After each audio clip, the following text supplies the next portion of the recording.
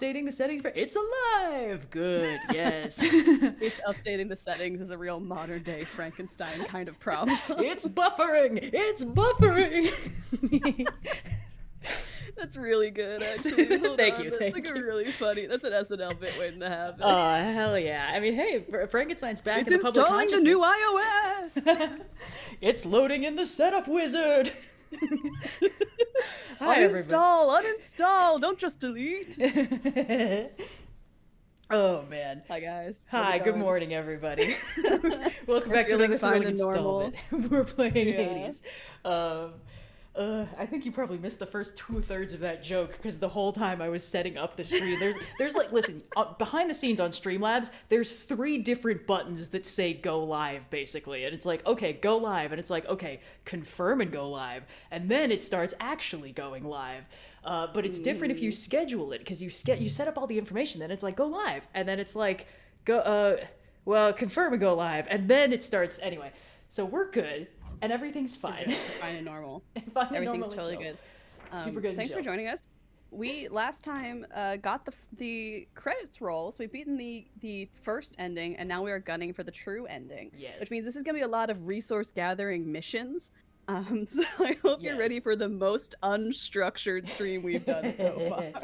Now, I have also been told, somebody sent me a Tumblr ask about this to make sure I saw it, that the reason why Nyx has not been telling us how to reunite Orpheus and Eurydice is we need to give her nectar, which is like... All right.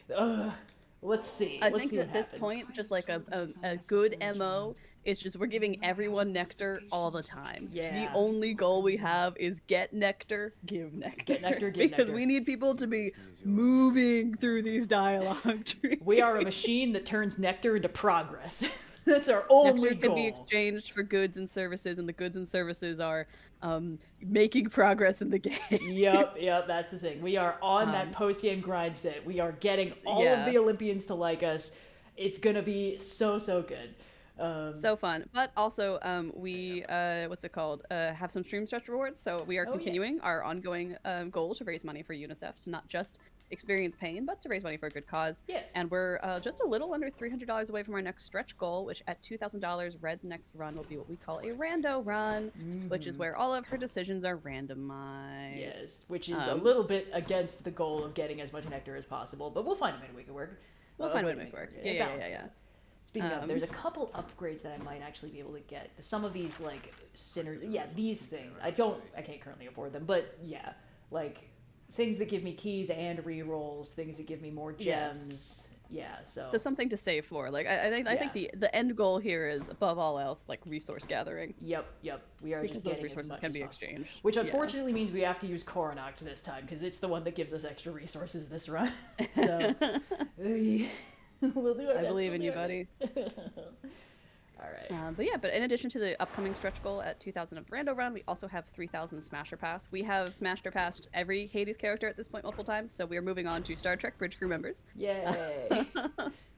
Or I guess just crew members in general. They don't have to work on the bridge, but, you know, officers enlisted in Starfleet. Employees of Starfleet. Well, I guess they're not employees because it's kind of a post-scarcity, no-money society. But... Yeah, it's a Starfleet characters. Starfleet characters. I suppose. Star Trek people. The people of Star Trek. The people specifically into Star Trek. It's gonna be great. So that's what we'll be doing at 3,000. At 4,000, we'll be doing a broke run where Red cannot spend any gold that she accumulates. And for 5,000, a divine intervention where we try and get all one god's boon, assuming the god behaves and cooperates. Yeah, Athena did not want to play along with that one, but we'll see what we can do. She was not having it. What we'll do is our best. It's all any of us can ever ask for. But yeah, I hope you guys are ready to enjoy. We were discussing very in-depth our respective calendar organization systems before this, which I found riveting, frankly. I think about this all the time. Yes. My 3-calendar system to Red's whiteboard.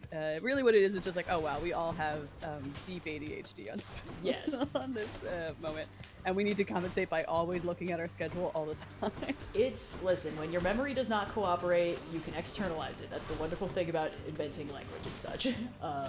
Yes. And it is interesting, too, because for me, it tends to be like, oh, wait, yeah, we have to give... forgot we have to give to Mater also nectar, so this works great. Yeah, for me, I have a calendar that I redraw every month, one of those whiteboard erase calendars, and I also have a whiteboard on the back of my door that is a lot more modular that I can use for like to-do lists and like, hey, before I leave, remember I need to bring these 3 things with me kind of thing. So it works out for me, but you were talking about how that absolutely does not work for you. No, I don't like to-do lists that extend to multiple days, because if I if I don't do something the day I wrote it down to do it, it doesn't get done, because on my brain's like, oh, that's low priority, we don't need to worry about it. Because I work for a lot of different clients, I manage my own schedule, and then also have to like accommodate timelines for different people that are working concurrently, which is the nature of the beast when you're freelance. You know, that's part of the trade-off for not being in a studio setting, is I have to balance different people's schedules, and that means that I kind of need to prioritize what order things get done in very heavily, and if I keep putting something off, it just simply does not get done. So for me, I have what I call the 3 calendar system, which is the shared Google Calendar I make all my clients put their like out of offices onto, which Red knows well. I've been getting better. You've been, to your credit, you have been getting better about using it. Ever since I figured out how to get it on my phone, because for a while, I did not control which Google Calendars were on which apps that I had. So my iPad had everything, but my phone didn't, and I didn't know why this was happening. And then I found the button that let me fix that, and now things have been going a lot better. That's so crazy to me, because you are a very like technologically literate person, and I'm like, oh my god, just put the fucking calendar on your phone. I don't know why we keep having this conversation for years. Listen, the way that I'm a technologically literate person, Google makes decisions for me, and I don't like it. Like, which app gets what information, that's not in my hands. That's changed out from under me multiple times, and it drives me up the wall. Yeah, but all that to say, Red's a little better about the calendar now. Yeah. Yeah, I have a 3 calendar system. I got the shared Google Calendar for like immediate. That's where like everything lives. Then I got my wall calendar, because I need to constantly be seeing what day it is at all times in my peripheral vision, or I forget. And I put like recordings and like major events, like I'm going to a party that day or whatever, on there. And then I've got my day planner, which has one half of the page is a hour by hour breakdown of the day, and the other half is just a to-do list with no bells and whistles. And I just, every morning I write what I need to get done that day on that list if it's not there already, and I just start checking stuff off. I love checking off boxes. I want my to-do list to be a series of checked off boxes. But yeah, but it's helpful, because it also means that I can fill in ahead of time like what I need to do on any given day. So like, if I know that I need to get a like rough cut of something out for someone by like Wednesday, I can make sure that I prioritize on Tuesday that that's the day that has to happen or something. And then I can, some days I flip over the page and I have nothing written down to do, and some days like yesterday I have every to-do slot filled out. So it's a fun thing. But I love my 3 calendar. I love organization. I want to be maximizing what goes where. Yeah. Also, just a real quick but fact check. my wall calendar is an erase board calendar, like a white erase board as well. Yeah. You just can refill each time. Yes. Demeter? Yes. Oh, yeah. Nice. Yeah. I just have to fact check in chat. I don't have a degree in computer science. I have a degree in math. I was pursuing a minor in computer science, and I've talked about this, screwed over by my advisor who did not know what she was talking about. And basically he was like, oh yeah, you're almost there. And it's like, oh, you actually would have needed to take another 1-year 3-class course to qualify for this. I was like, oh, okay, cool. So I took like a dozen computer science classes that, did contribute to my math major, but it was very annoying that I could get absolutely nothing on my diploma to show for it. Yeah, that's unfortunate. Yeah. There is also, shoot, I'm gonna be out of nectar when I do this blast. Oh well, that's fine. It's the nature of the game.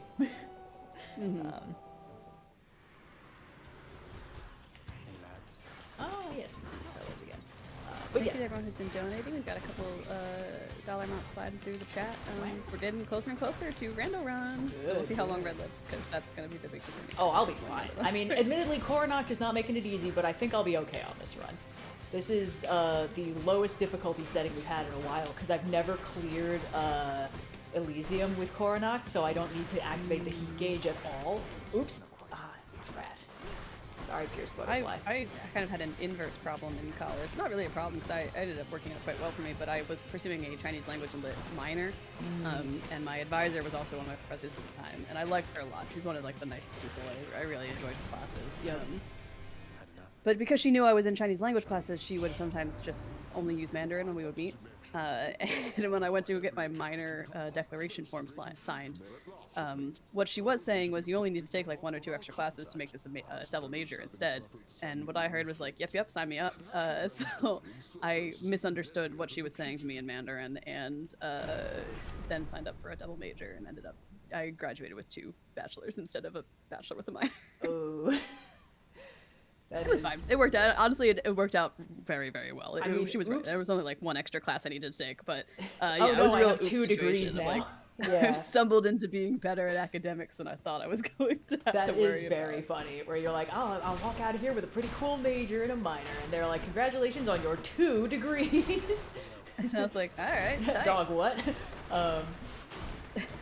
Yeah, I guess if I simply must. I thought that my advisor was also so very nice. I feel like that must be a running thing with college advisors. The problem was, I don't remember what area she was specifically in. It was not math or computer science. So I think she might have been like in the philosophy department or something like that. So she knew all of the sort of like humanities stuff. Great.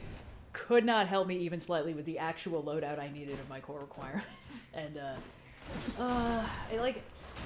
I don't feel that butthurt about it because even with my math degree, I was like, well, if I really need to get a job, this will allow me to get a job in like accounting or spreadsheets or something. However, I don't want to do that.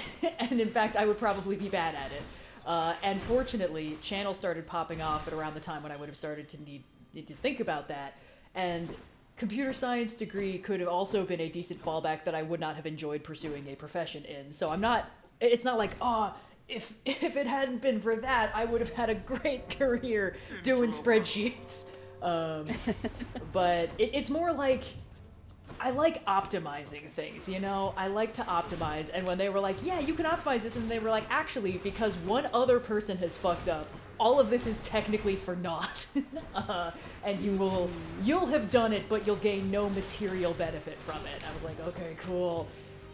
Yeah. I'm cool, I'm zen, I'm chill, it's the internal benefit that's all that matters, but also I really wanted to be good at it. Yeah, that's just deeply unfortunate. Yeah. It is funny too, because she was my second college advisor, because my first college advisor for the first like year and a half at school, he was like, yeah, you know, your grades are good, you're on track to, you know, obviously your math degree should be fine, but tell me this side project you're doing, what is this, how's your channel going, you know, and I was like, oh, you know, it's going all right, and he's like, that's great, you know, everyone should really, all this college stuff is fantastic, but everybody should be pursuing their dreams. And then like like a year and a half in, he sends out an email. It's like, hello everybody, I'm leaving to pursue my dream of becoming a professional marathon runner. And I was like, you know what? He practiced what he preached. Fuck yeah. Yeah, good power to you, bro. You were up to the surface and all that.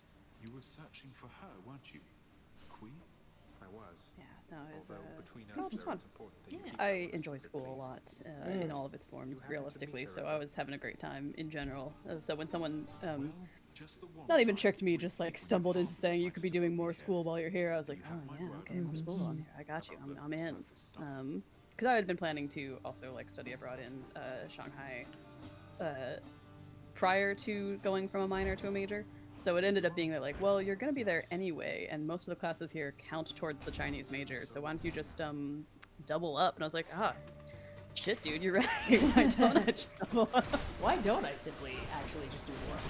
But yeah, no, I think, I mean, you know, obviously this whole channel is very about, like, learning is fun, despite evidence to the contrary that is not the fault of the subject you're trying to learn, but usually the way it's being taught.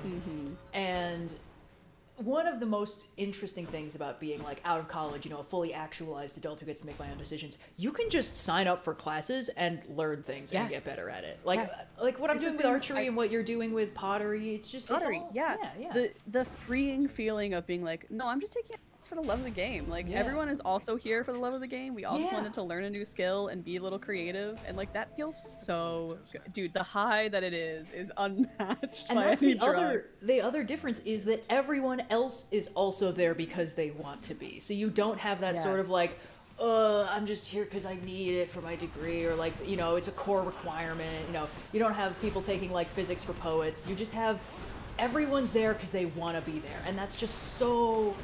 It's such a good energy. Because Yeah. nobody's Learning's so fun. Learning's so fun when you want to be doing it. Dude, learning is amazing, and the privilege of life is that we get to keep doing it forever. You know, well, you know, as long as we are. Yes. No, it's. I think that like if I can give you no advice on this stream, it would be like look into like your local arts centers and like community centers for like cheap and free classes. Find something that interests you, whether it's a sport you want to try out, an art you want to do, or even like sometimes like academics will just teach like community colleges like lectures and courses and things for a little bit less money that like you don't have to take those classes because you're working towards a degree. You can audit courses for relatively inexpensive amounts, particularly at community colleges. Yeah. They can be a great option if you're like, there's this, like, I'm really interested in history and I want to learn about this specific area of history and there's this class on it. I don't need to get a full degree in that thing, but it may be interesting to like audit this class. And the thing with auditing is a lot of the times your grades don't matter, so you really can just kind of be in it for the love of the game. Yeah, some colleges will let you like sit in on classes. Some of them have free online courses. Yeah. Yeah. It's great. Everyone should be learning all the time. What are we doing on this stream? Why are we not actively pursuing a learning experience in this moment? Well, we're learning how to, I guess, continue to be Hades. Yeah, we're learning to get good. Really happening. Yeah, we're learning. We are incidentally learning some fun mythological facts, kind of. Yes, kind of. If we weren't who we are as people, we'd be learning. Yes. Mythological facts. Unfortunately, this channel has skewed the results slightly on what is common knowledge. We're a bit of a Spider's George over here. Oh, I finished, on that note, I finished watching The Storyteller, which has 4 episodes that are Greek myths, with Michael Gambon, who played the first version of Dumbledore, and I'm sure many other wonderful things in his career. And it was very interesting, because vindication for my dislike of Theseus, they also do that. Their retelling of Theseus and the Minotaur highlights that Theseus sucks, and I felt very vindicated, very validated. It's nice when the world agrees with you a little bit on oh yeah, absolutely. A mythological take in particular. Mm-hmm. Oh boy. While we were streaming, I'm also working on my various PopTopia builds because I'm deep in the Mass Effect mines of my main free time gaming experiences. But when I'm not, when I'm desk bound because files are processing, I dip back into my island and try to make it. But yeah, it's I was there. Tomorrow. Very excited. Funny story. So, one of our podcast shorts, the one about PopTopia, has been age restricted. For What about the pathos of Ditto? Yes, I have a terrible theory as to why, but they refuse to confirm. They're just like, yes, you know, things can be age restricted for many reasons, like, you know, sexual content. I was like, sexual content? This is about Ditto! Content? What are you talking about? I can't think of a less sexual being than the Ditto. Well, unfortunately, I know there are sectors of the internet that would disagree with you. However, I will say, here's my deep, dark suspicion. When you explained to me the pathos of Ditto attempting to recreate the appearance of their trainer, I said, oh god! And I think these sickos, I was like, hey, can I get a human being to confirm that you are saying this short is sexual in nature? And they were like, yes, it is. And I was like, okay. Oh fucking weirdos. God, that's so crazy. I'm so angry about it. Like, YouTube, listen. We've had our differences. We've had our disagreements. You've done me right sometimes, but what the fuck are we doing here, my guy? It's, oh my god, that's crazy. Yeah. Buck fucking wild, I'll tell you that. Because, like, not for nothing, but I don't know if the short has gone out yet or not, but we talked about Frankenstein in the After show, and I would describe, like, that, I think it's fine, but, like, that's certainly much closer than the pathos of Ditto to sexual content. That one is a lot more like, oh man, this person is pretty. Let's talk about that. Whereas in this case, I was like, are you twisted freaks really telling me that this counts? The internet. That's so nuts. That's crazy. Yep. Buck fucking wild. Let's get another Gamima boon. Damn. I didn't know that. That's really upsetting. Yeah, right? Because I was like, well, people get weird about Pokemon sometimes. I'm like, I'm not gonna yuck anyone's yum, but that's Yeah. not my thing. There's not even But I was any like, oh, no, Gardevoir is in there this something one. Is there something I don't know about Ditto? And it's like, no, actually, YouTube's just being a little bit weird on this one. I almost wonder okay. if they were like, oh yeah, we definitely got a human being to sign off on this, and it's like, hey, porn detection AI, what do you think about this? I think it is fucked up and weird. It's like, thanks, buddy. I refuse to be shamed by the AI. Yeah. As if AI doesn't know what it's mostly being used for online these days. Make a human being tell me you think the Ditto is sexy or get out of my fucking face. I will not be shamed by a robot. Commit to your beliefs. Yeah. Own it, okay? That's all I ask. Oh, God. I should build a lighthouse. Anyway. That's crazy. I'm gonna be thinking about that for days. That's so upsetting. That's so genuinely upsetting. Yeah, right? Thanatos. We'll catch up later. Now let's deal with these wretches and be done. Ugh, I don't have any nectar to give him. I have to keep an eye out for more. I'm absolutely terrified. Must maintain eyes on the nectar. Yes. Oh, Dan, that one's mine. Dan, no. No.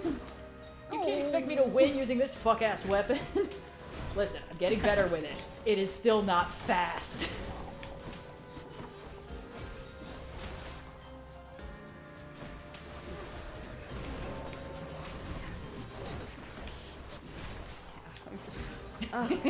All I can think, I can't stop thinking about this stupid Ditto revelation. Because YouTube doesn't let me down plenty of times before. Rolling with difficulty, we've been very fortunate. I think we've only had one time where they're like, you rated this improperly, and actually it's a little bit worse. So we're going to say that you can't. Oh, you know what it was?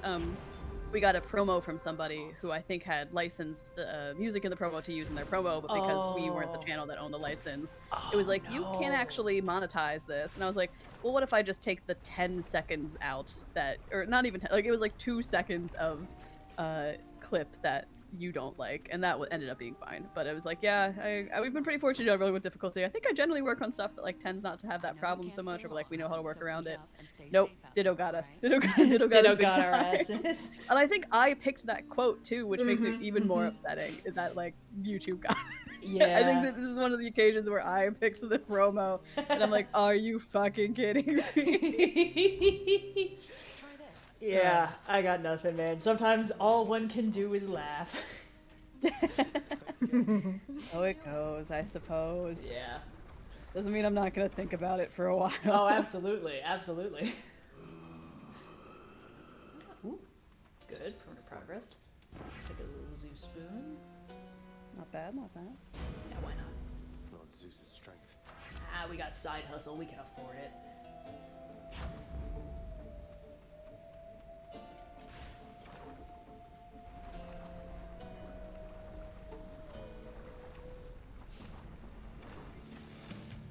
Well, look at you, Lerny.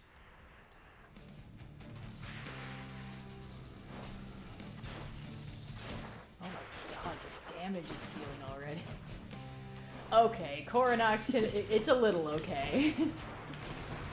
Ooh, red's coming around on Coronax. I mean, it was inevitable that I'd eventually get good at it, right? Like, yeah, this is the natural evolution of what's been going on. yeah.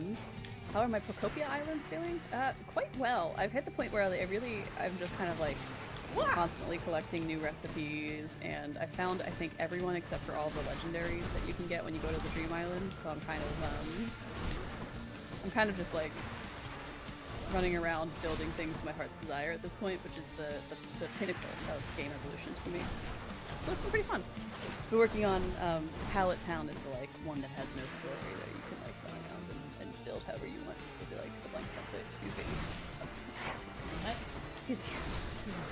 But it's been a lot of running around that one and just trying to like have some thoughtful construction to where things are placed instead of just putting shit wherever I feel like it, which has been kind of my main primary strategy up till now. Is Texan Kyogre real, or is that just a meme? That's a meme. Really? like Kyogre's in this game, it just makes Kyogre sounds, so I don't know that I could describe it as Texan in any way. Really? It doesn't talk? Well, I thought everyone, you could understand everyone's dialogue.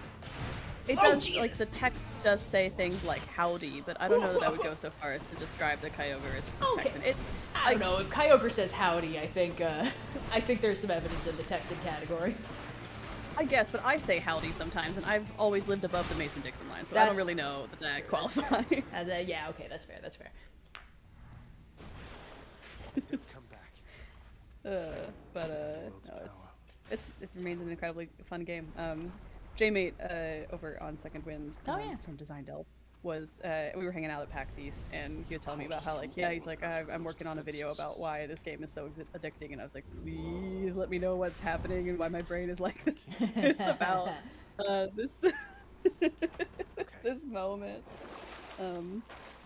But it's been very, very fun.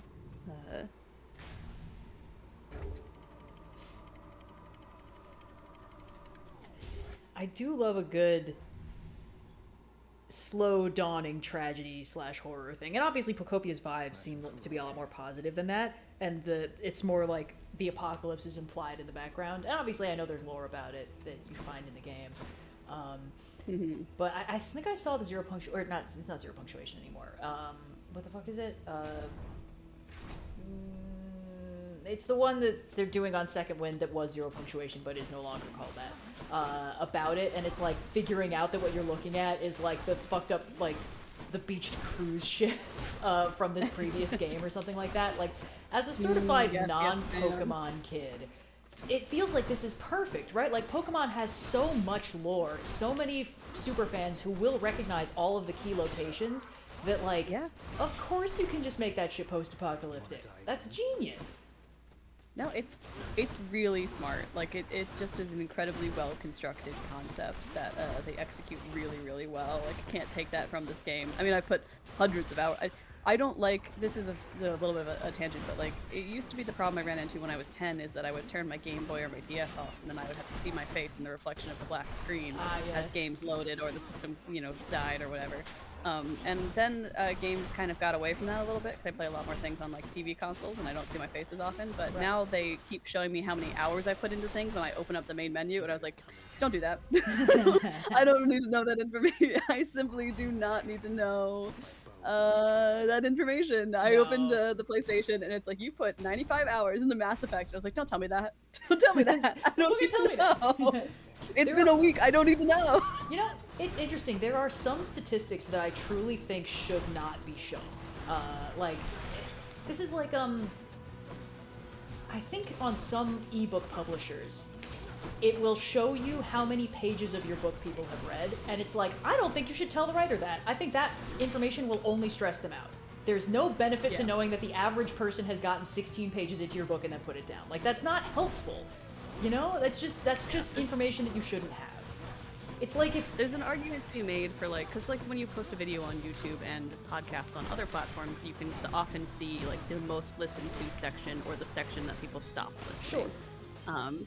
And there's a point where I'm like, that is kind of useful when you're in the development phase and you're still figuring a show out, and you need to kind of identify what about it is working and what's not resonating with people. Yeah. If there's a point in like, if you get to, the halfway point in an episode and you switch from being about whatever your theme is, and then you do like listener Q&A in the second half, and suddenly the stats drop, you'd be like, okay, people don't actually want to write questions and answer them. That's fine. That's not the case with us, right? Okay. I was like, that's so specific. That was right. I was trying to think of a different use case example structure for podcast, and I was like, oh well, most of my shows are actually just kind of unstructured goop, but except for the Ozpod, so I guess I'll just list that. But no, the Ozpod does consistent is an incredibly consistent show. But like, those numbers can be useful in the development stage, but then there's a certain point where it is just kind of maddening to look at, where you're like, no, there's nothing I can change now. Like, I'm a little bit too locked in, and I don't really want to make changes to the structure because it would sacrifice what this thing is. So now I'm just seeing these stats as like, yeah. Okay. They're just bumming me out. That information. Leave me alone. Leave me alone. I knew Coronac was too good to be true. But no, I do think that, I think that it can be useful, but there are certain stats where it's like, oh, this rules actually. These are the craziest casts. Wait, this does do festive fog damage, right? Okay, great. Well, anyway, it's like how most social media sites don't ping you when somebody unfollows you or like blocks you or something. Like, that's information they could give you. They have it. They don't, because they know that would just start fights. Yeah, there are some things that we simply don't need to know. Things man was not meant to know. Yeah, honestly. Yeah, straight up. Straight up, I don't need that information, and I'm glad you give it to me. Jesus Christ. But no, and I think it can be fun to see how many hours you put into a game. I'm not gonna say it's a stat that they shouldn't be showing me in general, but I wish I had to dig for it, you know? Yeah. It really upset me that the PlayStation was like, nope, when you open it up, I mean, it's a little box in the bottom of the screen. It's like, by the way, you played this for 95 hours and you only just got to 3. And I was like, okay, come on, PlayStation. Why must you do this to me? Yeah. But that said, I am at Mass Effect 3 and it continues to be a very good game series. I get why this is one of the game series of all time.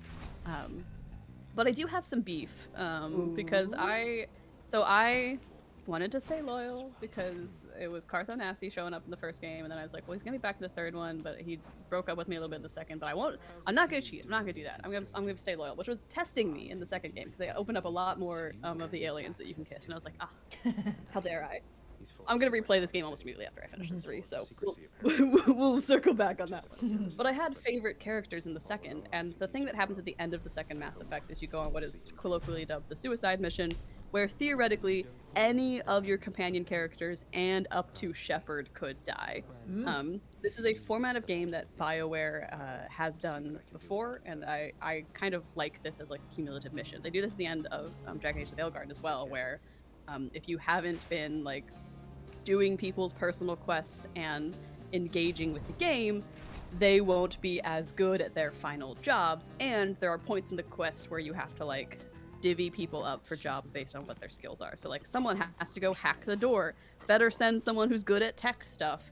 And I think that that's a nice way to like make sure that to be like, okay, player, have you actually been getting to know our characters throughout this game? Do you know what their skills are? Have you been doing their loyalty missions? And of course I was. I'm not a fucking animal. I did all their loyalty missions. I had a perfect playthrough. But this is, my fucking level, gamers. But theoretically, any of them could die. So when you get to the third game, most of them are not playable companions anymore. They usually have like one mission where they'll show up and you like can see the effect of how you impacted them and how they are doing afterwards. And like if you did their loyalty mission, they're probably doing pretty well, and if you didn't but they somehow survived, they might not be having a good time, like something along those lines. Or they could have died and it would be a different NPC. Of course no one died in my playthrough because I am built different, but but as a side effect of that, and I think that this is very understandable game design, they didn't want any of the companions who potentially could die, except for Tali and Garrus, which are with you in every game, to be critical to the plot of the third game, right? Like it's an advantage for you to have them alive, but they're not going to be like playable characters in the same way. That makes sense to me. That's a game design consideration. It allows for all the possible endings of the second. Makes sense. But they do want you to still care about these characters because you just spent a whole game running around and doing little missions, little dialogues with Modern Major General. It's a whole thing. And so like they still matter, and a lot of them have arcs that conclude in the third game. And my favorite guys keep dying heroically. And I'm like, I get it. It's like, are they narratively satisfying? Generally, yes. Is it like a good conclusion to their arc? Sure. Is it upsetting that it's always my favorite guys? Always my fucking boys. I had two boys. I had two favorite boys in the previous game because number one favorite character is Tali. She is best girl. We love her 5 ever. But she's also a playable companion in every game, so she wasn't really ever at risk. My second two favorites from Mass Effect 2 were the Solarian Dr. Morden, who is the one who sings Modern Major General, the parody. Yeah. I love him. I've seen clips of that. He's so charming. I loved him. He's my little buddy. Ah, Jesus. He judges me for all of my choices, and I think he's correct about it.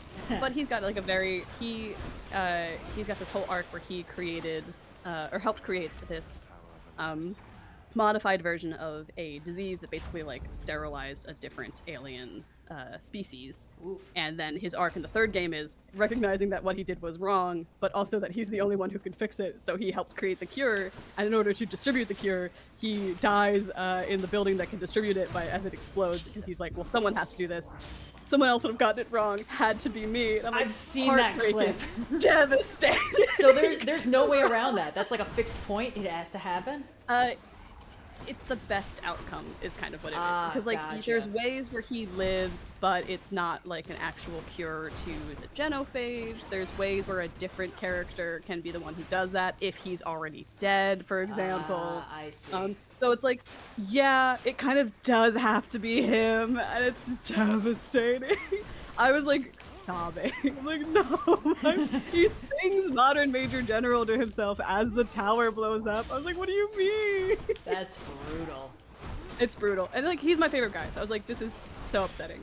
But you know, like, again, like I'm not like upset that it happened because it's bad, because it is like a good conclusion to his character arc. It's like a really honorable send-off to the character, and I love him. Right. And so I'm like, you know what? You know, you're an old man. This is the end of your life. You're righting a wrong. You've had an incredible heroic sacrifice. We will remember you forever. And I was like, well, that's upsetting, but at least none of the other characters I've met so far have like died in the game. And then my second favorite character was this lizard assassin who's already got an incurable disease when you meet him in the second game. So I was like, oh, there's a good chance he's already dead by the third. Nope, he also heroically sacrificed himself in a fucking mission too. God dang it. And I'm like, God damn it, you people! So yeah, I was upset. I was upset because I got those like back to back too, and I was like, both of my favorite guys have just heroically sacrificed themselves. One of them with like just an incredibly devastating piece of dialogue, and the other one in kind of a little bit of an unceremonious moment afterwards, where they're like, we didn't know what to do with him because we had already wrote him as basically dying in a few months, and it's been a year. So we need to figure out what to do with it. I feel bad about. I'm sorry, Thane. You will have to be famous to me. But yeah, I'm nervous because there's like one or two companions I haven't run into yet. And I'm gonna also die. I hope not. Jesus Christ. I hope not yet. There would be niceties to me. This is fucking crazy.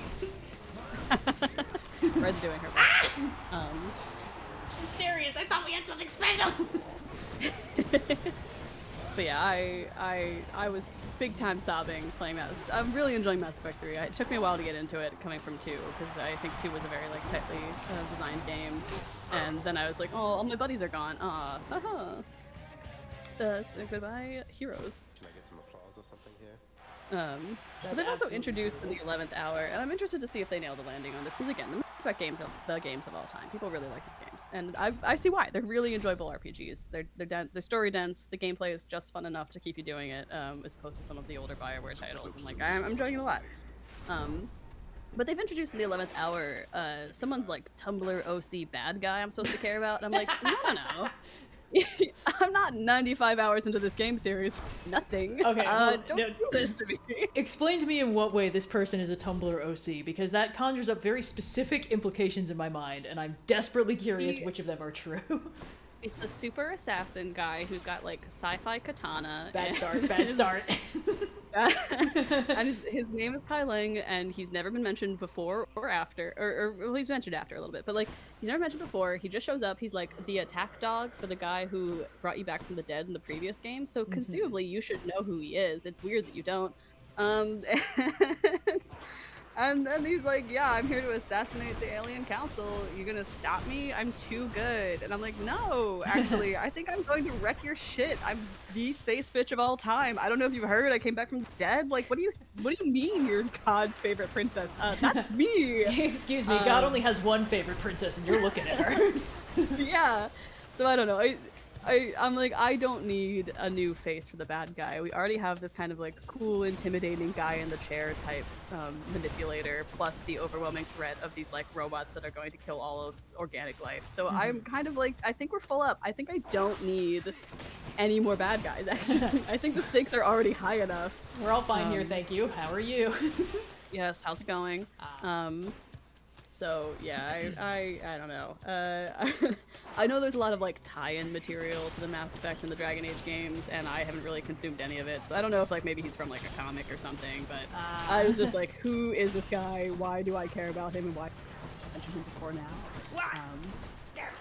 So yeah, he's present. I guess he's included in the story. Fucking hate You're these making guys. it remarkably far with Coronac. I know, but also I hate these poison guys, and it's really hard for me to kill them fast enough to not take damage with Coronac, because it's not a fast weapon exactly. Yeah. He's just so hot topic edgy in a way where I'm like, I know that I was in the early aughts. I did my time in a mall hot. But I think perhaps I've moved beyond the need now. Sure, yeah. Yeah. Listen, sometimes you gotta get it out of your system. Sometimes you gotta make the coolest guy, and he's got like white hair and 2 katanas. It's just like, oh my god, what are we doing? But yeah, it's silly. It's very silly. But other than his presence in the third game's been pretty solid. I like the flow of it a lot. The characters have a lot to say, which is the real strength of these BioWare RPGs, is the companions more than anything else. And by Mass Effect 2, they'd kind of figured that out. But the third one, they really lean into it, and I think partially because they have a slightly smaller cast to deal with that you like run around with. I think that cast has more lines of dialogue, which has been really entertaining. Because I like hearing all their little commentary about it. What's going on. Everyone's got their little bits they gotta do, and I'm like, you know what, man, me too. we're all just dealing with it. But it's been very, very fun. I'm enjoying it. I'm excited to see how they nail the ending. I think because of my play style in all games ever, I might get a very good ending this time. Or at least I might survive. Because there's one ending where Shepard lives. Oh wow, gotta thread the only needle, if you only if you have like a high enough like readiness and assets, like war assets that you've stowed up. Basically, like, have you helped enough people that are willing to then help you? Gotcha. And I was like, oh yeah, no, this, and not to be the bitch of all time, but like, I'm a turbo completionist. This is playing to my freaking strengths. For sure. If the aim of the game is get as many parts of the game as possible, you're gonna be fine. I'm gonna fucking nail that bitch. Wow, that was incredibly quick, actually. Holy shit. Okay. Yeah, no, I think about this sometimes because like my gameplay, sometimes we get questions on Outlaw. They're like, "What's something that's fun for you? That's not like fun for anyone else?" And I'm like, "Well, it's probably how I play video games. Not because video games aren't fun for other people, but the way that I play them is not fun for anyone who's not me." Not really. The way you play games does sound like, for me, it would be a special circle of hell. But again, like, nobody's forcing you to do it, and I think that makes all the difference. I'm in it for the love of the game. I'm a completionist. I like having perfect playthroughs and saves of games, which is basically where I try and get all of the information possible, see every line of dialogue, and have it all saved in one cartridge. And I think that this is, and I know for a fact that this is a residual of games I played as a kid, because when I was a kid, I really liked the Fire Emblem GBA titles. And there's an extras tab on those game cartridges where, if you want to, you can replay any like conversation your companions had with like that your little units had with each other, their support conversations. You can like click through them and re-listen to them, but only once you've seen them once. So if you wanted to have access to all of those, you had to play the game a bunch of times, because you could only get 5 levels of any given support conversation with any given character in a single playthrough. You couldn't just have more conversations after you hit a certain amount of them, which is grueling because there's like 30-something units in the game, and all of them can only have 5. Like, they have up to 3 levels of support conversations with every other unit in the game, and then also, you know, there's it's just that they constantly replay these games. It was exhausting, but I was like, I need to know, right? Like, I want all of the juicy details. So I go deep, and I think the vestige of that now is how I play every other game all the time, which is that I must see all of it for myself. None of this going on YouTube and looking up an all endings compilation. Sure, I simply will not be doing that. None of that ending explain shit. Yeah, I mean, I was also playing these Game Boy games kind of pre-internet. Not that the internet didn't exist, but I did not have easy access to it to just like look up, here is X, Y, Z. We were still on, there's one computer in our house. It's the family computer. It lives in a closet in a hallway. There's like sliding doors that open to it, and it's 99% of the time being used by my dad to do work. So it's not like I was about to be breaking in there to look up like, hi, I need to see all of the GBA Sacred Stones conversation.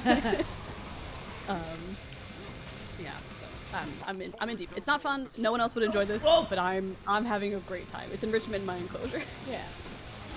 Yeah. Ah, Jesus.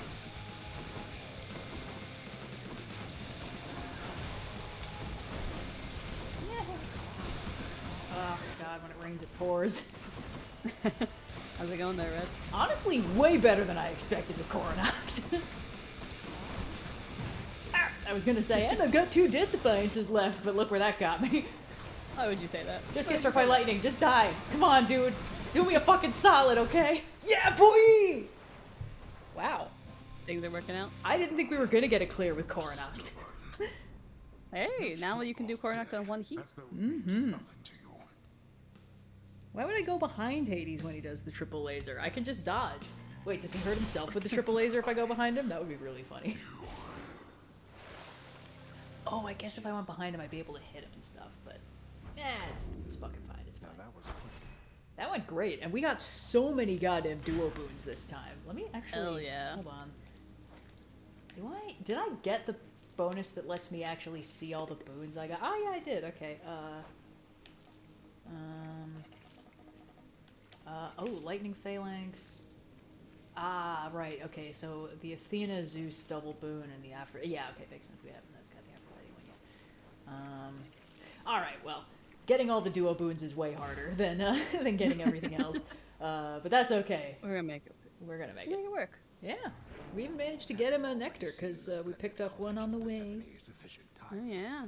The stubborn underworld prince. Not bad, not Nevertheless, bad. attempts to go there once The again. goals mainly are keys, nectar, ambrosia. Just depending on what we can get our hands on. Yeah, I think I got... Well, I need to see how many keys I have. I should also really be renovating the lounge, because I have a quest about that. And I've been leaving poor Dusa out to dry. I'm counting that one as a victory. Zagreus, you should count that as victory. We literally won. What are you talking about, dude?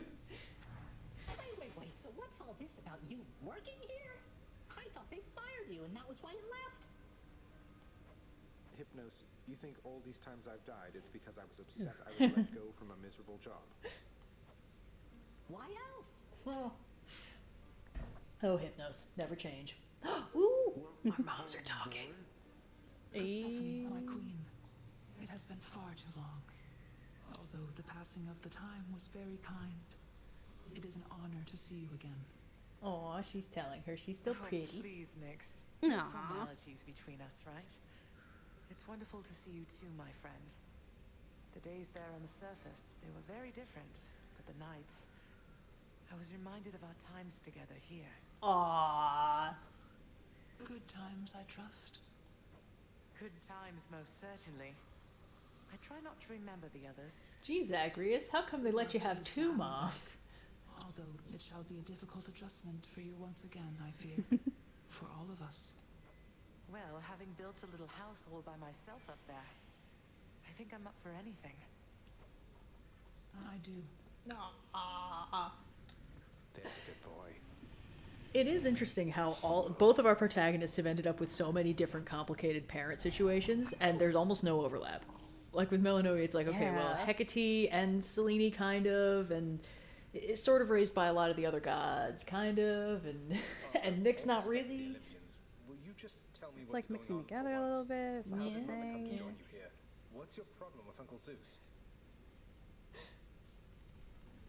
Nyx is like, this is my consort question mark Hades, and Hades' wife Persephone, and Persephone's girlfriend Nyx. What the fuck? We're getting talked to? Swear to me that you shall never repeat what Ooh. you're about to hear. Ooh, We're getting plot lower. is happening. All right, I swear. I swear in your own name, I'll keep what you're about to say between us. So? so. You had it mostly right before. After I inherited the underworld, your Uncle Zeus felt sympathy for me, he says.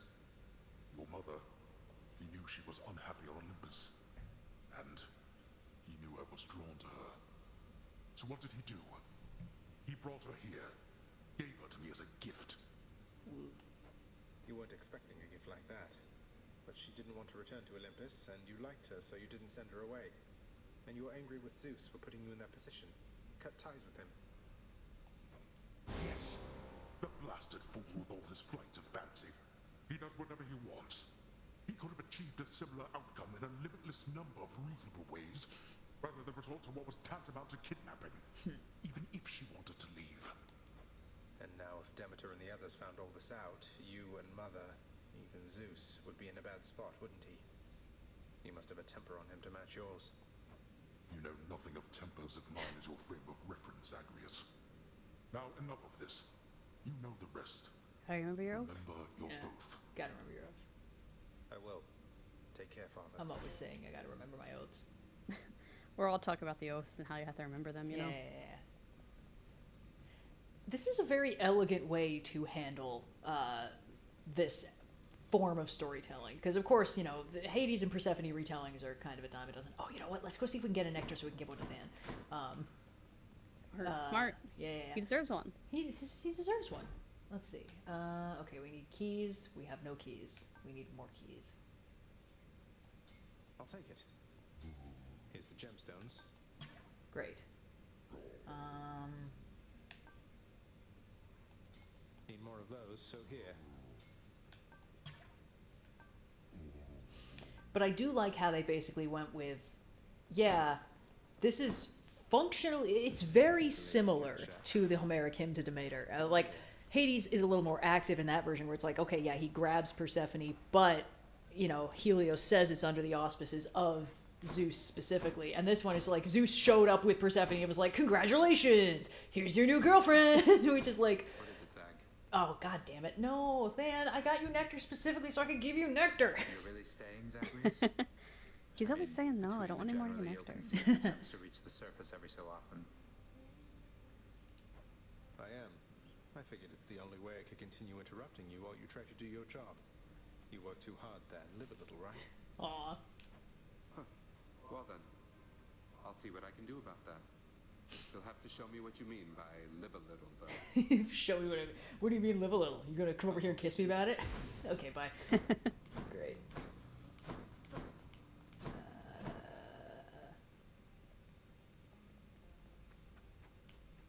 Okay, cool. He's just standing there menacingly. Alright, now there was a prophecy foretold. I think that might be the end game prophecy. Let's see. A prophecy. Queen's plan. Yep. Grow closer with more Olympians so the plan can unfold. Okay. Great. Great. Oh, right. Oh, shit. We have no gems because I spent them all on keys so I could get nectar. Oh, well. Next time, baby. All about the runs. Mm-hmm. And you did all that with Kornak, too. I did! And now I don't need to do it again! Ooh! It's Punchy Gloves time! Is it my birthday already? No, god damn it. It's America's favorite. America's favorite, the Punchy Gloves. Well, we all know the legends of Little Baby Weenie Mode, of course. Of course, yes. Spoken of in story and song. Ooh, he gauged to 5. We could go down an Arabescade. Yeah, boy. Ayy. Oh, but it would be very funny to... No, we should do this reasonably. There we go. Alright. This is a fact-finding and resource-gathering mission first and foremost. Whether or not we succeed, we will have still accomplished something here today. Who is with me? Time to fix up these fists. That's a vote of confidence, in case it was unclear. Yay, appreciate it. Okay, this flying kick thing is pretty stupid, but, I mean, it is also very funny looking. Ha-cha-cha. Who are we to question stupid? Exactly. What a sentence. That's what you get.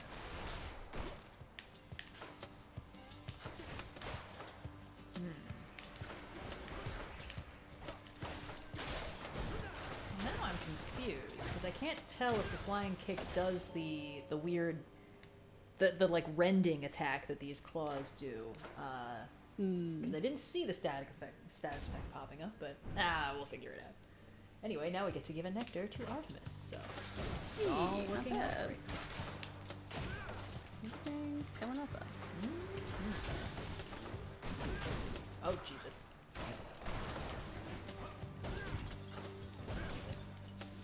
Doesn't look like it's... I might not be doing... Maybe if I do the dash strike, it'll do it. Oh well. My Lady Artemis, your favor's been invaluable to me. No finer huntress ever walked the surface of the earth or underneath. Aw. You're being very nice to me and that makes me suspicious, understand? So you want more of that, you keep this up. Still my favorite. I hope that once you make it to Olympus, we'll go hunting It ain't broke. sometime, you and I. For sure. I like being on my own and all, but it's been nice talking to you like this. Aw. Oh. Ooh, and we can get an Aphrodite boon. Well, now. Perfect. Ooh. Because we have to Everyone get loves an Aphrodite boon. we have to get all of them up to 10, right? Or something like that. Yeah. Okay. Yeah, we gotta get them all to be on board. There it is. We've got our work cut out for us. Yeah, but that is good because it means that we shouldn't be special. We shouldn't be like targeting a specific one who we're already close to being top tier with. Yes, exactly. We gain benefits no matter which god we're getting into it with. Until we start actually finishing some of them up, we won't need to start getting picky with whose god boons we're going after. Aphrodite. My Lady Aphrodite. If not for our acquaintance, I'm certain that my days or nights would be much drearier indeed. Why, dearest, such a wonderfully thoughtful gift for me. I love it, and I would be lying if I said you shouldn't have. Aphrodite's voice in this is so interesting. Recently that you and Meg are the Fury, why, you've grown quite Also, close. Now do be careful around her, and try not to get attached there. I'm not really sure how to describe it. It's like she's very soft on the consonants. It's like, do try not to get attached. It's hard to describe, you know? But it's a very interesting sound. I see that. Yeah. Well, because I think this had a pretty small set of voice actors. Yeah. So they had to do a lot to distinguish the voices from each other, so... Interesting range. Yeah, a lot of people playing, I mean, Darren Core very famously, but also just a lot of people playing different characters. Yeah. To make up for the smaller cast. And I think they do a remarkably good job. Come on, Zachary, you're better than this. Is he? Not really.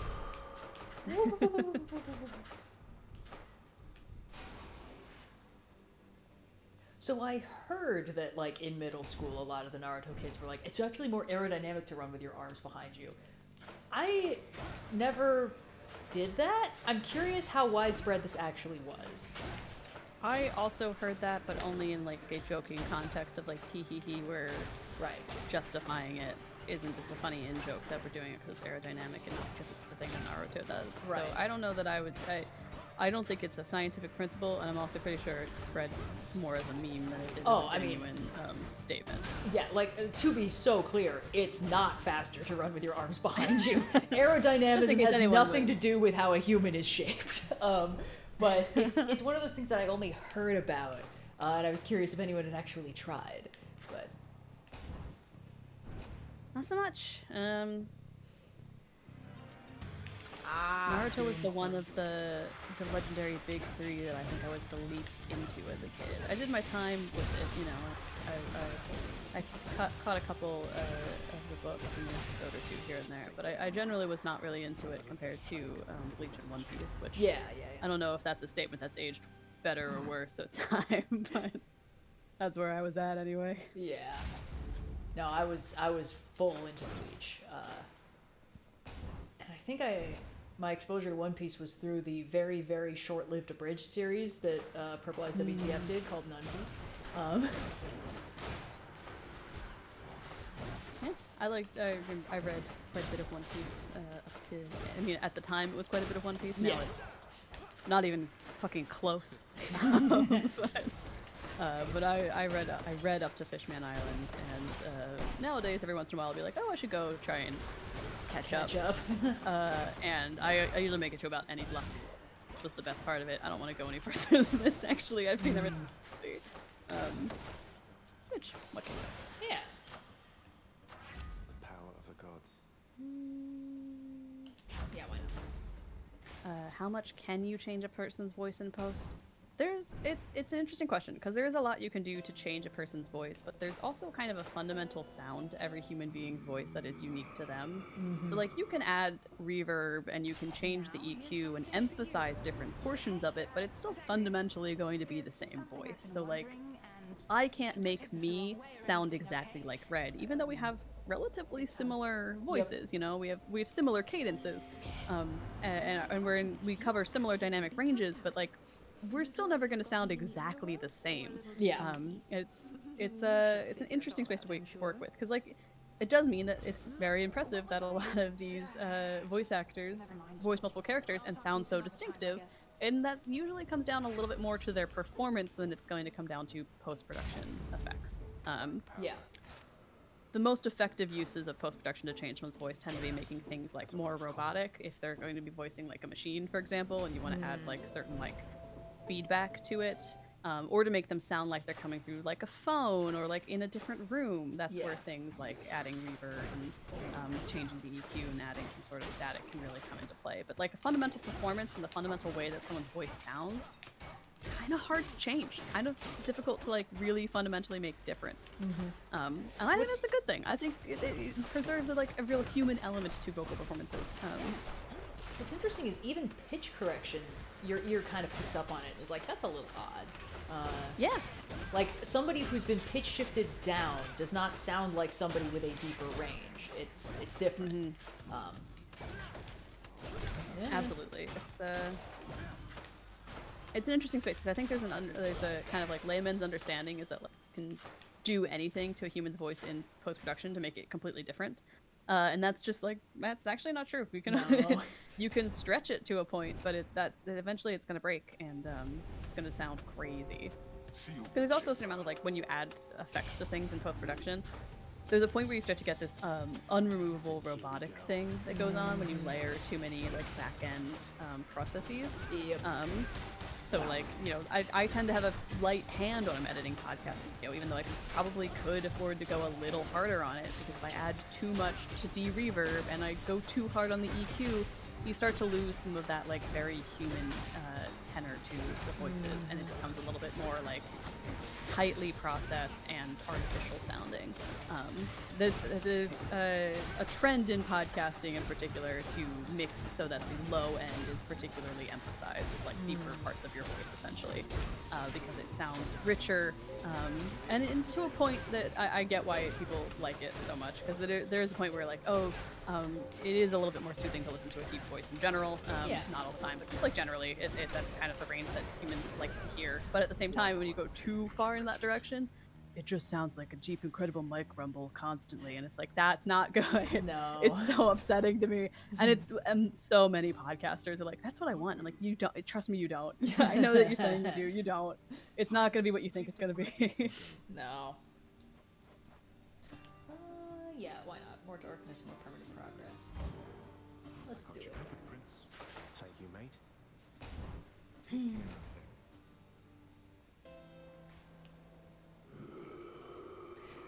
Audio post-processing is one of the funnier things that I occasionally catch wind of drama about. Like, when I hear someone online is getting kicked while they're down, sometimes on top of everything else it'll also be like, and they use a voice change. I'm like, oh really? Wow.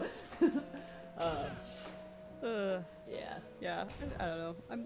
It's so low it's stakes. Fun to mess around with. It's so low stake. Like, you know, especially because, like, you know, we obviously do a lot of speaking on the internet, but have real physical bodies that exist IRL. Or I guess speaking for myself, at least. I'm two-dimensional, but you can do whatever you want. Yeah, but like, we get recognized based on our voices more than anything else. Makes sense. Yeah. We talk a lot. And so I can understand the impulse of being like, I'm going to become an online. I want to change my voice so that it's even harder for people to recognize me IRL. And I'm like, oh, yeah, totally makes sense.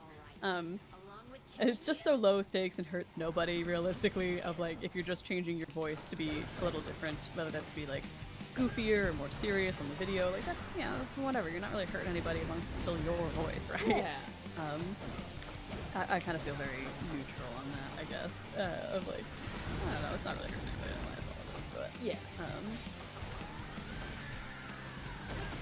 I think there's a reason why it usually comes up after somebody has already like done something that has led people to be like, wow, fuck this guy, because then it'll also be like, and on top of everything else, here's another element of disingenuity. Is that how you parse that word? Disingenuous becomes disingenuity?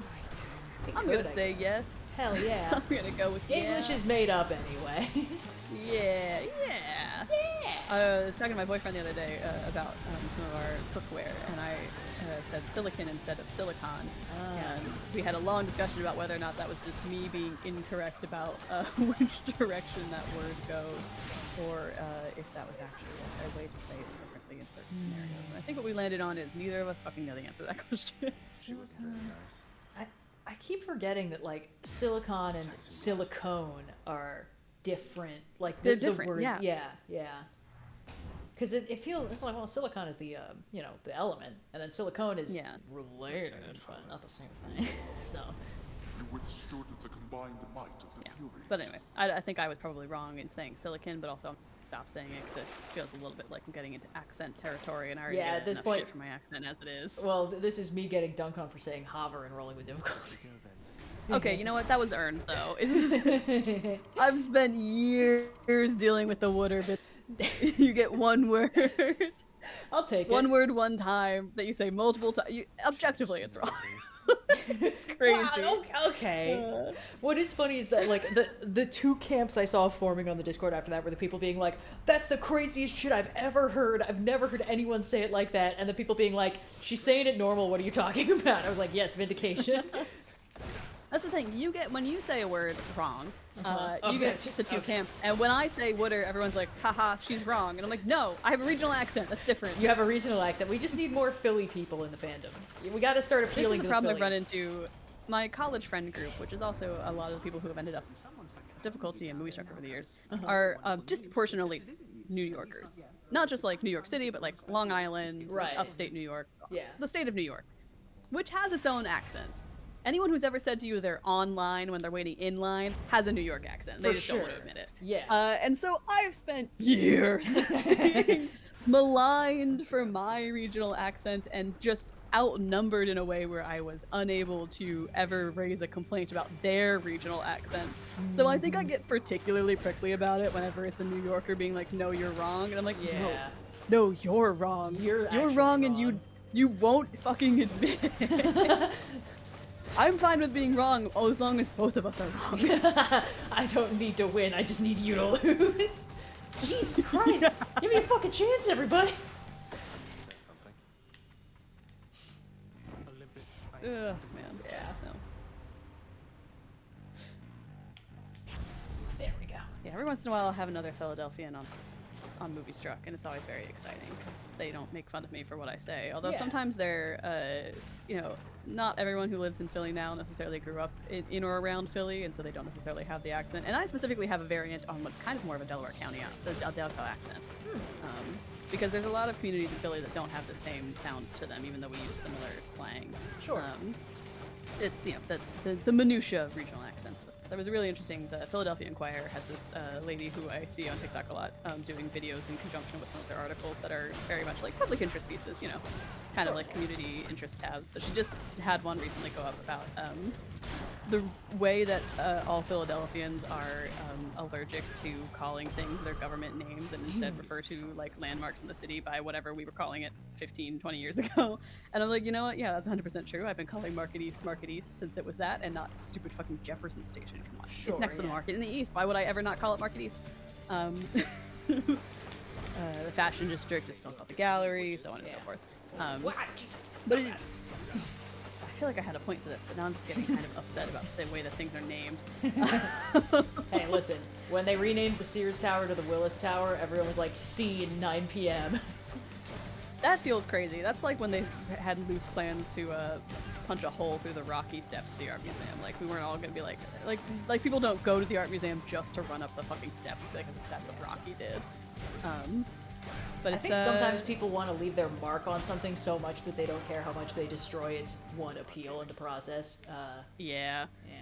The art museum's in Philly's been taking a lot of L's recently because they also had a really received rebrand. Where they tried to what's it called? I refer to it as the art museum. It's the Philly Art Museum, right? But officially it was like the Philadelphia Museum of Art, and they tried to rebrand it to like the Art Museum of Philadelphia or vice versa. I don't remember which order it went in because it was unimportant. No one's ever fucking called it by its full name ever. It's the art. It's the art museum. We're there are other government art museums in name the this only one art museum in the city. And it was a whole controversy. The rebranding went over really poorly. I think like several media teams got fired. It was a whole deal. So yeah, just don't try and rename things in Philadelphia. Is actually the secret. Don't do it. It's gonna go poorly. Don't invoke the wrath of the Philadelphians. It'll go bad. Yeah. Spite is 90% of the reason that we commit to things. I mean, Gritty only would have worked in our city. You know, it's because everyone else said we don't like this, and we said no, it's perfect. Actually, we'll make no changes. I mean, we gotta see Eurydice. We gotta. Okay, gems later. It's alright, we already got a couple keys on this run, so. Hey Ziggy, what's up? Ooh!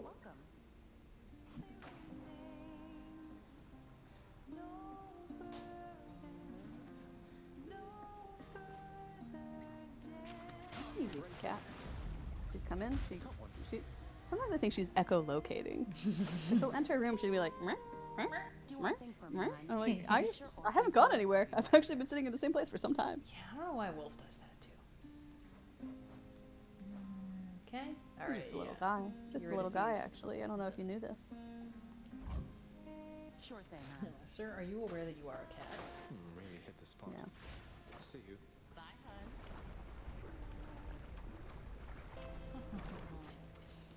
I feel like I had a point when I started getting upset about things being renamed in the city of Philadelphia, but I can't remember what the point comes in now. But yeah, I don't know. I comically play it up at times about how annoyed I get about the accent, but it's not something I can control people. I get it. Yeah, no, I think it's one of those things of like, it can be all in good fun, and it can also be not funny. Because also like deeply grating. Yeah. Well, it's not just that. Like it can be. There's like layers of it. Because there's haha, never heard that one before. But there is also like, oh, you're not speaking proper English. Actually, that signifies how you are of a lower breed and uneducated. And it's like, okay, so fuck off with that shit. Like that's just because. Every time someone's like, oh, you're saying it wrong, I'm like, according to you and the fucking, I don't know, British government? What are we doing here? Are we still doing this shit? There's a really, sometimes when I need traction TV, I'll watch an entire season blind from like any country that's not the US just to feel something. And what I want to feel is nothing, but there's a UK season, and there was an interesting, because the premise of the show that it starts out is they're all in these pods, you can't see each other, you can only talk. Is this Love is Blind you were saying? This is Love is Blind. Right, But the thing is, and this is something that you don't have a problem with so much in the American seasons, because everyone from a specific city kind of largely sounds the same, but we also don't have a lot of, I don't think there's a lot of like relative conceptions about a person's upbringing, personality, and class based on their accent. It's certainly not nothing. It does happen. It does happen, but to thing specifically with like people who use AAVE, and it's like yes, yeah. It's like, it's okay when white people appropriate it, but if you use it because you grew up, hearing it, then we judge, and it's like, okay, well, that's fucked. But you're right, it's on another level in the UK. It's on another level in the UK. Like, people, I was like, what do you mean you all know exactly which section of the country you're from based on, like, the most minutia of this accent, and you have a lot of conceptions about a person's character based on it? Because, like, obviously, again, AAV in particular has a lot of frustrating things that go along with the way that people react to it, and that's, there's nothing wrong with Yeah. AAVE. And it's similar way that I feel about the Philly accent, where I'm like, oh my gosh, it's so annoying when people like make fun of me for something I can't control. You know, I'm no less of a person because of the accent that I have. This is true of everything everywhere. But the UK has like completely different social stratifications based on accent. And because Love is Blind does not change their voices in any way, there was like a very real, weird undertone through the first few episodes of like, no, people are making a lot of judgments based on voice that like we might make on appearance in the US.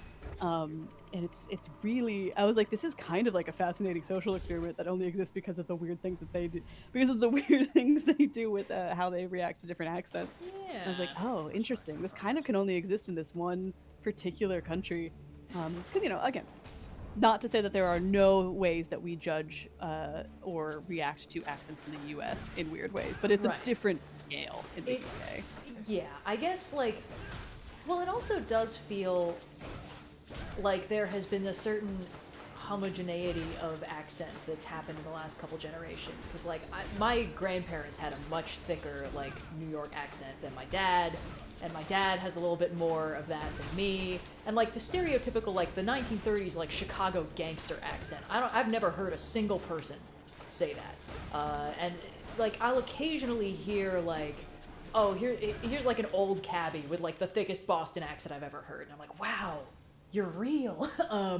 But I don't know why. I think it might be like everyone picks up accents from things they're exposed to. So like you get like, oh, this kid grew up watching Peppa Pig and is slightly British even though they're full American, that kind of thing. And I wonder if it's like, oh, TV and the internet kind of averages accents. But I do think that there has been, now I'm losing the point I was trying to make, but like I think there has been a certain reduction of the distinctiveness of regional American accents. I'm not entirely sure why. I'm not even sure if this is a real thing. It's just a thing that I've like anecdotally observed in my own experiences with people and stuff. But obviously some of that is also like, if you take any sort of performance class or whatever, you kind of get taught to smooth over your own accent. This is obviously a thing that different communities are affected by to different degrees, but like you know, back in the old days, it's like you have a transatlantic accent if you want to be on the radio, because you got to sound kind of this specific way, or like you need to speak perfect, like what's the word for like perfect, like TV UK English or something like that, you know, the one that they make all the Scottish people speak when they're like playing the Doctor on Doctor Who or something. It's a whole thing. Oh, this is so... I keep forgetting there's a Charon item that's just like, make the flame wheels fuck off for a while, actually. You want to break from the fucking flame wheels. It's an interesting thing, because I feel like I've lived in a couple different cities that are not Philadelphia in the US and globally, and I obviously have, I don't think the strongest Philadelphian accent in the world, but it's there, it's present. Yeah. But weirdly, I think my accent gets stronger the farther like the less time I've lived in Philly. And I feel like that's almost kind of inadvertent, like, no, I'm doubling down. You guys are gonna. If everyone's gonna tell me it's weird, I'm gonna double down and make it worse. But I think that there is a side effect too of like maybe something that's happened with your parents is like, you know, you grew up in Chicago, even though your dad's from New York. The longer you live in a different city, you kind of develop either a new accent or you take into their accent. And the Midwestern accent in particular is kind of the default for a lot of U.S. Broadcast. So I almost wonder if what's happening is that you're observing everyone as being pulled closer to your accent when they're in publications and things. Because I would say I've noticed, if anything, like, I don't think accents are going away. I know a lot of young people who have a very strong Delco, very strong Philly accent. I know a lot of people who had a very strong, like, Boston accent in those cities. And so I'm wondering if maybe it isn't just that because a lot of things broadcast online tend to get squashed into the Midwest accent, that's what's happening. Yeah, that's very possible, I think. Because I have an uncle who grew up all in the US and then has lived and worked in Scotland now for years and years and years, and he has a little bit of a weird kind of hybrid accent now, because that's just where he's lived for so long. He's sort of taken in those pieces of himself. So it's like, I don't know. Yeah. I just don't know. I don't know either. It is interesting, and I think that's the thing, like, it's interesting, it's so cool to see all these different dialects of English, and stuff like Yeah. that. And then when it turns into like, huh, you uneducated cad, it's like, okay, It's actually, like, fuck oh, you. We're right. having fun here, all right? You don't need to be a dick about it. It's cool that everyone sounds different, and if you're gonna be weird about it, get the fuck out of here. Like, part of the reason why, I've been really trying to not just kind of echolele and go water whenever you say it, but like part of the reason why I'm kind of tickled by it is because, like I said, my dad has kind of a very smoothed out accent, but occasionally the New York will come through when he says like coffee, that kind of thing. It's like, or like, oh yeah, you know, there's 4 of them, and I'm like, four? It's hard to describe. There's like a little bit of a dip in there. It just goes a little south of what I'd expect in the Midwest.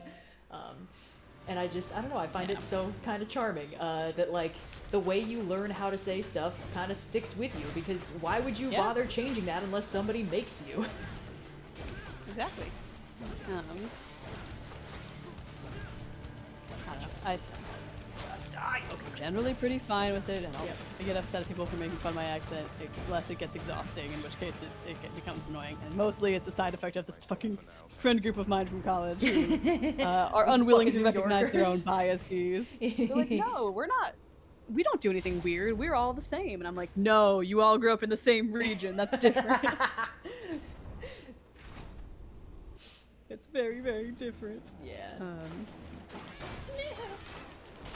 Oh god, I should have gotten the Flame Wheels release. This is some bullshit.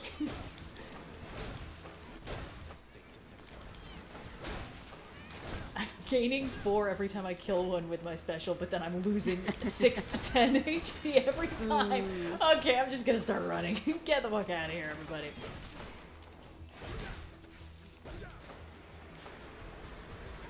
It's always very nice to hear from people in chat. It's very kind of you. Every once in a while, someone will email me. I can be like, English is my second language. You know, I was listening to the podcast to help practice it, and then I started developing weird ways of saying things, and I'm like, I'm so sorry. Unfortunately, there was nothing I could do about that, but it's very cool that you were using a learning resource. I hope you have fun with your new honorary Philadelphian status. I bestow upon you the greatest honor I can give. Philadelphia. Yeah. Well, this is something I'm very self-conscious about with my Mandarin, which is admittedly not as good as it be because I am practiced with it. But when I was learning Mandarin, all school and college, I had teachers from different regions of China, and so I ended up with kind of like I had one teacher who was kind of from Beijing, so she has a Beijing accent, which is where you change like L to R sounds a lot, or like Li to R sounds a lot. And so I would be mixing like a Beijing accent in kind of without knowing it, and then I'd get to, I had a professor who was more from the Shanghai region, and so, I mean, Shanghainese is its own thing, but like, she did not use that R sound instead, and so it became a very interesting, like, oh, I have an accent from a place I've never lived, just because the way that the accent is presented in the language is a little bit different than I'm used to. And so I have like, I must sound fucking insane when I actually speak Mandarin, because I think I have like 3 accents simultaneously. I think I've got Cyan English speakers speaking Mandarin, Beijing and Shanghai accents simultaneous. Cyan mentioned something a little similar with like, her French is like, the accent is this very strange hybrid of like Parisian and Quebecois, and everyone who she speaks to who like understands French is like, where are you, like, where did you learn? What is this? What is this? Yeah. What is this? No.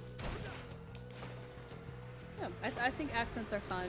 It's so cool that there is so much diversity in the way that humans can speak and express ourselves, and that's so fucking cool. Linguistics is awesome. I think in another life I would be a linguistics major in college, but unfortunately I like movies too much, so here we are. Yeah. But yeah, it's just such a cool space to operate in. Yeah. Oh, love language. Yeah. Love language. Okay. Cleared these pretty quick. Nice. Not so bad. Gotta go fast, gotta go speedy. Gotta go fast, gotta go speedy. We recorded a Draw Steel one-shot recently. Should be coming out soon. Just what I need. Very, very exciting. That's cool. Yeah, I'm excited for that. No, I'm still broke. And I don't even have a thing I can steal from Kara. Oh well, that's fine.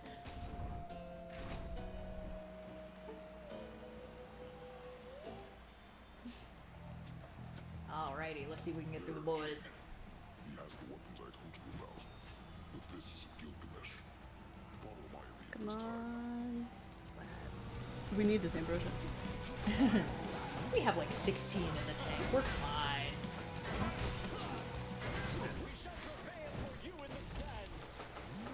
Oh no, I think we forgot to say hi to our super fan last time. I think I was so locked in. Aw, Loyal Shade. Dang it, what have I done? I'm sorry, Loyal Shade. You have to forgive me. Oh, he still got my face on the poster. He can't be that mad. Thoughts on matcha as a trend in the drink? I'm kind of fond of a good matcha latte. I think in high school a friend of mine put me on to these like little like matcha latte envelopes that you could just like, you'd heat up milk, you pour them in, give them a stir. I really like those. I don't think I ever intentionally order a matcha drink from like a beverage place. Oh yes, my drink order for the day. It's another cold brew Nutella foam situation. But yeah, I don't dislike matcha. I think it's just like, I tend to be a very chocolate person, so I'll go with like a mocha or like a caramel frap or something, like a very sweet coffee drink. And yeah, I don't know. I like matcha a lot. I enjoy it as an alternative to coffee quite a bit. But I think I almost always prefer like a matcha flavored dessert. Like a good matcha ice cream is unmatched. Or like a crepe cake kind of situation. Any sort of like cream pie. They just opened a location in Philly, but there's a Japanese cream puff chain called Beard Papa that I'm very excited to go check out at some point, because I used to go to it in Boston, and then they closed the Boston location, and then I couldn't find it for a while, but now it's in my backyard, so I do get some cream puffs. But I like matcha a lot. I think it falls into a weird category of trends where it's like, well, this has been a fundamental part of a lot of Asian cultures for some time, flavor-wise. There's a lot of discourse around that, like ube right now. Where it's like, you know, it's important to remember that this is not a new thing people are discovering. This is a flavor profile and ingredient that has been prevalent in this culture for some time. And I think matcha can kind of fall into a similar category, but a good matcha bev is never going to be something to set with. I'll tell you the flavor trend that I'm suspicious of. All this pistachio stuff everywhere. That you don't like a pistachio though? I think I have never had a good novelty pistachio flavored thing. I have heard the online conspiracy theorizing that the reason why pistachio is everywhere is that America has started producing way too much fucking pistachio, and now we need to offload it onto things. And I think when I looked it up, it's like, that's kind of true. Like, America has started producing way more pistachio, and now we need to figure out what to do with it. That is an extremely funny problem to have. I don't know why we did that. Maybe we shouldn't have. But I don't know, like, I don't mind pistachio, but they're specifically doing that, like, Dubai chocolate thing where it's, like, pistachio cream and chocolate. And for me, pistachio is such a salty flavor that, I don't know, it is not my you know, my flavor of choice to combo with chocolate, but it's, like, that's showing up everywhere. I think I tried having one of those like Dubai chocolate drinks at one point. It's coffee flavored with this, and all the pistachios sank to the bottom and just stayed very gritty and like salty and bad, and that was not good. Don't recommend. So matcha's fucking fine. What are we doing with this pistachio bullshit, man? What is this? This is really interesting to me because pistachio to me is actually like a very basic flavor, but I think that's very prevalent in a lot of Italian cuisine, and like Italian American desserts as well. But like pistachio is often the flavor that gets thrown in there with like chocolate and vanilla. I mean, there's famously spumoni, which is oh, I love spumoni. Love a good spumoni. Yeah, that's the thing. Like, pistachio has long been a part of Italian desserts in particular. Yeah. But also just like, you know, it's that like a flavor little profile. flavor though. There's not much pistachio in a spumoni. It's mostly it's spumoni, sure, but like there are other desserts that are more primarily pistachio than spumoni.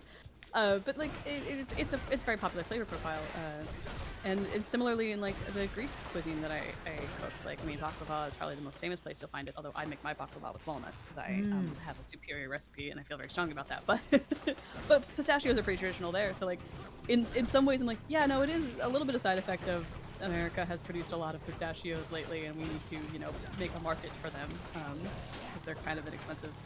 All nuts are kind of expensive these days. it is one of those things where it's like, yeah, I guess it's also kind of trendy, but it's never felt trendy to me because it's just a flavor profile that's always been in my life. That makes sense, but I can confirm as a non-generalized, like non-Italian, non-generalized pistachio eater, it's fucking everywhere, and it's really noticeable. The Dubai chocolate trend really did irreparable damage to how much pistachio options are present in and around the world. Because prior to that, it was like, oh well, if I go to an Italian grocer or whatever, there will be pistachio things. But now it's like anywhere you go, there's pistachio options, and I feel neutral to positive on pistachio. I feel like when it's used correctly, I enjoy it quite a bit. It can be a nice like kind of nutty moment. But I generally don't go for it with like a chocolate. Too much. That's probably not my go-to. I'm not huge on the Dubai chocolate thing. I like the was it knafa or something? The like crunchy situations are good. That's prevalent in some variants on baklava that you can make with phyllo and cream and such, but it's not my usual go-to. But yeah, pistachios everywhere. You're not crazy. Yeah. It's just very interesting to me to see that my own like understanding of is a normal dessert suddenly become a mainstream problem. Suddenly it's everywhere and people are getting inexplicably butthurt about it. It's me, I'm people. Yeah. And you're not like wrong, you know? No. No one's wrong here. It's just that it's I need the juice! Give me the juice! Where is it? Okay, we're good. I'm fucking struggling, man. It's weird that this was easier with Coronacht. You gotten used to it. I did, what you yeah. expect. I locked in too hard and now I can't unlock. Ah, fuck, not this fucking guy again.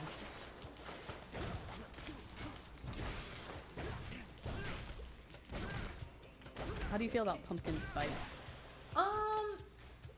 In concept, good idea. I'm a big fan of pumpkin pie. I feel like that is the appropriate use for pumpkin spice flavoring. I think the problem I run into when it's like, oh, pumpkin spice in coffee is already bitter.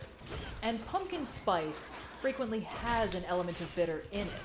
Not always, but frequently. And also, like, if it's one of those pumpkin spice flavorings that actually incorporates a little bit of, like, pumpkin puree. The other thing is that coffee, along with being bitter, is sour, and sourness does not really play well with pumpkin spice. So pumpkin spice flavoring is fine. I think it gels very poorly with coffee.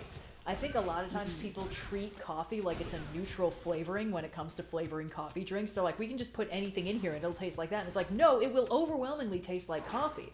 Part of the reason why, like, chocolate works well with coffee is that chocolate also has an element of bitterness in it, but it's also sweet. So it harmonizes with the bitterness of the coffee, and it lets it turn into a new flavor that actually kind of works.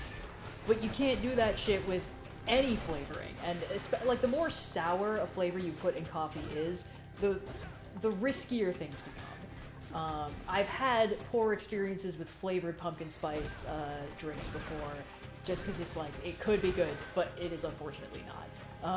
Hey, you should stand right there. Yay! I generally don't like pumpkin spice in coffee. I mean, I don't mind a pumpkin pie or whatever, but I also don't like if something that is not a pie is pumpkin spice flavored in any way. I kind of am like, nah, I don't care about this anymore. Actually, I don't think it adds anything to my coffee. Holiday bevs that Indigo goes big for, the peppermint mochas of the world, which is really maybe peppermint mochas, and then the iced strawberry latte that this one coffee shop near my apartment does because they make their own strawberry syrup are kind of my two, not just generic coffee drink, not just black coffee, bevs of choice. It's hard to go wrong with a peppermint mocha, because again, like, you got the mocha that's playing with the coffee flavor, and then you've got the mint that harmonizes with the chocolate part. And it all kind of works out. It's one of those coffee flavors that works well hot or iced. It might even be better iced because then you get the coldness of the mint plays well. Ah, shit, fuck. Juice! See, I only like it hot. I am not, I don't think I could do an iced peppermint mocha because to me it is a cozy beverage. Well, yeah. Well, I mean, I'm one of those people who's like, winter is the perfect time to eat ice cream because it doesn't melt. Like, the temperature of the food ice cream is a year-round to thing, but I as much as I stretch the definitions of when it is appropriate to get an iced coffee beverage, I do generally hit a certain point in the winter where I'm like, it's too cold, I would like to have a hot drink now, and usually that's around peppermint mocha season. That's fair, that's fair. What if I mean, what else am I going to use this for, right? Not what I need right now. Yeah, why not? Okay, sure. I can take another Maybe this Aries way. boon. I don't think I've given him a nectar yet this time around, so that actually is a smart idea.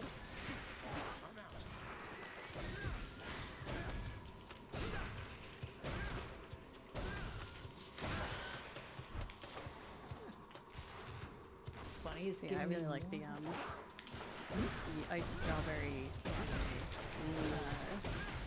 Just really scratches an itch that I didn't know I had. It's just very, very, very good. The last time I had something that was purporting to be a strawberry latte, it was extremely not. There's a coffee place that I've gone to occasionally. I like where it is, and I like the staff. They're very polite. I have only ever had extremely bad coffees there. This is often the case. Yeah. There's a coffee shop that my regular that I like a lot because not all of their syrups, but a lot of them they make themselves. In particular, they make the strawberry syrup themselves, and it tastes amazing as a result. But I think it's very easy to get a bad coffee somewhere, not just because they're only using a specific syrup, but just because like strawberry in particular has a very artificial taste to it if you don't make it yourself, and it's really easy to kind of stumble into this is a very artificial tasting coffee. Because I like a good strawberry matcha on occasion as well. They're very delightful. They have their flavors that go together quite well. But a lot of, if you go somewhere that's not like trying intentionally to have a good, to be a beverage place first, you know, if you go to like a breakfast joint that just happens to also have coffee and matcha, they're probably using a pre-made syrup.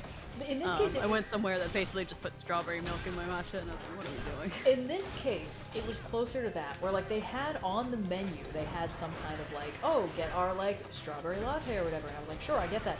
The person who I ordered from, I think, did not realize that this was an item on their menu, and what I got was pretty clearly black coffee with a pump of strawberry syrup in it, and it was vile. It was bad. That'll do it. What can you do? What can you do except drink it and then throw the rest of it out, huh? Lord Ares, please accept this token of my deep appreciation for your generous support. Yeah, I like that coffee shop. Yeah. And I've been continuing to go to before these streams. I use it as an excuse to go to a bakery called Sea Forest Cafe in Philly. That is quite good. It's a Korean bakery that is like just everything there is excellent, and they keep expanding how much they have on the menu, which is awesome for me as a person who goes somewhat regularly. But just like absolutely delicious baked goods. I've not had a bad thing from it yet. And unfortunately, the rest of the city is catching on because the lines keep getting longer every time I go, even on weekdays. Which is good. I want them to stay in business, but I don't want to get in and out fast. Sometimes it turns into suffering from success, you know? Yeah. I think one of the worst things that can happen to a small place is that it goes viral. Like, obviously, good, make money, but also, like, in the same way that an overfunded Kickstarter project can sort of collapse in on itself, because it's like you have too much money, you don't know what to do with it, and also too much demand for this otherwise, like, kind of small thing. Being able to slowly grow to fit the demand on something is great, but having to quickly adapt to, like, especially if it's like a location, and tourists start showing up, it's like, well, now you have to deal with a huge influx of people. A friend of mine has been watching a lot of like travel TikToks for various different places, because she and I are hoping to go to Japan at some point next year, so she just keeps sending me like another Studio Ghibli museum and a cat cafe or something like that, which is awesome, great, looking forward to it. But every time I look up one of those places and it's like, it has been completely overrun by tourists. It is now impossible for anybody local to actually get anything. Uh-oh. Ah, Christ. Wow, they're really making me work for this fucking Seder sack, huh? Juice! I need the juice! Yeah.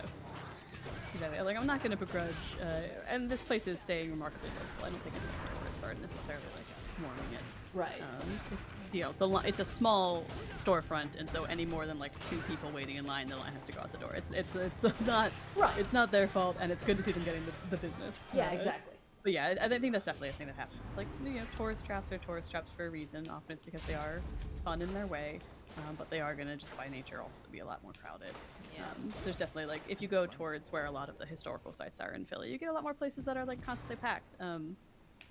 I like the ice cream from the Franklin Fountain a lot, but it's an absolute living fucking nightmare to try and get in and out of there because it's directly next to Independence Hall and it's very famous with a lot of tourists. So if you wanted to try and get ice cream there, you're gonna have to wait in line for like an hour.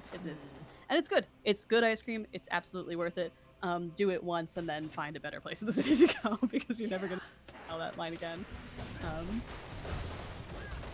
like 1-900 ice cream, although they go viral basically on a weekly basis at this point because they change their flavors every week for their soft serve specials, and they do a lot of very trendy flavors that are I don't know what they put in that soft serve. Sorry, please. They did at one point do pistachio, but not currently. I think they were Thai tea and mango swirl last I checked. Interesting. Which was also, you know, I'm sure it's very good. The last one I got was actually strawberry and coffee flavored swirl, which was delightful. They were doing like a matcha shell on that, although I didn't get the matcha shell. Yeah, they do a lot of like special swirl flavors, and they're all very, very good. But as a side effect, they often have lines absolutely like around the block, and they only have like so many soft serve machines because they make, you know, however much they make. So it is kind of like there's nothing we can do to speed this process up. We do kind of just have to like accept that if you want to get this ice cream on, especially on a weekend, you're gonna be waiting for a minute. Servers can never get enough of this stuff. Waiting in line, truly the nightmare scenario of my existence. I find that I have a lot of tolerance for waiting in a line if I'm like traveling. Well, you know, what else am I gonna be doing, right? Yeah. I want to do this thing. This is my one opportunity. I might as well wait for it. But I also the inverse of that is that when I'm local somewhere, I get very frustrated if I have to wait for a thing that I know I can get. Yeah. Most other times. I should rewatch that Defunctland Fast Pass video. It's been a little while. As a non-theme park person myself, I always find it so interesting, like the science, the analysis of lines. Yeah. I was never a Disney park goer. I think I've only ever set foot at that one ice cream place we went to during VidCon a few years back that was technically on Disney property, but we didn't need like, I guess we didn't, it's just like a little public area? I don't know, I don't understand it. But there was like a main street that you didn't need to pay to get into, and we were there. Yeah, and it was just like the Lego store and a couple of restaurants and stuff. Yeah. But that's the closest I've ever been to going to a theme park. So every time someone tells me that, I'm like, what if you did anything else? Yeah. And that's not the answer that they're looking for. No. You're easily distracted, you know that? Yeah, Dad, it's the ADHD. Leave me alone. Well, I find it very fascinating because I grew up in the area. There's a lot of theme parks near us, but there's not like Six Flags and Dorney Park and Hershey, and that's really kind of all about the rides. There's not a lot of the theming part of it, and so it's always a little bit fascinating to me when like Austin over on a big nerd for this kind of stuff. But like, we'll get into Jesus Christ. The actual theming and how to create like a cool experience. And like, well, I thought parks were like about going and getting on as many rides as possible in the smallest amount of time. Yeah. Which is, I guess, not the appeal of Disney. No.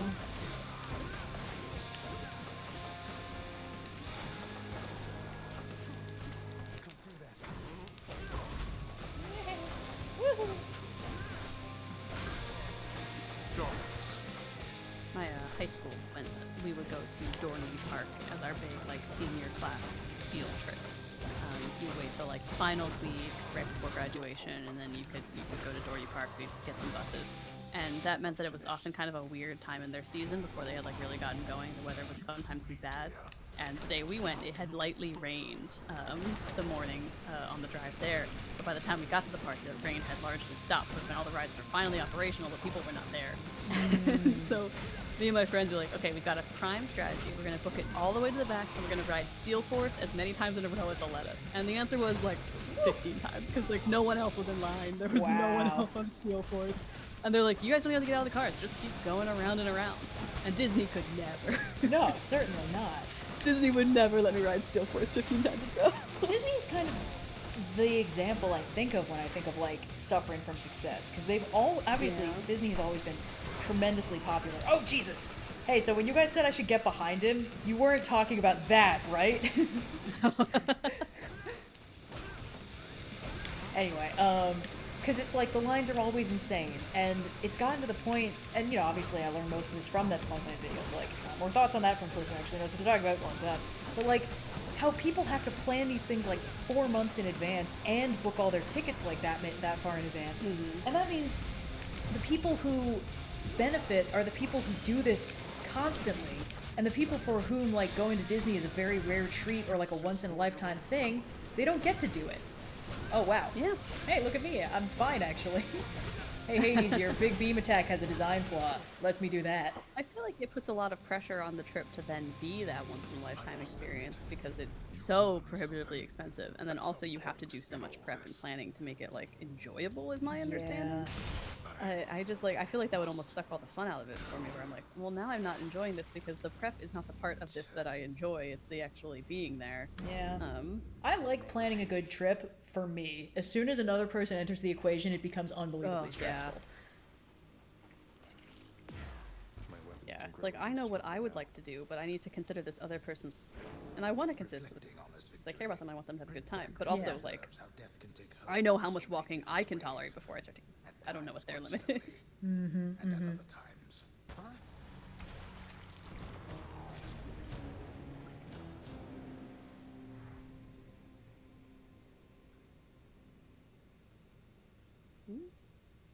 Victory. Wonder if I can get out even faster. But I guess it also depends on what it is that appeals to you about any of these theme parks as well, because if the theme part is more important to you, then I think it makes a lot of sense why Disney or like what's the Universal, like the ones where they are harder on the theming of it. Yeah. Whereas for me, I'm like, I kind of don't get any joy out of seeing this animated character be real and in front of me, so I'm going to prefer more of like a Six Flags, Hershey, Adorny, where it's kind of more about like having cool rides. But that's, I think that's a personal preference thing at a certain point, because like, if you know that that's true for you, maybe it's better to spend your time going somewhere else. Yeah, probably. Indeed once served me well. Let's see. Parting gift from my old master Chiron. He cautioned me as I'm cautioning you. Though may you be a better listener. Passenger princess, excuse you. The third option is I'm a solo traveler. I like planning trips for me. I don't like it when other people are relying on me to make a trip work. Boy, look, Zacharias. Aw, character development. Regarding your responsibilities, It is. Resources Director is available to you in my private quarters. Normally, it would be I alone transferring excess resources back into our realm. The fabled Resources Director. So now I get to give away the hard-earned resources I've painstakingly gathered over time. Not right now, bro. We need these resources. It is not necessary that you do. But if you wish to rise above your current station, you shall do it. What's the point in rising above my current station? Ha. I thought our work was to be done in secrecy. It is. There is no point but pride, and pride is dangerous. Do what you will. I care not as long as everything gets adequately done. Hades running into the game mechanics of like, I have to give you some method of advancement, or otherwise you will be a huge pain about it. Well, if you're going to be a butt about it, son, then I suppose. Let's see, that can get me rerolls. Rerolls would be useful, because rerolls could potentially be nectar. Why not? Let's make it happen. This is a strong point. For this next time out there. There's a very clear goal to this particular stream, and that's a resource. Resources. That's the good stuff. Hey Orpheus, I figure that you've heard by now about how I bested the Minotaur Asterius alongside Theseus, the champion of Elysium himself. I don't think I even broke a sweat. I scarce can possibly imagine such a spectacle, my friend. But certainly I shall attempt to try. I don't think we've heard Orpheus sing in a while. Make fun of me just now. Ha. Oh. You want to sing for us, Orpheus? Come on, man. You know that. Get with the program. Yeah, figure your shit out. Give us a song. Sing us a song. Get the piano, man. I like as soon as we learn that we need to give Nyx nectar to advance the Orpheus and Eurydice thing, she's finding every opportunity to talk to everyone but us. She's just so popular, you know? It's hard being a mom. I guess. I'm afraid there isn't much for me to work with. You have a lot more faith in them than I do. I have a lot more faith in you, Megara. There are many obstinate personalities with whom we regularly interact. It's hard being everyone's. Thus, we do what is possible. Obstinate kind of personalities? mom. Are we catching strays? Oh, Deuce is here. Fine work from the house I don't think contractor. it's a stray when Zagreus catches it. I think that's just everything that's been true about Zagreus his entire life. That's true. That's very true. I could use that. Oh, things are dire. We desperately need more nectar. Sorry, Dusa. I would have given it to you, but I need to give it to the gods instead. You know how it be. The catch of the day. Pleasure doing business. Okay, where the hell is Persephone? We went to all this trouble to get her back, and now she's not even here. Yeah, just to check in on the donation, because I saw a question about it in chat. We're a little under 200 away from our next stretch goal as we raise money for UNICEF here, and at 2,000, Red's next run will be a rando run. Ooh. So if you're interested in seeing all of her choices be randomized by the next time she walks out of this run, now is the time to donate. Otherwise, it'll be whenever this other run ends. Okay, actually, this is our new goal. We want Primordial Bank. We want to get Caustic, because then we get 30 keys, which we can turn into 6 nectar. That's huge. So we are going for chaos this run. Chaos.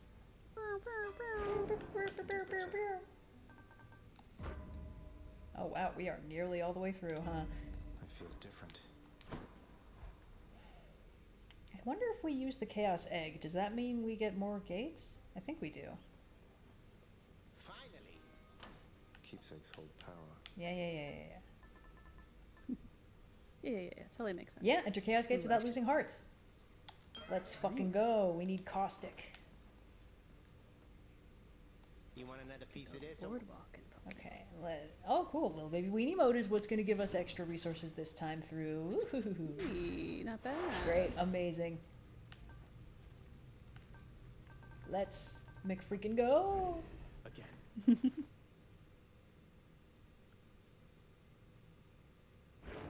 You seek such fame as your great relatives upon their mountaintop?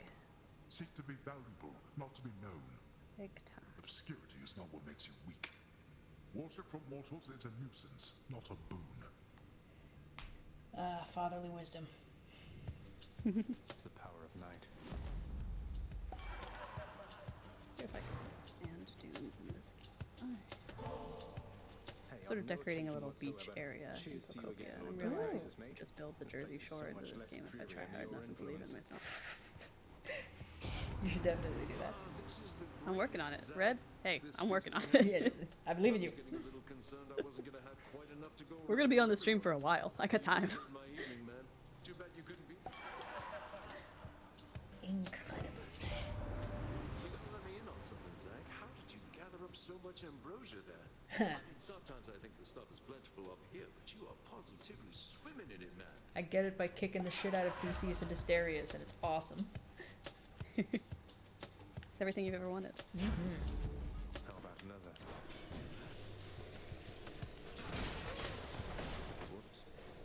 Whoops. Chaos Gate Queen? No Chaos Gate. That's okay. Next time, baby. Chaos Gate. Chaos Gate Queen.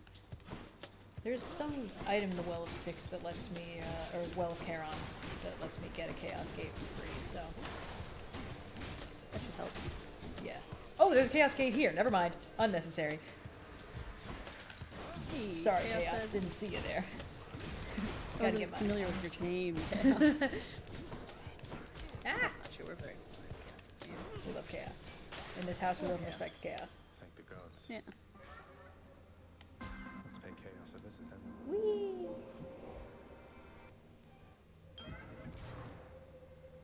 Hey, buddy. What's going on?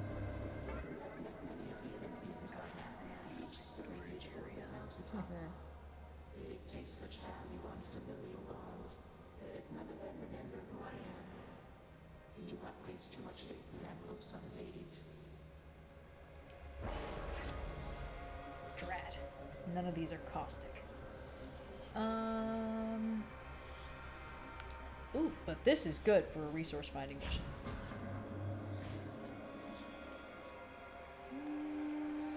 Yeah, and then we'll try for another Chaos Gate with a caustic. Yeah. Maybe caustic you only get after you already have one. I know there are some things That like might be. Ah!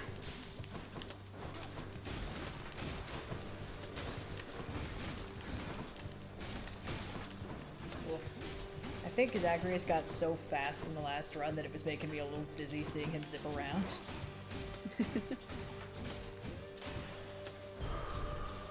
Hard to be the fastest boy. Yeah, you gotta go fast, gotta go speedy. Yes, that's what I was saying. We played Draw Steel recently. Yeah. One-shot form of Rando and difficulty. It's interesting to try out. Yeah. In a more formal setting than a home game, because we played some. You played more than I have, but like we both played home game sessions of it, and it's a very fun system. Fun to try out more of it in other games. So like I don't know. I often run into, yeah. It worked surprisingly well for a one-shot. I know Draw Steel has a lot of longer-term mechanics. I feel like it's structured, because I think the thing that often doesn't work for one-shots that we run into over difficult is that not so much that the game is not playable in a single session, but that like there are parts of it that are clearly designed to only work in multiple sessions. Usually these are like, if there's multiple phases of the game and one of them is downtime and one of them is like, you know, action. Typically the downtime one will be a little bit more dependent on you having done other things in the interim. Like, you know, if you're, for example, in Slug Blaster, there's a downtime section where you have the consequences of you either choosing to do your homework or ignoring it because you were slug blasting and some things. And in a single session, there's not really time to set up the things that will be paid off in those future downtimes. But Draw Steel doesn't necessarily have things like that so much, where it's not that there are distinctive phases of the game so much as it is like combat and out of combat, which is closer to D&D, which is another system that generally works okay for one shot. So Draw Steel does have a downtime system that we've used a couple times, nothing too crazy, but I think we're not missing much by not getting to it in a one shot. And I thought that the way that Noir handled running it worked very well. So, because it was it was a module, right, that they released or something like that. Ah, this fucking guy. There's the Dark Heart of the Woods module that we played through, kind of a bridged version of. You know, there were more encounters we could have had, for example. But it's a module that's designed for 1 or 2 sessions of play. So it was not like we were playing a game designed for you to run as a campaign. It was intended to be like a portion of a campaign that went running or something like that. And I think that did a lot to help this fucking guy. Because like while it certainly could have been fleshed out into more, I don't think we were missing any of the like critical vibe of the story from it.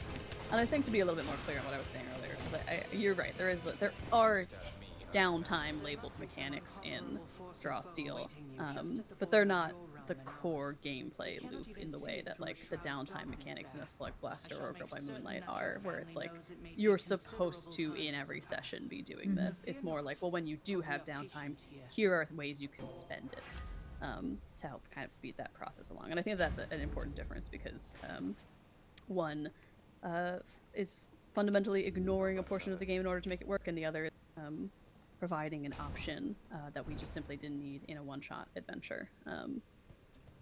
Yeah. But it's fun to play. It's a cool system. I love the complicate. Yes.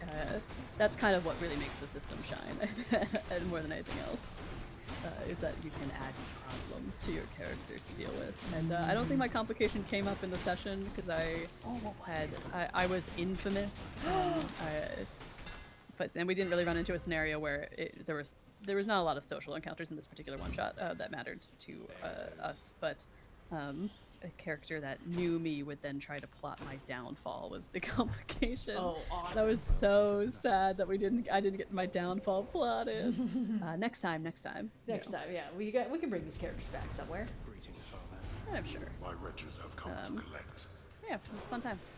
We got to play with our good friend Jacques of the fame. Always fun to hang out with him more. So yeah, it was a good session. Oh god.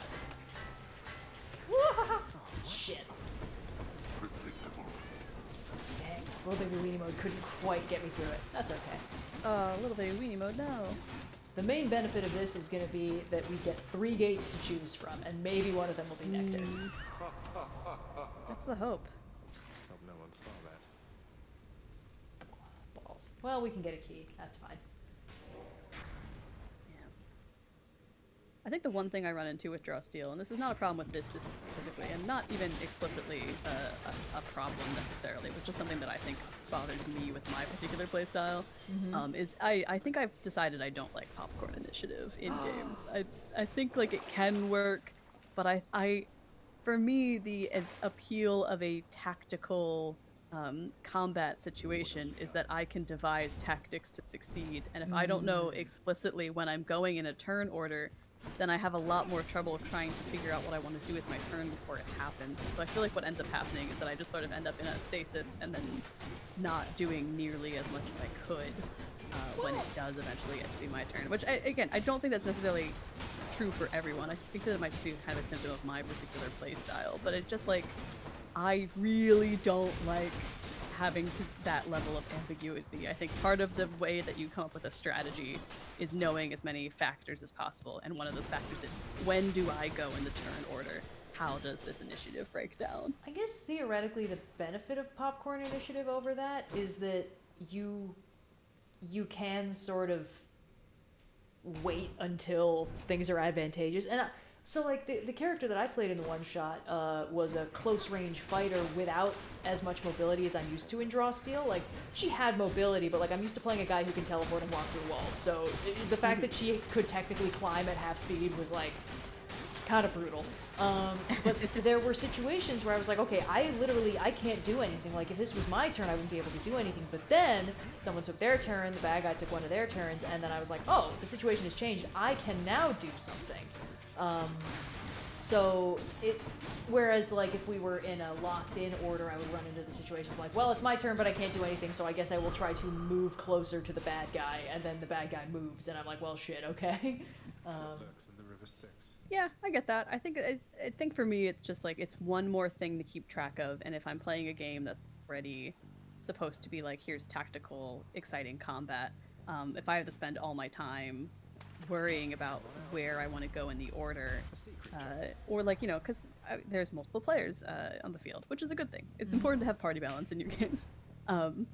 But if anyone could go at any time, it's entirely possible that the thing that I want to do might be in conflict with the thing that someone else wants to do, and then it becomes okay, well, I put all my eggs in this basket for me going in this order, but that's not actually going to be helpful, because then that would stop this person from doing what they want to do, because we've both been considering things differently, because we have different factors to consider in the order that it can go in. So personally, I don't know.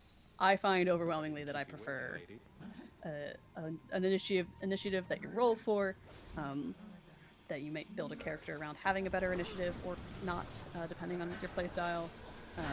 But that's, I don't think it's a flaw of Draw Steel. I think it's just kind of something that I've come to accept about the way that I like to play characters. Right. Jesus. Maybe I just need to have a locked-in initiative. The main problem I see with popcorn initiative is the old Canadian standoff, where everyone is too polite to say, like, I want to go first. Everyone's too polite to say I want to go first, and then, like,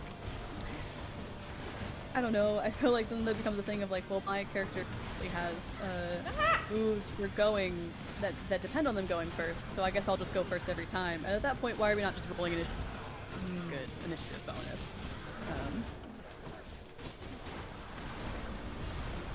I see the point. I think it works. It definitely was a bit of an adjustment, but I think that it's got its benefits, and I think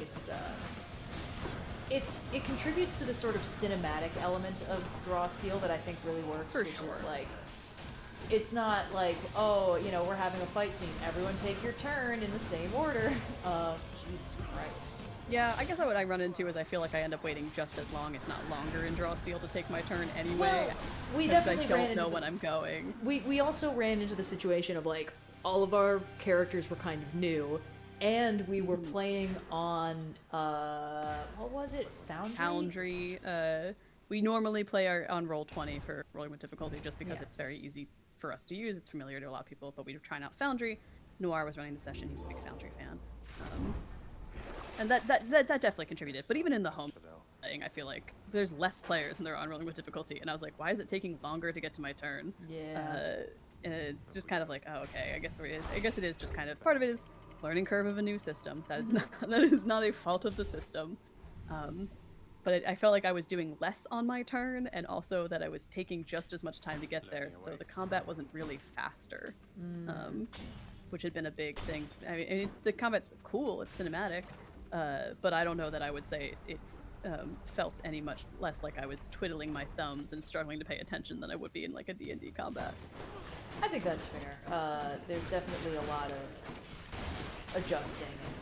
I think that the main trade-off there is that in Draw Steel you can do more outside of your turn than in some systems.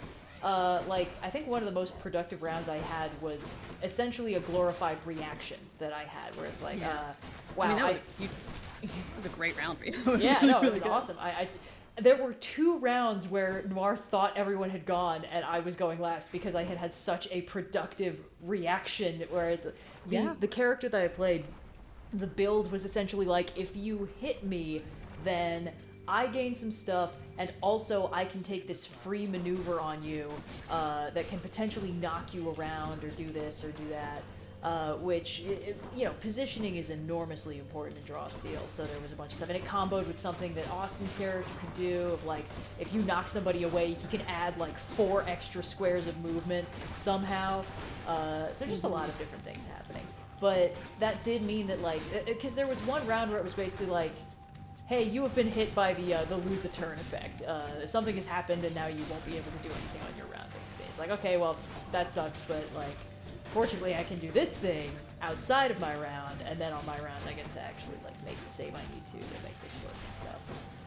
It's kind of a balancing act, and also it was definitely being impeded by the fact that it was our first time playing these characters. Oh, for sure, yeah. It was our first time using Foundry with these characters, and there was definitely a learning curve on that. If they are, they're keeping their mouth shut, the same as me. I don't know. It's super fun. I hope people really like it. I do too. Again, like, as for all of my complaints, I feel like they are Steel system more so than Draw Steel being a flawless system. It's a really fun system. There's a lot of things I really like about it. Yeah, sorry, you cut out in the middle of that, so I wasn't. Oh, I like Draw Steel as a system a lot. I think a lot of my problems with just gameplay preferences on my side more so than being system. But yeah, it was very cool. I think you guys are gonna like the one shot a lot. You know, I will be doing a lot of work in post production to make sure that it flows very nicely. We did a lot of clarifying, as you do with any time you play a new game. So. Should be very, very fun. And Jack came in with a great character, coming in with a tactician that he played brilliantly. It was really, really fun to see someone very much in their element there.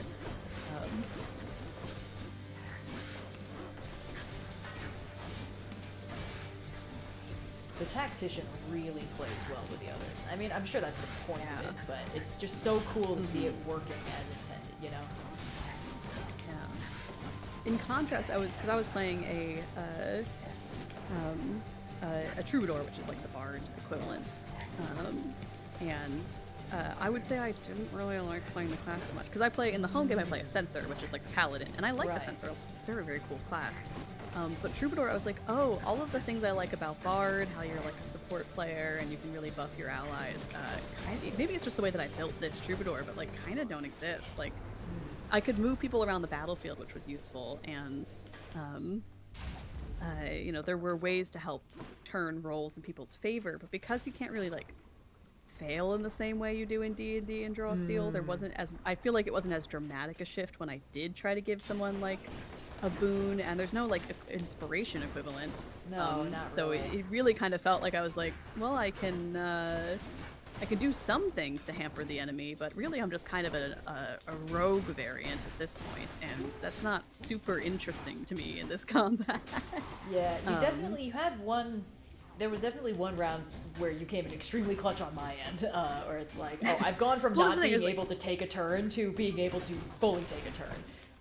Not an impossible support class, but yeah, a lot more focus on like moving people around the field and setting up advantages for other people to land their attacks, which is useful in its way, but isn't really what I think of as the Bard class being really good at. Is like, no, it's more about buffing it so that when people set up their own attacks, they're effective.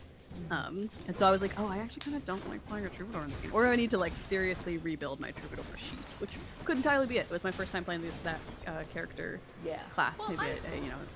I had an experience with that because when we did session 0, we only had honestly, it was a pretty short combat. We basically had 2 rounds, and afterwards I was like, I need to rebuild my character.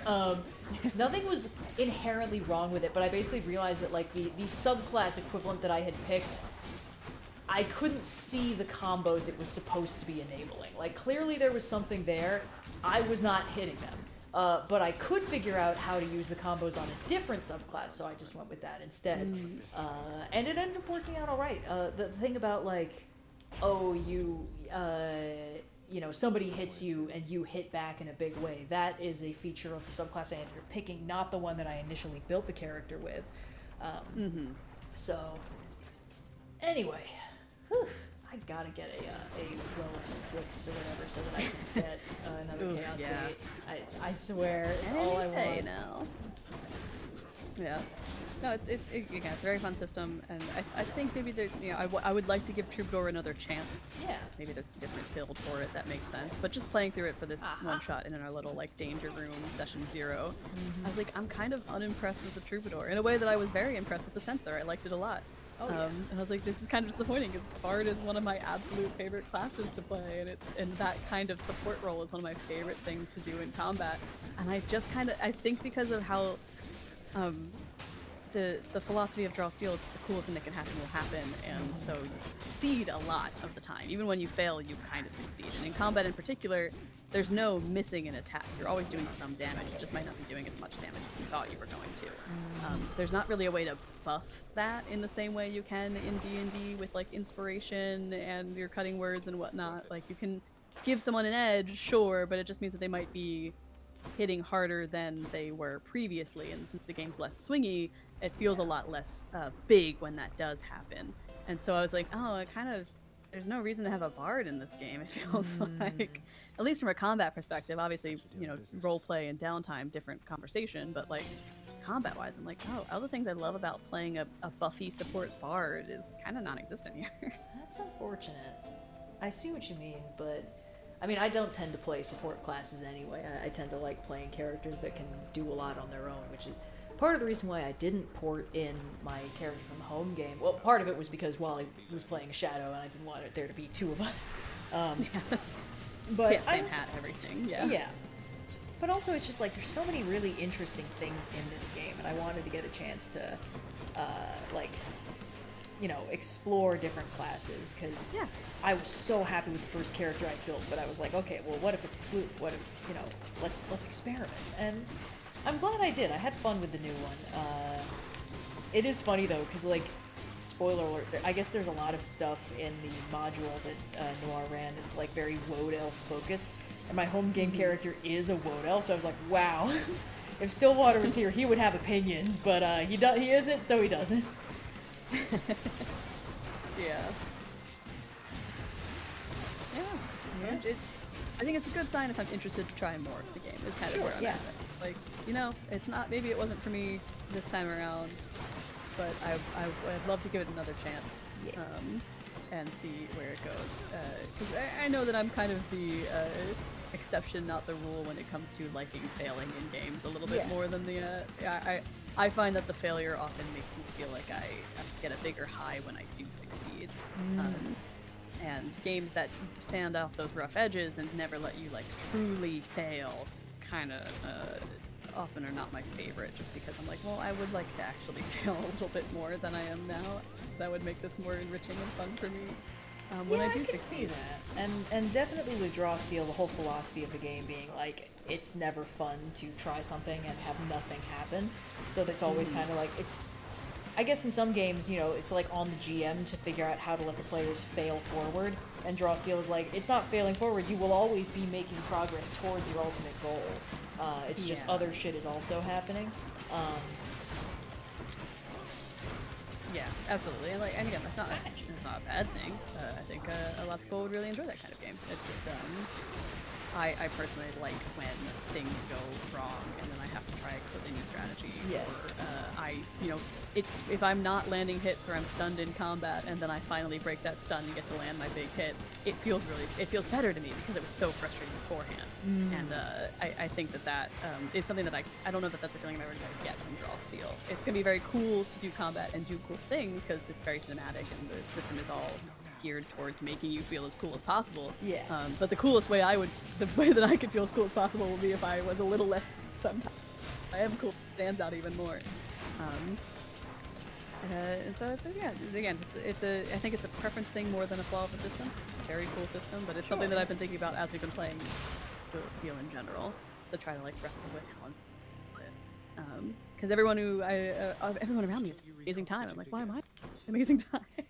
Yeah, no, I understand. It's interesting. There's definitely an adjustment period, and it helps to have a character that you're really enjoying playing. But never takes my food back. The idea that Hades is sitting this Hydra down for like his fucking performance review. Where the hell are the Chaos Gates, guys? Come on!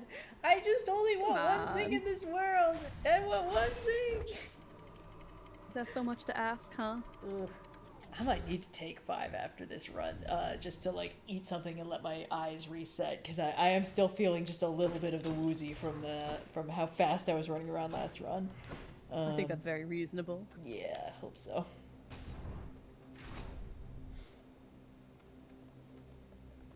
Don't get in my way. The next one shot we're going to be playing is which I'm very excited about. My all-time favorite systems.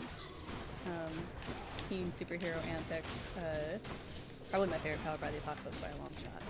But just like it's so smooth and fun. It does everything you want. Which is all I've ever wanted in life. Yes.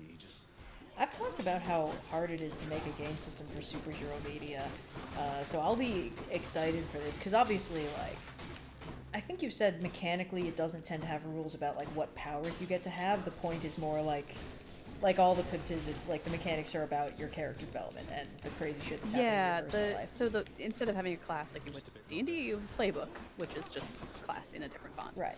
But the playbooks are all based on character archetypes, not superpowers, which is very different from, we played a couple rounds of a home game in the Marvel TTRPG, which is like your playbook is what superpowers do you have. Strong opinions about the Marvel playbook. Yeah, we can get into that later. Almost all negative. Yeah, but the masks, the playbooks are more like, what type of character are you? Are you a sidekick? Are you a legacy hero? Are you an alien from another planet? And it lets you fill in the blanks on what your superpowers are within that. So the parts that you're making up are, well, I'm a telepath from another planet, or like, there's one class that's like you're a supernova. You're like a heavy hitter. Your powers are like Superman level. You have a crazy amount of superpower. Everything, world of glass, kind of deal, right? Like there's implied certain kinds of superpowers you might have in any one playbook, but the playbook does not prescribe those to you. They let you fill in the blanks. You could even have no superpowers if you were so inclined. You want to be like a gadget guy. You can be Robin. You can be Batman. You can be Robin. Robin is basically one of the playbooks. Yes. One of my favorites. It's the one I often choose to play in masks, because who doesn't love a Robin moment? But I'm always so impressed with how smoothly those playbooks then translate to what you can do in combat situations, or super heroic situations. It's not always like a one fight, right? Like sometimes you have to disarm a bomb while there's also minions running around. Right, of course. Superhero stuff. But the playbooks give you the kinds of moves that type of character might do, but they write them in such a way where it's vague enough that you can then flavor it with the superpowers you want to have. And I think that that's the perfect marriage of those two things, because it lets you be flexible in the ways that you want to have the maximum amount of system, while still giving you the rails to kind of inspire you in what kind of things your specific character can do. It keeps people from feeling too much like this is my super special OC who can do anything, right, while simultaneously giving you the rails to be really, really cool and do the thing that you're most interested in doing. We also played Avatar Legends a while back on the podcast, which is also a Powered by the Apocalypse, but I had kind of opposite feelings about that, because the thing with an Avatar TTRPG is the number one thing I want to be doing is I need rules for what kind of bending I can do, right? Like I need to know... okay, guys, I'll put 5 minutes on the clock. We're really close to the next thing, aren't we? We're really close to 2,000. We're like a little over. Which means we were sprinting towards a Rando run. but the Avatar Legends TTRPG, I was like, oh, I get what they're doing with the balance system, because like, you know, Avatar has the kind of internal thesis on the way that one balances their life and their wants and goals. And so like, I get why you go for that angle, but I kind of didn't need rules to tell me that like I should be interested and conflicted about certain things. I needed rules to tell me what kind of bender I was, and there really weren't great adjustments for that. It felt very much like it's either super limited because they're being too specific about what kind of moves you can do with any one bender, when really what I needed was a playbook to say like, you're a Kyoshi warrior, or you were, you know, like a water tribe hunter or something, and that wasn't really what the game was interested in providing to me. We did run into the problem. I say problem. The problem was that we got out of a situation too easily, where like we were being chased by these guys, and we were like, hey, these buildings were in our stone, right? I'm an earthbender. Can I just like open holes in the wall so we can get out like through them? And it's like, well, yeah, I don't see why you couldn't do that. Red, we thank you, anonymous donation of $104. Oh boy. Exactly. Okay. Plus some other anonymouses that are rolling in. So we're gonna fight Charon, and then your next round, Rando. Raising money for. All right, see how fast we get to that Rando run. Take your time and finish your snack. Oh no, it's fine. My single bite of an apple hand pie will carry me through this. But yeah, no, it's the world of Avatar. I think what we did the game provided rules for were kind of opposite, and that's that happens sometimes with that style of game. But I think Masks kind of is the perfect variant of solving for that problem, where it understands what I as a person needed rules for, and what can help inform building an interesting character in this world. And it's a nice balancing act. And I'm excited to see what everyone comes up with for that. I think it's gonna be a lot of fun. That's gotta do for battle. Little baby weenie mode might actually carry me through this. We'll find out. Ah!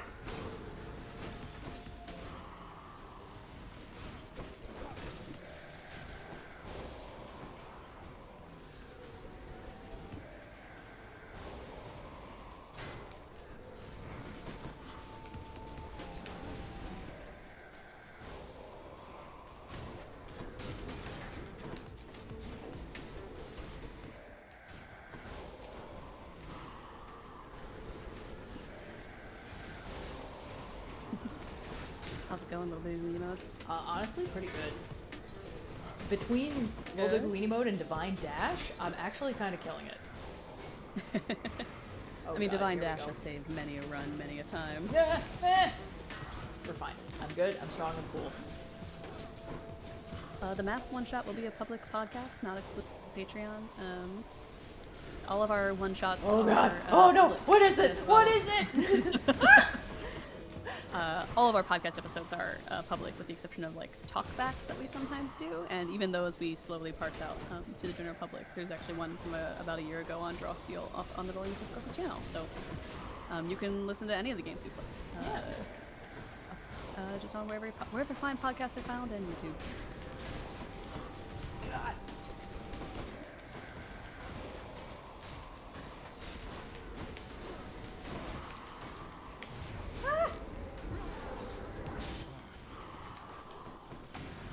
Hey, Charon, old sport.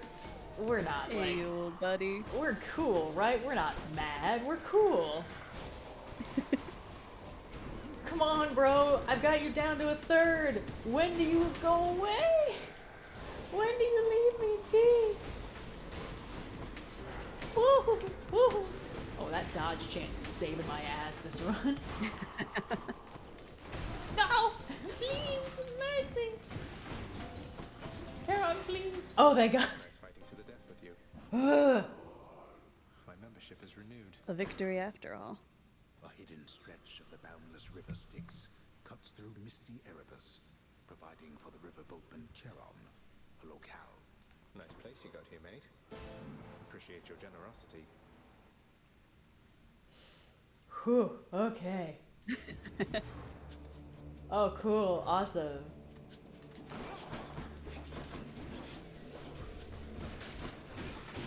Uh-oh, the beast is awake. Uh-oh, beast. He's just kind of sitting there, menacing. Oh, my 5-minute timer is up. It's like, yeah, that tracks. I'm gonna need Ziggy in a second. I should be concerned, but also, I don't know. I'm sure it's fine. Probably fine, yeah. Just somewhere. Lurking.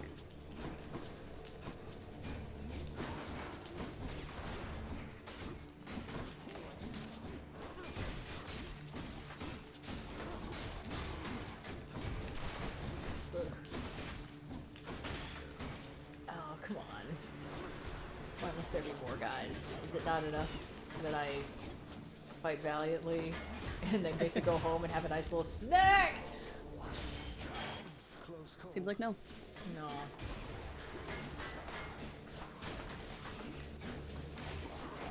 Jesus.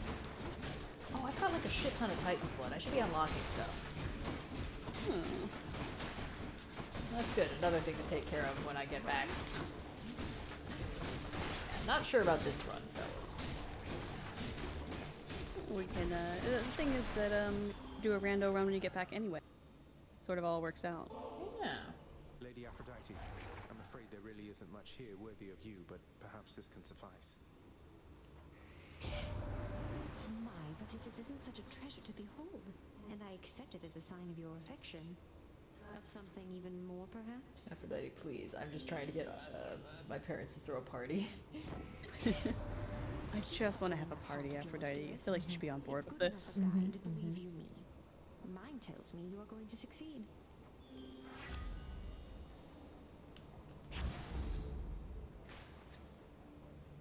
Why not? If it's a boss fight, then... If it's a boss fight you want. Oh no, it's a fucking butterfly ball. Come on, man. Mercy. Nope.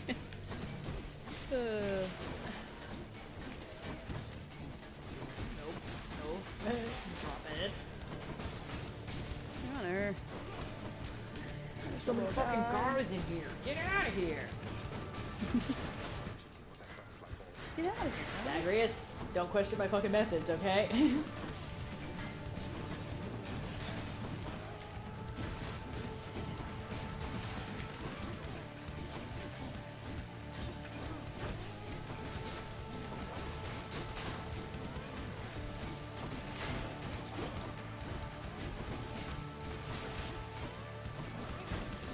Chat would like to know what you're eating today. Well, right now nothing. But soon I will be eating an apple hand pie.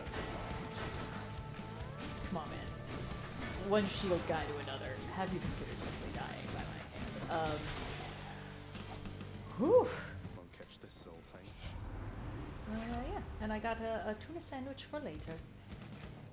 Very nice. Yes. Très classé. Yes. Chaos gate, please. Chaos. Chaos, why?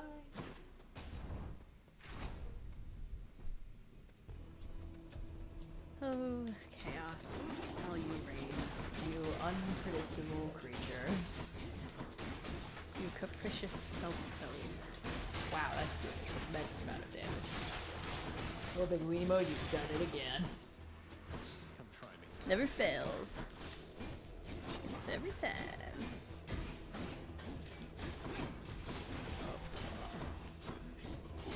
Beast is on the prowl. Near where all my important cables are. Hey now. Come on, buddy. You're chill. Cool, chill. We're all cool, we're all chill, everyone's constant, having a good time. Come on. Okay. It has to be difficult.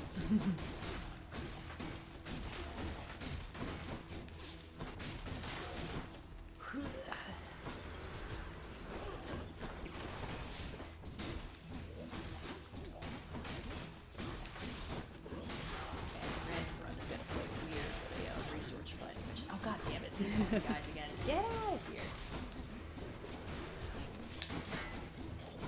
Come on, guys. Good lord. I have no death defiances.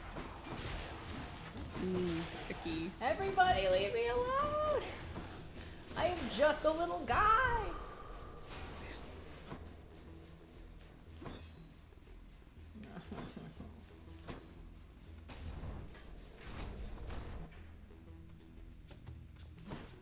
I swear they're adding more rooms just to piss me off.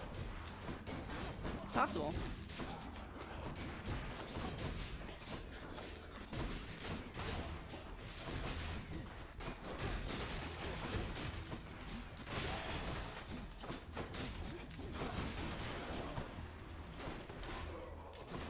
Wolf and Ziggy, they're doing good. They're suspiciously quiet. Wolf is vibing, just chilling. I put her in her little vest because that tends to chill her out. And I would really like her to not be doing crimes while I'm attempting to escape hell again.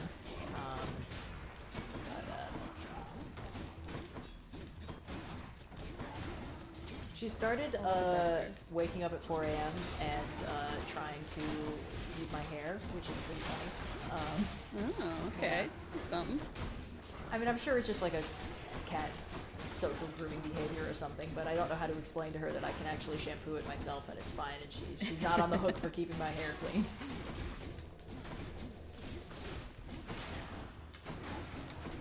Ziggy likes to stick her nose as deep into anyone's ear as possible, which is always kind of like, hey man, what are you doing? What's going on here and why are we doing it again? She's like, what's in here? And I'm like, nothing that you need to worry about, actually. We're doing pretty okay.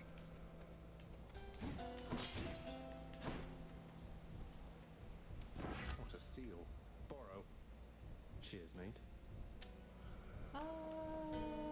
Why not?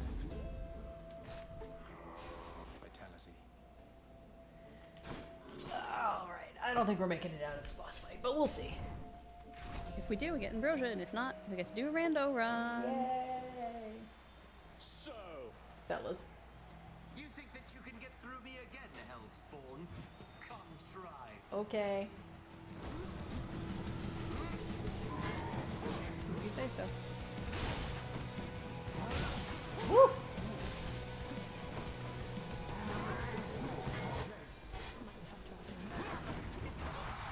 Fuck it up, Megara. Come on, Meg. Better watch out, Theseus, or I'm gonna call my girlfriend on you.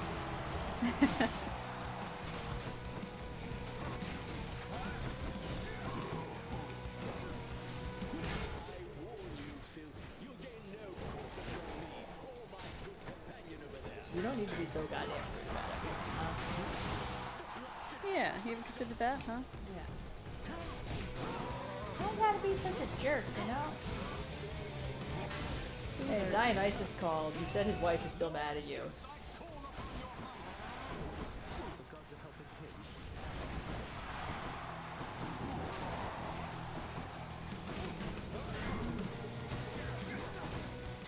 I'm glad you're still very dedicated to trying to take Theseus out first. I just need him to not get the satisfaction of when I die because I have no death defiances. Yeah. Woohoo! See? He's mad. See? See?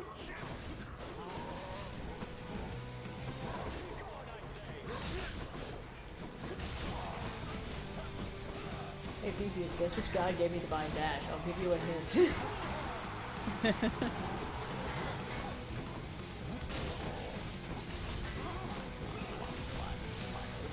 So close. Yay! Okay. Now if I die, that's fine. That means I just get a little break.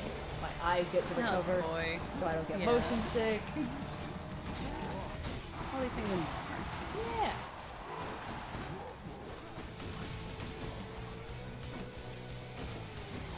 Woohoo! Wait, how did I just regain health? Oh, I have that thing where if I dash, I can regain just a little bit. Hey, there you go. That's some. Yeah. Woo! Woo! Yay!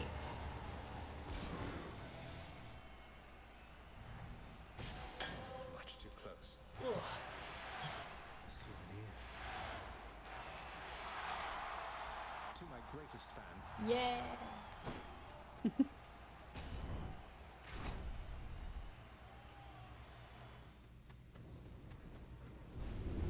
I shall stop you by my own hand if I must. Yay. There's still a thing about chaotic gaze. Why? That's fine. You know what? Let's just save up and buy something cool for ourselves instead of getting a kiss of sticks. At this point, it will be a mercy. Courtesy of the pact.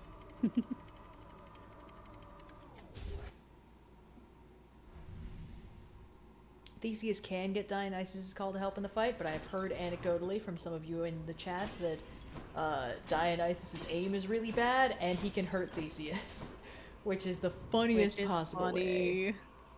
which is just good and funny, actually. Yes, actually peak game design.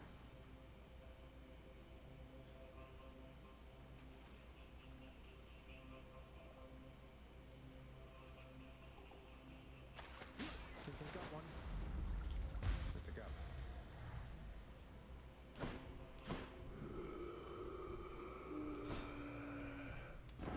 Here's the feed. Why not? Time to feast. Why shouldn't I? I wonder if when they were directing Ian Holm in that scene, they were like, you have to seem fucking insane. It's not like... the crazier the better in this one. Because it's like, you know, theoretically, the corruption of the ring at this stage, it's Bilbo, you know, justifying things to himself. He's not actually going full Gollum yet. But they were like, no. We need you to give the crazy eyes. You know the ones. We all know the ones. You gotta be buck fucking wild in this shot, my guy.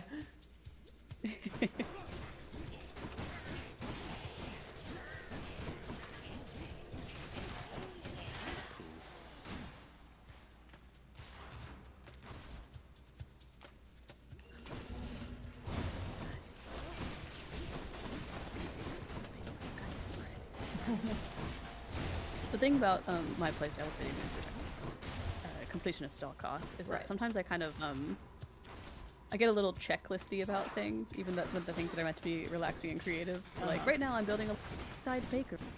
Yeah. And in my brain, I can't help being like, maximize. I need to get quick torch to come with me so that I can sort of like get the ovens going, and also I need torch bricks. So I gotta like make the checklist of like what order are we doing things in specifically, and how many things can I have in my inventory in any given round to maximize. What do I want to paint? And it's just like, oh no, don't worry, still fun for me, still mission my closure. I know I sound insane. Sometimes it's the act of optimization that really makes a thing fun, you know? Yes. It's all optimized for me.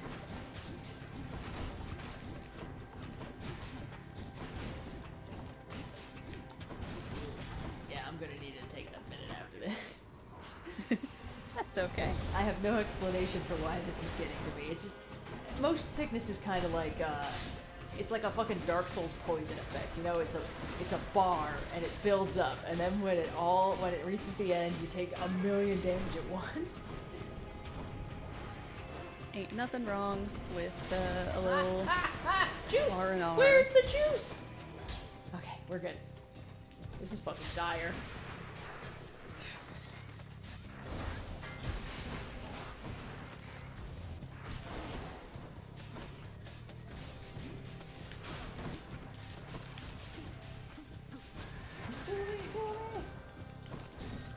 Get out of here. Little baby Weenie mode, save me. You've never let me down before. Start now. Wow.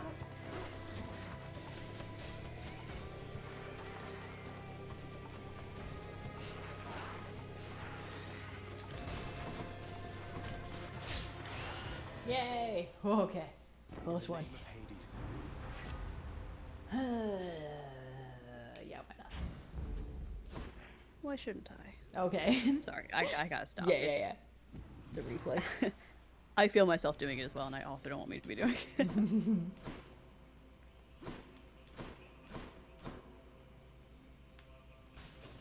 Should check this way. Oh, fellas, come on. Have you all considered actually not that much of instead?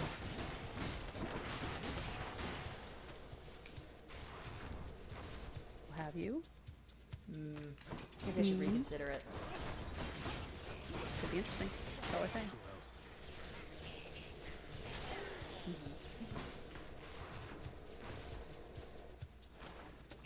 Oh, strong recommendation for everybody to read/watch. Juice! Where's the juice?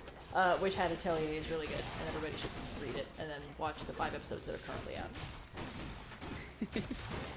Heard only good things. It's kind of a legendary series in that it's in the written form. Yeah. Heard good things about it.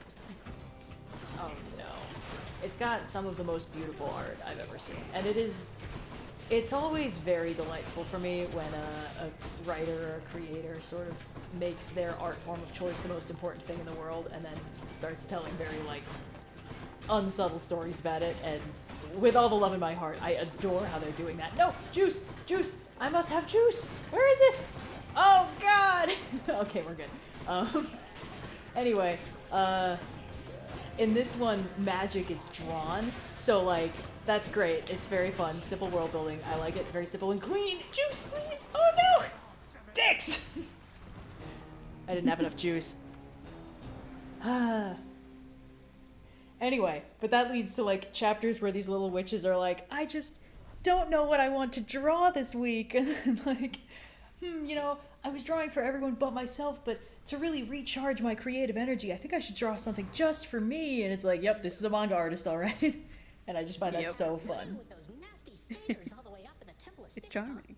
I can't even imagine the sheer agony having their lethal poison coursing through my body. Now that we are back at the House of Hades, I'm going to really quickly take a break to use the restroom. Yes, amazing.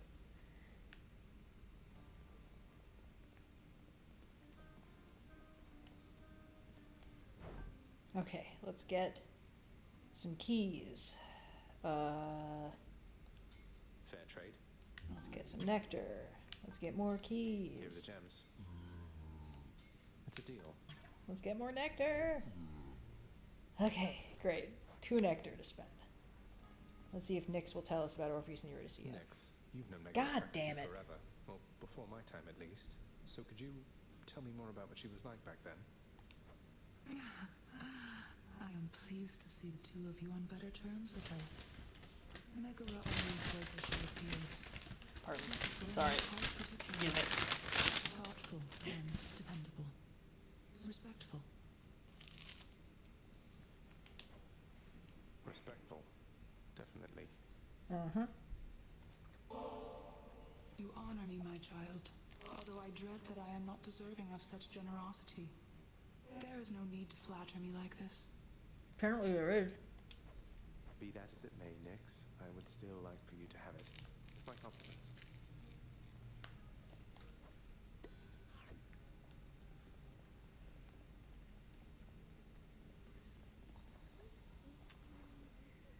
You have to tell me more about this pact you signed, Achilles. You and Patroclus. So you're doomed to never be together then? You must safeguard the details of it, lad. Although it's not as bad as you make out. I ensure Patroclus is provided for. We wouldn't have been together anyway. Initially, he wasn't sent into Elysium, you see. There has to be a way for me to make this right. Not just for him, for you. You've other pressing matters to attend to, lad. And Patroclus and I have ample time to wait this out. I know you mean well, but do not discuss this matter with your father now. I fear that it could make things worse. Do you understand? I do, I think.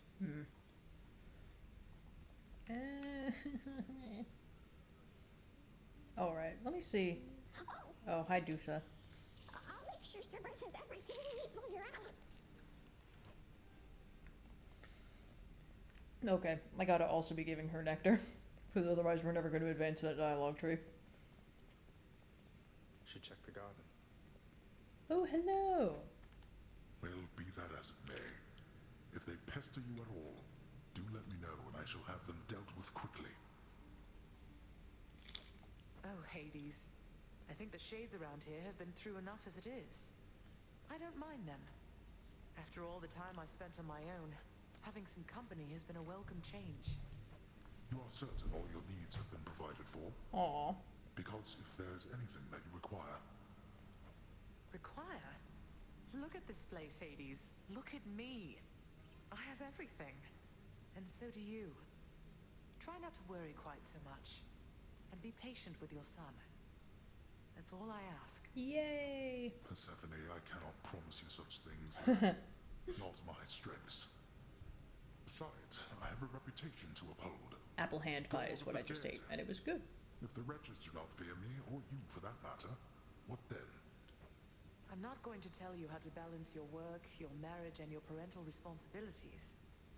I don't think anybody on Olympus or below knows quite how best to manage that. So long as we do our best. Our best. That I can promise you. Aw, yay.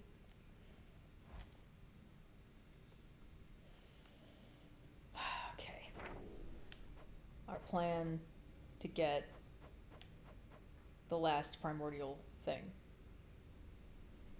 is still the best option we have to get a shit ton of nectar and make some actual progress. So that's what we're gonna do. That's gonna be the move. Oh wow, I haven't made it out with the spear yet. That might not be a bad idea to give a shot. See, that gives us gems. Gems could also become nectar. Let's see.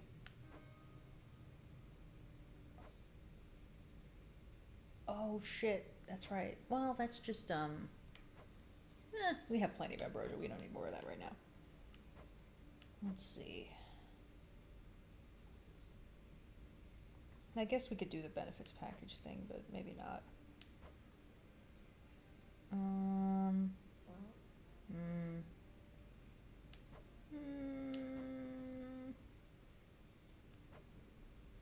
Oh, any of these would give me some gems, which again could turn into nectar, which is nice.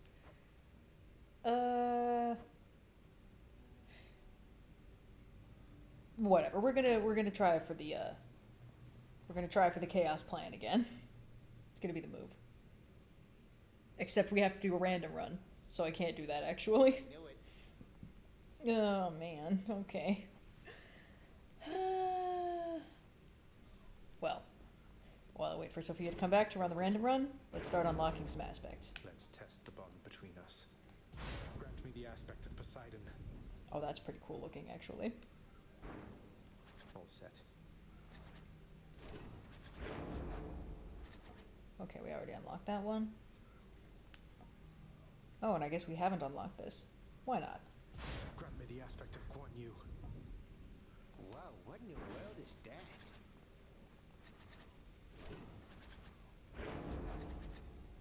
Okay. Oh, right, we already have that. We're back. Hello. Aspect of chaos. I'm just unlocking aspects. Cool. Yeah. I took a moment to make some popcorn as well. Ooh. The aspect of Hera. Hey, what's going on? Just a bag of movie theater style, but I like to put everything but the elote seasoning from Trader Joe's on it. I think it adds a little something something. Nice. Yes. Ready, execute. Grant me the aspect of Hestia. Okay. Ah, yes. Whoops. I forgot there was a prophecy involved. Let me just go real quick, grab that, and then we can start doing some random bullshit. Woo. Scratch one Pretty off the good. completed list. Who doesn't love some random bullshit go? We love a random bullshit go.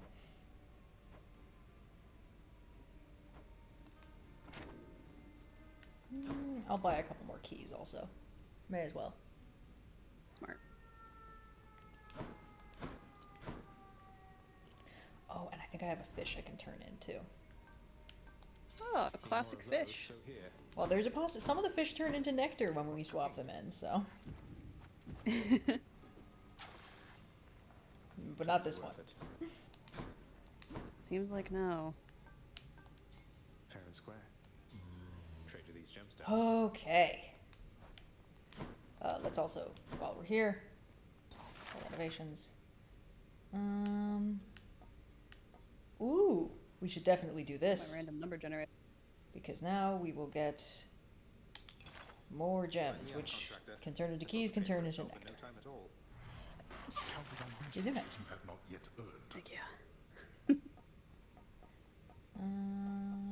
Right. Cool. We're flat broke. We can get... I mean, that's not a terrible idea. I guess we may as well do that also. Fine. Hereby authorizing this expenditure. If we must. If we simply have to. Okay. Rando run. Let's go. Rando run. Well, first let's pick a trinket. Yep. Let's see. We... hold on. Oh, no. Okay. I was really worried when the loading screen took a little while. Let's see. Okay. 24. We have 24 trinket options. All right, and you're going with number 7. Okay. Oh, cool. Meg is a skull earring. Great. All right. Weapons 1, 2, 3, 4, 5, or 6. 4. Great. Oh, isn't it? Okay. Which aspect are we doing? 1, 2, or 3? You're doing 3. Okay. Aspect of Hera it is. Awesome. Godspeed, Red. Thanks. As a reminder, we're doing a random run because we hit the $2 stretch goal as we stream here to raise money for UNICEF. At 3,000, we'll be playing a round of Smash or Pass with some Star Trek crew members. Because we have done all of the Hades characters multiple times. Yes. But in the meantime, Red's going to be doing a rando run, where all of her choices are randomized. Oh boy, okay. Oh goody, a Poseidon boon. Oh, and we can give him a nectar. This is actually good. Uncle Poseidon, this here is for you. Nice. That my father were as easygoing as yourself. A show of generosity from my most favored nephew. Your gift is mightily appreciated. I'll You're just going to go be ahead going and add with it to the pile. option Just go ahead and add 2. it to the pile. Okay. I'm told a number of the underwater denizens from my domain were captured fair and square through your surpassing skill using the rod of fishing, little Hades. They're yours. I've millions more. Flood shot. It's not too bad. Light of the sea. Oh, right. I can't cast like a normal person. I have to load them into my bow now.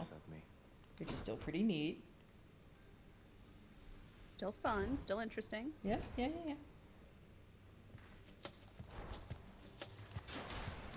Oh, that does a lot.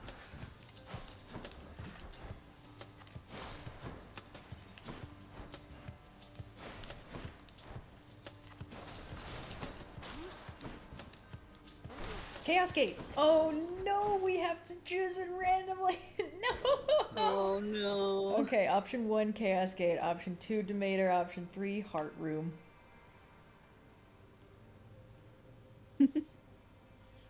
You're going through option 1. Yay! Let me have it. And then, if there's a caustic option, we have to randomly roll it. Which is fucking brutal. I ask you listen, but not speak, O son of Hades. Ask the Olympians. They do not ask at all. They merely send their messages to you, unprompted, providing a choice of blessing, no say. I seek to understand their point of view, but it is difficult. Okay, well, caustic is not any of the options, so this could be worse. 1, 2, or 3? Going with number 1 again. Okay. That could be worse. And now, door number 1 or door number 2? Door number 2. Okay.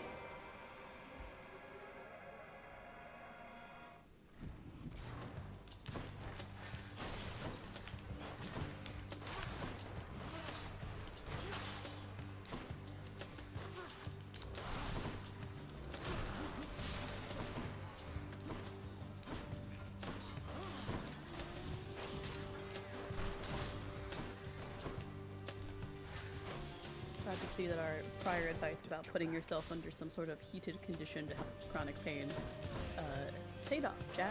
Oh, that's good. Yeah. Hot and cold temperatures are powerful things, depending on what is causing your pain. Spoke to you already, didn't he? All bluster, muscles, and bravado, that one. Yes, the rice sock. Just careful not to cook the rice like I did. Okay, options 1, 2, or 3? 3. Okay.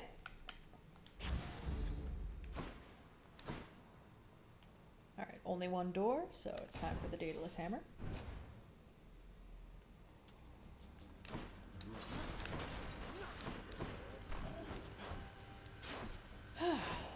This is a more chill run than previously. Could be worse. Yeah, could be worse. Honestly, random runs are weirdly relaxing. Takes all the choice paralysis out of the game, you know? You're nothing.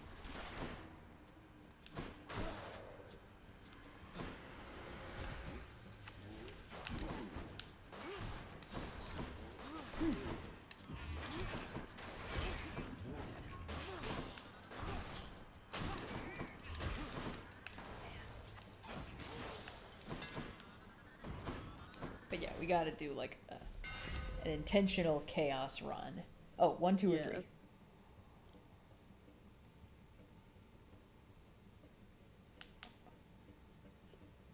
To clarify with the cooked rice / beans in the sock situation, because this happened to me twice.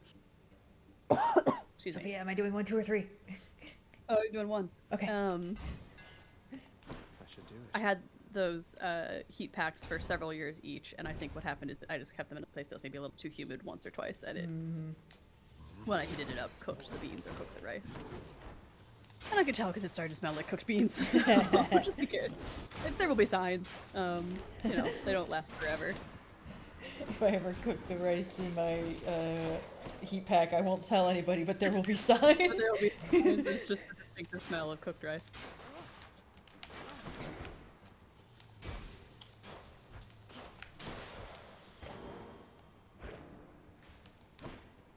Okay. Alrighty, continuing on. Yes. More brimstones.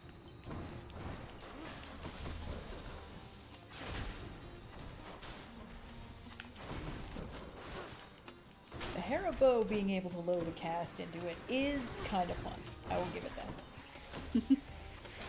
It's got its moment. Are you coming around on Coronach? I think that part of what made the build for Coronach that I won with work is the extremely beefy boon I had on the special. Having a Zeus boon on the special really does a tremendous amount of good. My boon from Master Chaos has evolved. Okay, it looks like we only have 1 door. Ooh. I heard the chaos Hooray. squeak noise, but I think it was just the boon evolving and not the door opening, so. Yeah.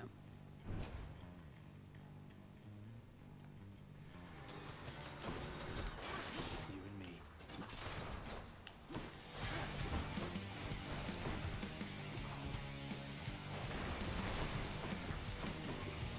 Not yet.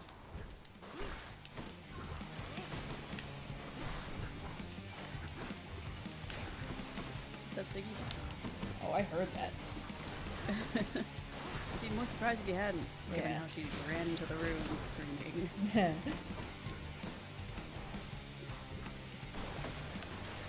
Woo! That's what you get. Tasty, that did a lot. Traveled rather far down there since Eee. last we met, my kid. And that means you have dealt incalculable Here we go. death. Option number 2 when it pops up. Commend you thus. Have you all seen the animated Pinky and the Brain reboot on Hulu?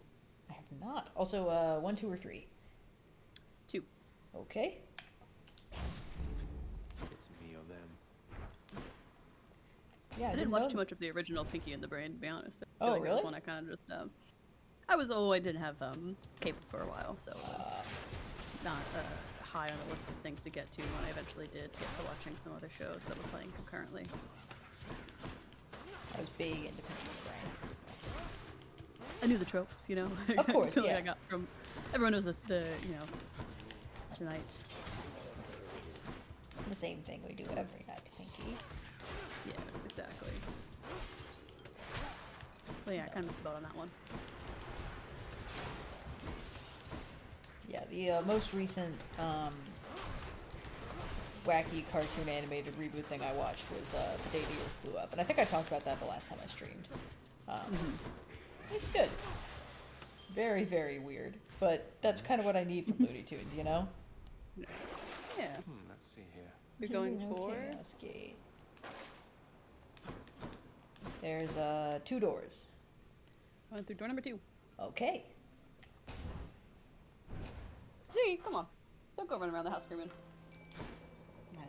Fishing point, fishing point, fishing point, fishing point.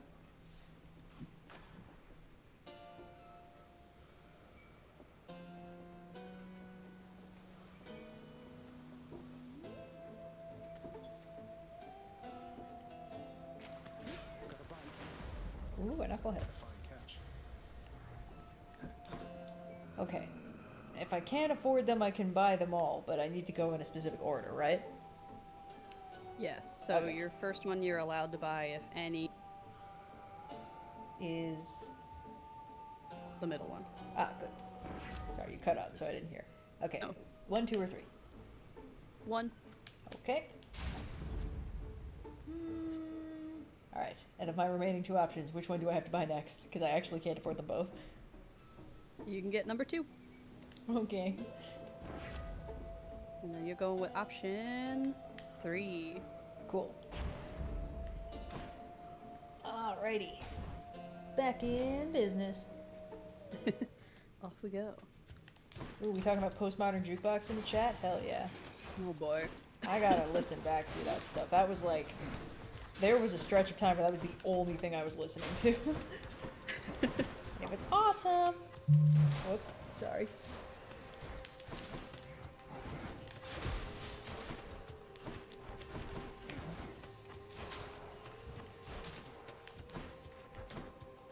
I don't know. I like postmodern jukebox enough, but I feel like I didn't. It didn't change my got into time.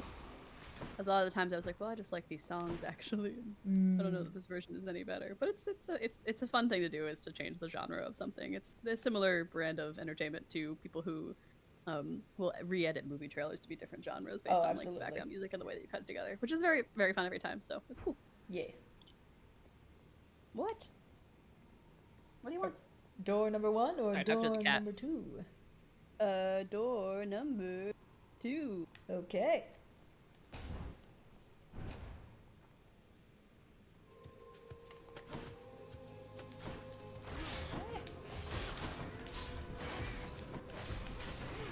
I'll tell you what I can really use. Chain lightning. With the special ability on this thing and chain lightning, ooh, I'd be unstoppable. Oh wow. Loud ass cat. She jumped up. You don't want popcorn. It's not good for you. Well, there's like corn in a lot of cat treats. It's like cornmeal and stuff. Doesn't mean that she should be eating the popcorn I put spicy seasoning onto. Probably not that. Capsaicin is kind of poisonous to everything. The only human food she's really interested in is ice cream. That's fair. Okay. Yeah, Wolf was expressing interest in the cheese I was eating this morning, so I gave her like a little corner of it, and she didn't eat it. She was like, no, like for cats, cheese is apparently an okay treat as long as they're not lactose intolerant. She like licked it and then left it alone, so. Yeah, I think part of the reason Ziggy is not big, it like won't really eat food if we leave it out for the most part, is that she never got a taste for it. My big crack theory is like, just, you shouldn't be going any cat little treats as charming as it is. One time very recently I gave her, number 2. Okay. One time very recently I gave her some boiled but completely unseasoned chicken, and that was her little treat. That's nice. Yeah, okay, but real quick, 1 or 2? The cat and you're going for number 2. Great.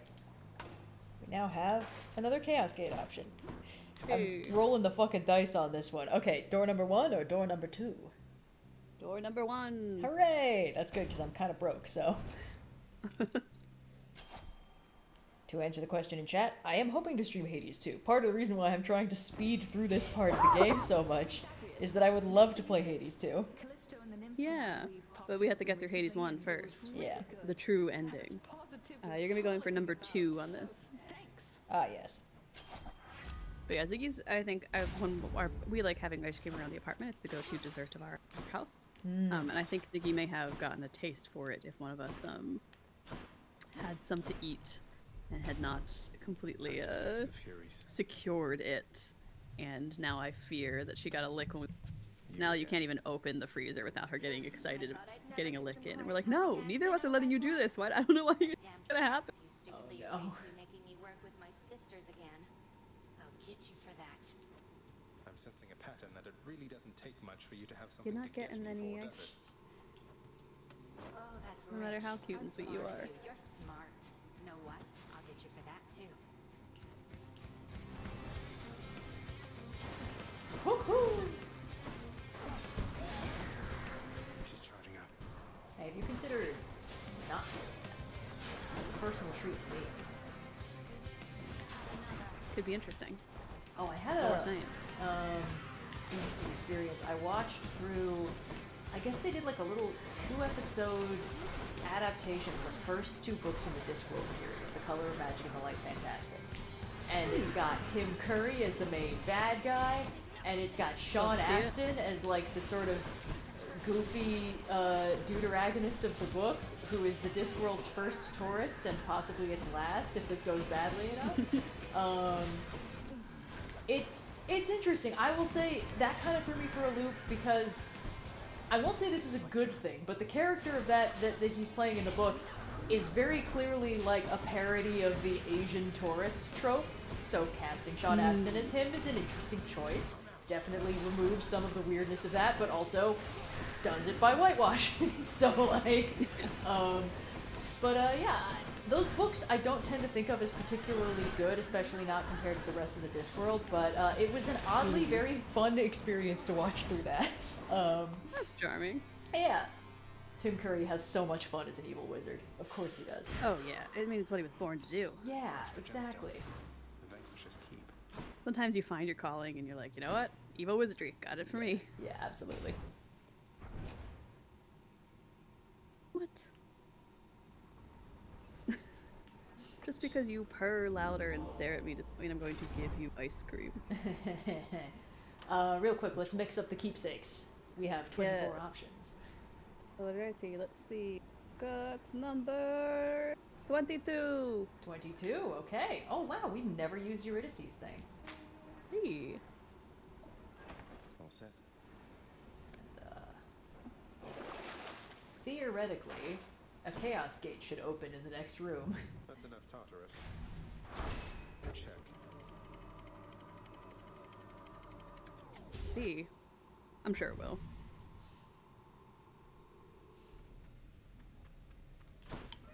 Aha! Okay. Okay, option 1, Chaos Gate. Option 2, we ignore the Chaos Gate that I had to painstakingly purchase with my own money. Excuse me. Number 1. Oh thank God. I can take it. The RNG is on your side. Yeah, kinda. Depends on if we get caustic. Okay. In the name of Hades. Dicks. Alright, well, it doesn't matter because caustic is not any of these. 1, 2, or 3. Number 3. Oh, good. And door number 1 or door number 2? Door number 2. Okay. Oh god, I'm already so slow.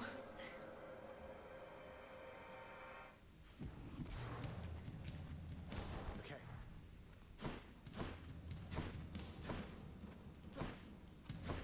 Well, hey, if anything, this makes that motion sickness go right away. Can't be woozy if you're moving at a snail's fucking pace. Well, that's a bright side to it, huh? Yeah, yeah. It's a little victories. Yeah.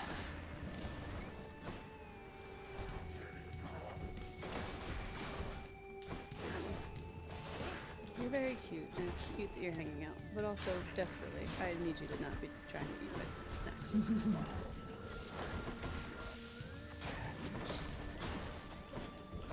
I come to you humbly and ask this. I once again ask you to stop eating my fucking snacks.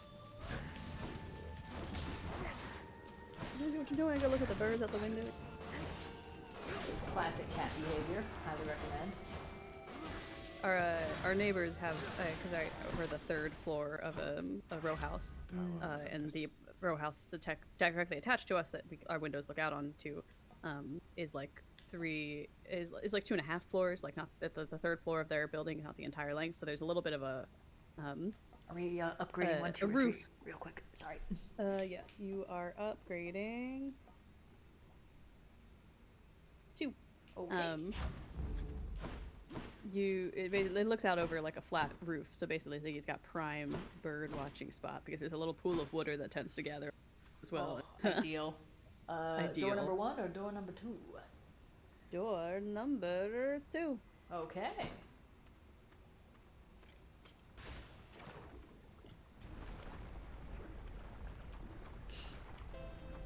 All right, now let's see which of these wonderful offerings I get to purchase today.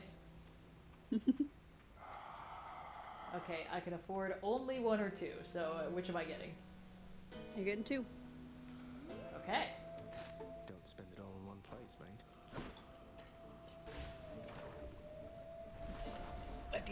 cheese donut o'clock, Ryan. Oh shoot. Oh no, hold on. Snack. Hold on. Wait. Now the game does have a pause button, and I can't help but notice you walked through a door and then decided to stop playing the game, but did not hit or use the pause button. Just a pro gamer tip, you know.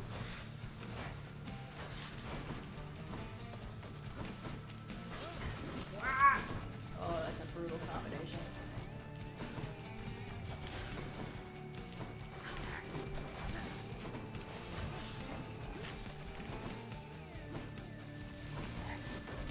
Jesus Christ! Everybody leave me alone!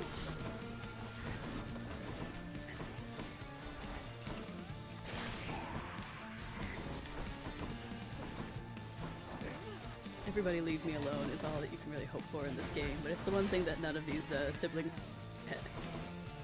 Yeah. Right there. Okay. In the name of Hades. Alright. Aphrodite Boone, number 1, 2, or 3? Number 2. Okay.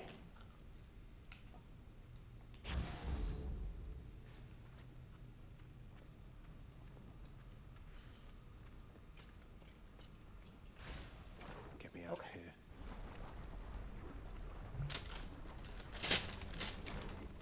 Back for the rest of you later. If you need to take a snack break, we can sit. Well, we can't sit here because once again, the game has continued on pause, but... Yeah. No, we're fine. Just vibing.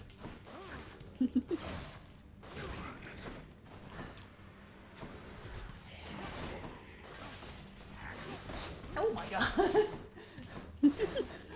You just can't catch a break with these two. I was not prepared for that shit. Sir, please. Mercy.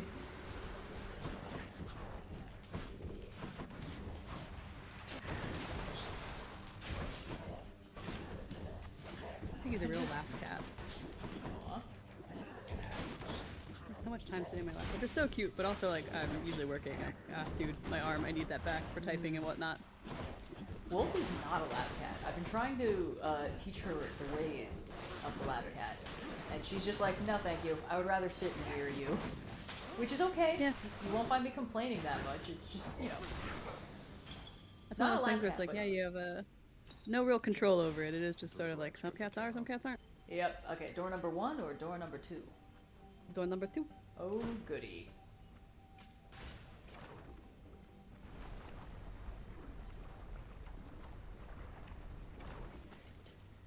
Okay, now which of these divine boons am I picking? Number 1. Great. I'm pissing off Aphrodite. That always goes so well. Hooray! Which of these? 1, 2, or 3? I'm going for 2. Okay. You'd spurn my love this easily, dearest? You are about to find the consequences are much harder to dismiss without a second thought. Here we go. Lady Aphrodite, I'm sorry. She can't stay mad forever.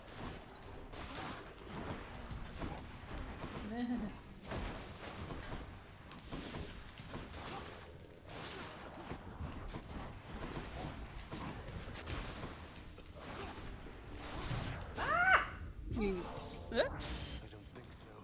Fine. Seeing a little bit of speculation in the chat about like who a protagonist of Hades 3 would be. So if you were going to make a third Hades game, what would your strat be? Because for me personally, I don't think I would set it in Greek anymore. I feel like you've opened the door to a different underworld. Yeah. But I think the problem is like Hades has a kind of limited number of semi-canonical kids. I didn't even know about Melanoe, and she's pretty obscure. Zagreus, at least, you get little attestations of, but not that much. Oh my god! Sorry, we're fine. Absolutely obliterated. There's like 10 million of these fucking guys. yeah, it's one of those things where it's like, you know, if we want to stick as canonical is the wrong term, but like as true to the mythology as these games tend to try and be, or at least to their version of it, then I think you are kind of running out of characters to throw in, you have to start getting into stretches and OC territory. But I think there's a lot of other mythological underworlds that could be very fun to do this style of game in. I mean, they kind of have allusions to an Egyptian one already with the way that Kronos is designed in Hades too, so I feel like that's the obvious place to go next. But I mean, I would love a bureaucracy of heaven would go so hard. I mean, it's already absolutely. bureaucratic in this one. There's a lot of cool ways you could do that. Yeah. We're getting boon 1, 2, or 3. You going for 3? Okay. Love it.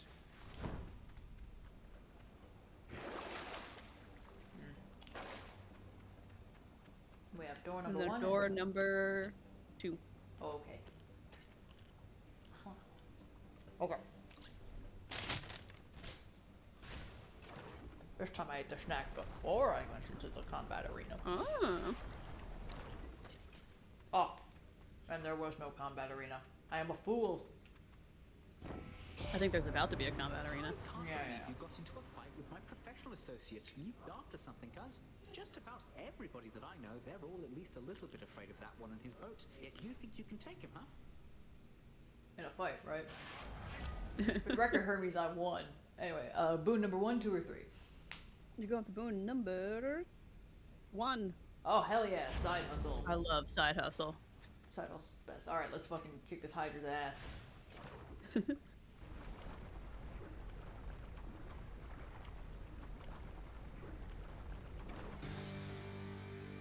day, learning. And now, prepare to die. Whew. There it is. What the hell? Oh, it's the, this is the Eurydice, thing. I've never seen this effect before. Have you never used this before, ever? I mean, I don't think I tend to, like, use the ones that are less than incredibly universally useful.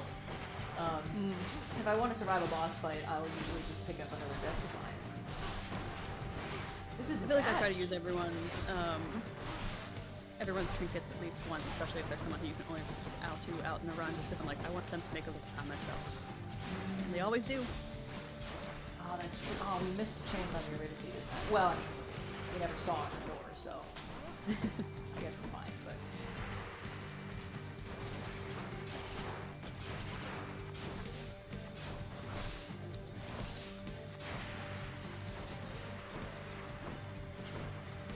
There goes my shield. Ah, shit.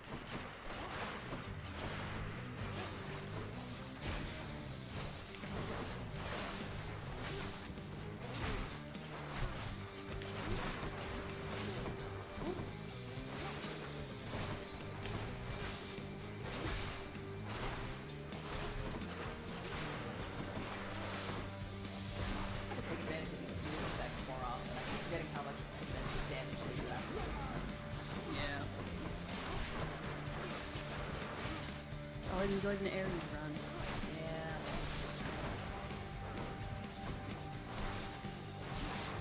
I'm not sure I like his boons as much on the second game. No, you don't. I didn't like them as much. I feel like they were simplified in some ways, but in others they just kind of weren't as much of a big hit when they did land. And I did what is the like blood you spill? Yeah, the like little collectibles that theoretically give you a bonus to damage. I don't know. There's a lot more random bullshit that you have to pick up in Hades too. Yeah.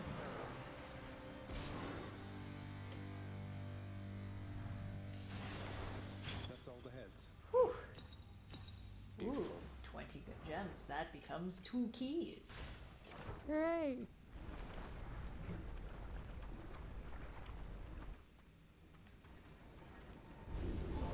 The Bloodless failed to stop you once again. Hell yeah, they did. Alright. 1 out of 24. Which one are we getting? 11. 11? Ooh, the Zeus. Maybe you'll get what you've always wanted. Chain lightning. Maybe, yeah. Alright, I'm willing to buy one of these. Which one am I getting? 1, 2, or 3? 2. Oh, great. I never used the Infernal Tropes, but that's okay. Maybe this time I will. Oh wait, the Infernal Troves have gems in them sometimes. I should absolutely be using the Infernal Troves.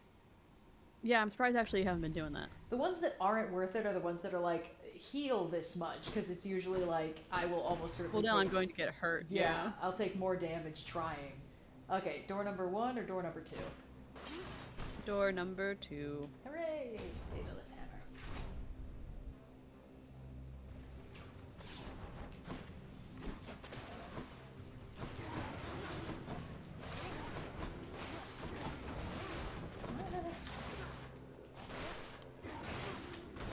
I'd love to start getting hit by a car. That would be nice.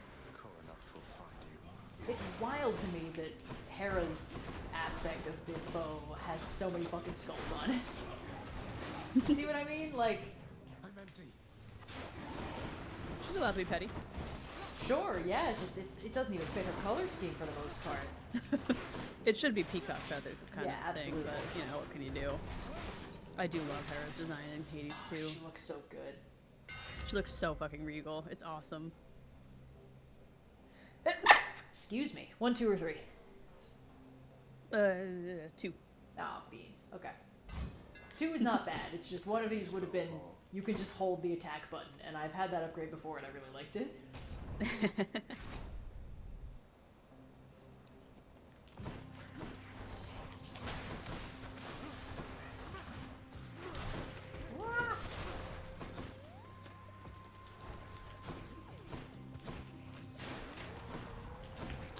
Oh, Jesus.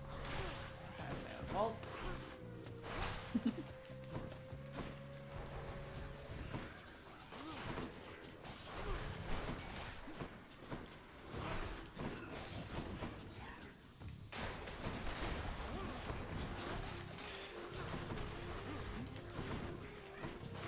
Trying to shovel some popcorn in my face while there's a lull.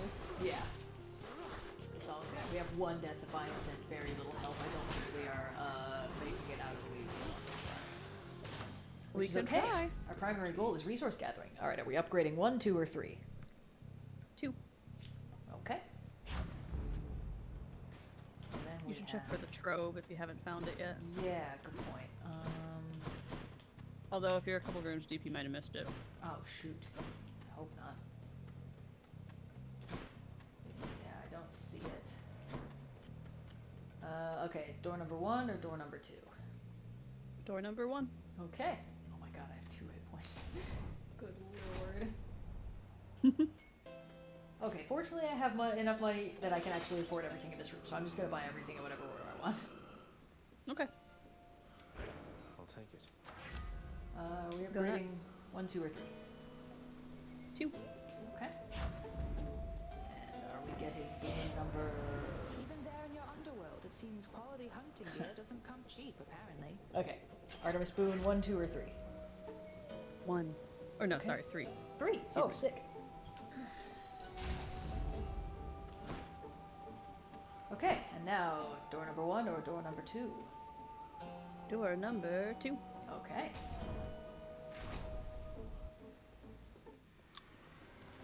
Butterfly ball. Butterfly ball. Sounds like a swear. I mean, it's no Jank Ferris, but it'll do.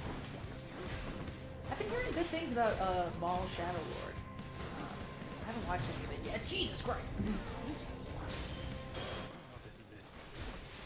I can't keep track of all the Star Wars stuff that's out now. I feel like I always said that I'm like, I can pick one. I can pick one to follow. I think Maul Shadow Lord is animated from the bits I've seen. It looks like it's in Clone Wars style, kind of, which is pretty cool. Sure, it's fun. Yeah.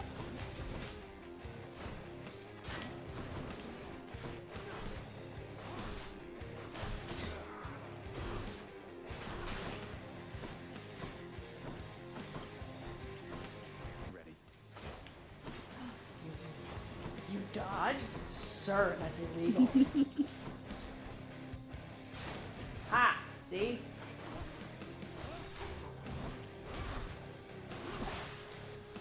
Oh, I'm sneezing so much today. Butterflies better stay away. Has nothing to do with the cat trying to stick her head in your mouth. I mean, that didn't help, but that's every day. That's business as usual in this house. In your hands, young man. I've not seen that old thing in quite some time. Okay. Option 1, 2, or 3? Option 1. Okay. All right, Lord Zeus. And now, door number 1 or door number we get to talk to Patroclus. Door number 1. Fuck! Sorry, Patroclus. You'll live to be sad another day.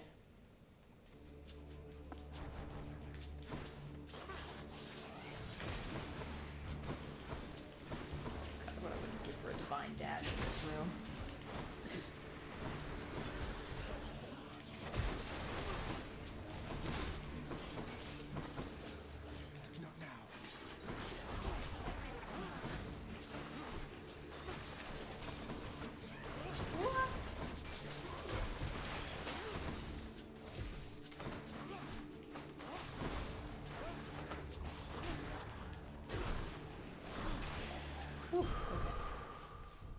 Alright.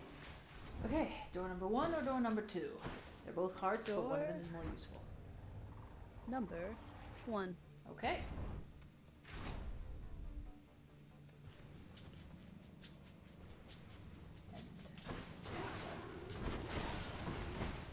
God, I have no death defiances.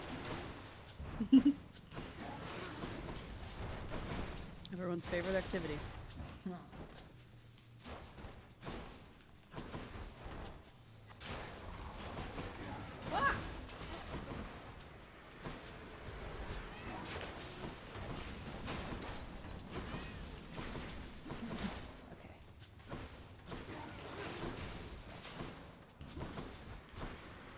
Such a small room for all the stuff they're throwing at me.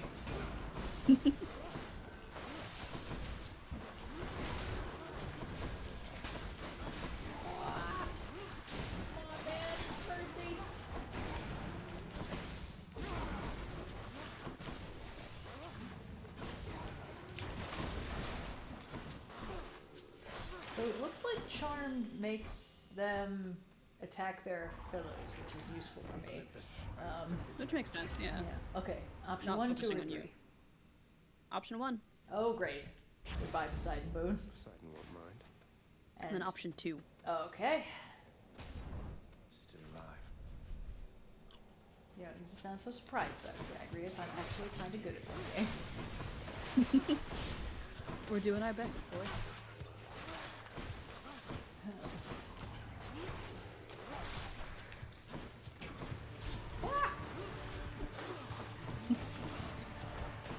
Trying to get rid of me. It can sense that I'm close to death and it's trying to throw some bullshit at me.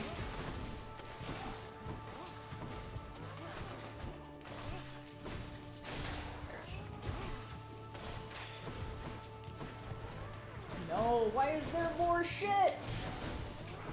There's always more shit. You see what I mean? It's trying to get rid of me. It wants me fucking dead. Die!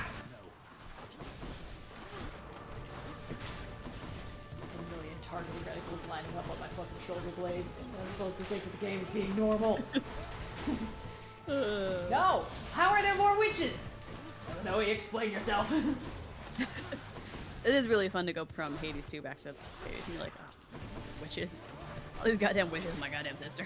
What do we have here? 14 hit points in a dream. Okay, what am I powering up? You're powering up numero 3. Door number 1 or door number 2? Door number 2. Okay. Oh god. That did nothing. Oh no. No, this is tough. There's a little bit of weed, I need it, huh? Oh no, because I had the Poseidon boon on it before and that was doing a lot of damage, but the Aphrodite boon isn't. Oh, that'll do it. Woof. Oh, there's a treasure trove in here. Gosh dang it. No. No, no, no, no, no. No, no, no, no, no. Wait, wait, wait, wait, wait. Come on, come on, come on.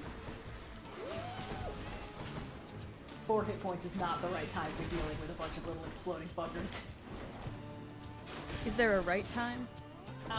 There's certainly a wrong time, but it's when I have 4 hit points. Die,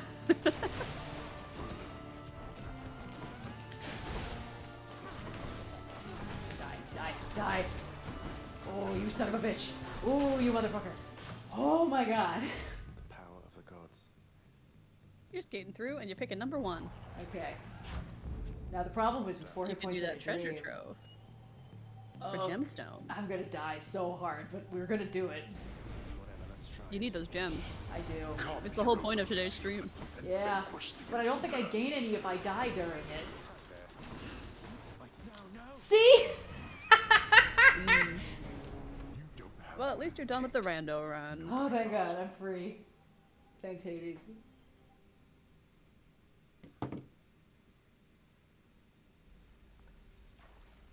Oh, that trove should have been mine. I know, right, Zagreus? This is some bullshit. Hi, Hypnos. The fates are pretty mean to keep on doing this to you. Thanks, bud. Hey, buddy. The many-headed Cerberus is busy thinking of his next savory meal. Yeah, it's so it goes with Hades. But thank you to everyone who got us to 2,000 for that rando run. Our next stretch goal at 3,000, as we continue to raise money for UNICEF, is Smasher Pass with the Star Trek characters. So if you're interested in that, help us get to that next goal. Yeah, and we'll also everyone post who's been a donating. wolf pic when we hit 3K because she's very cute and photogenic. But yeah, thank you to everyone who's been donating and joining this far. It's been a very, very time. And it's good to raise money for a good cause, even if it causes Red some pain on occasion. Although that run went pretty well, all things considered. I didn't often stop We did to get do decently myself. far. I just knew I needed to find her. And then as soon as I did, I knew I needed her in my life. In other words, doing you any favors was never a priority, Father. Just ended up that way, I guess. I see. I appreciate your candor. Nevertheless, I thank you. I do not know how you accomplished what you did, but know that I'm grateful for the outcome. Even if I fail to act like it much of the time. That's a little piece of dialogue that says, hey, most of my dialogue tree I still have to be mean and rude to you because it needs to work at any point in the game. But just know that that's my personality and not a game mechanical limitation. Oh shit! I'm just like that. We can start giving him nectar and get his fucking trinket! Oh yeah! Oh my god, this is huge! So deeply. Oh, we get the trinket on number 2. I mean, we really do need the nectar, but also... Oh my god. The girls are chatting. What's that you have there, Shade? Girls, come on. Chit-chat. It is, mistress. I'm glad you're here. As maybe you can help me quickly to dispose of it. Achilles and Meg are going on a date. Let us immediately do Aww. so before concerns arise around the presence of this stuff within the house. Oh, that's cute. This is not here. This is my latest haul. Ooh, Always 20 a more pleasure. gems. Ooh! Oh, this is huge. Oh fuck, they only let me do it once. Gosh dang it. Okay. Well, that's fine. Whatever, I'm not mad. I think I'll take it. I'm just disappointed. I'm just, yeah. Oh, we're so goddamn close to one more nectar. This is painful. Well, that's okay. Chaos run time. Alright, we got a nectar. Let's give one to Hades and see if we can get his secret thing. Ooh, Father, secret. I know we can't exactly change the past, but we can try to move forward. Look, I know I'm not even supposed to have this stuff, but everyone likes it. Won't you try it at least? Here. I can dispose of this properly. Speaking of disposal, I've no further need for this. That's here, right. so We got a secret little thing. rid me of it, why don't you? On your way out. Father, I don't know what to say. Yay! Hooray! Okay. But when a plan comes together. Yeah. Alright. Can we look up if there's something I need to do to get a caustic chaos boon, or is it truly just random? I'm gonna look it up for Thank you. Appreciate that. Alright. I can do anything.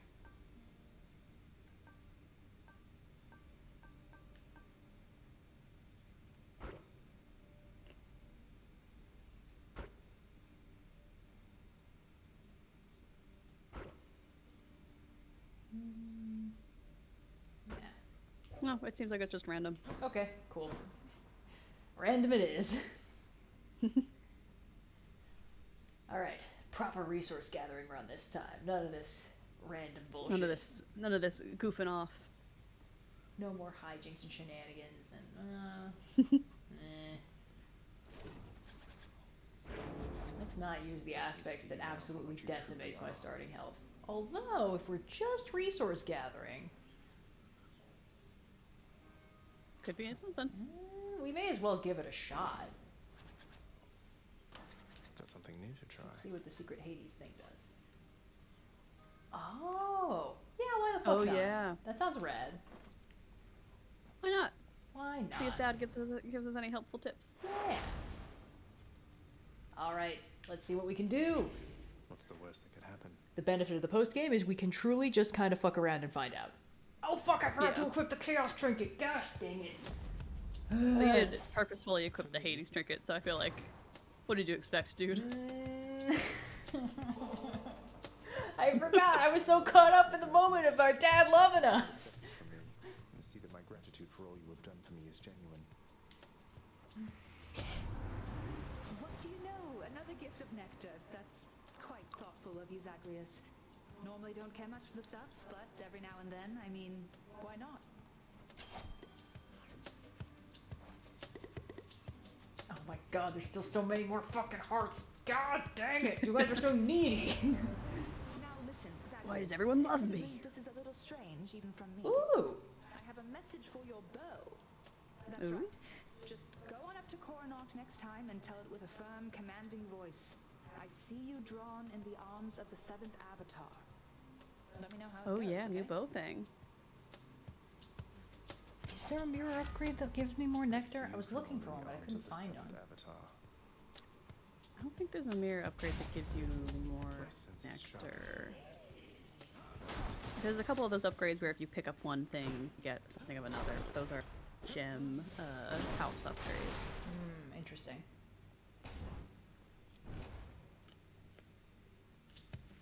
Chaos Gate! Oh, my boy. They heard me. What else?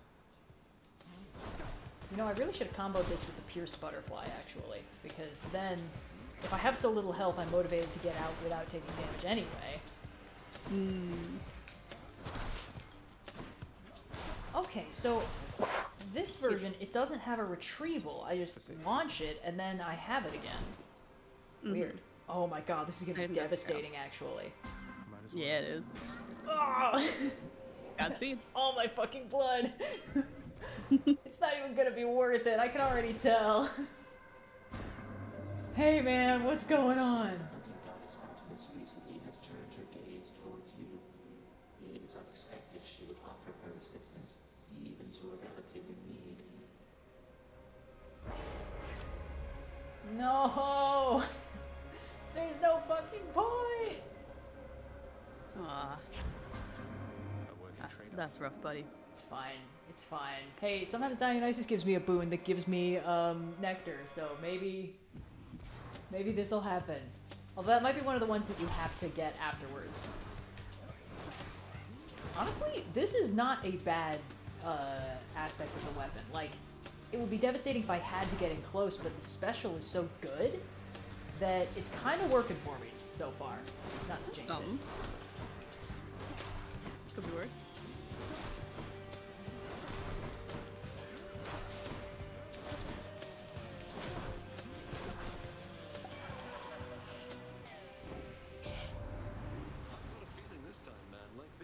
Going to take a turn for you, and I mean for the better, almost certainly, I think. The spin attack heals? Oh, fuck yeah, here we go. That's what I like to hear. He's been so generous with the nectar with me. That's nice. Because it would be really rude of him to not be generous with the nectar. Yeah, seriously. Hard to see in all that red.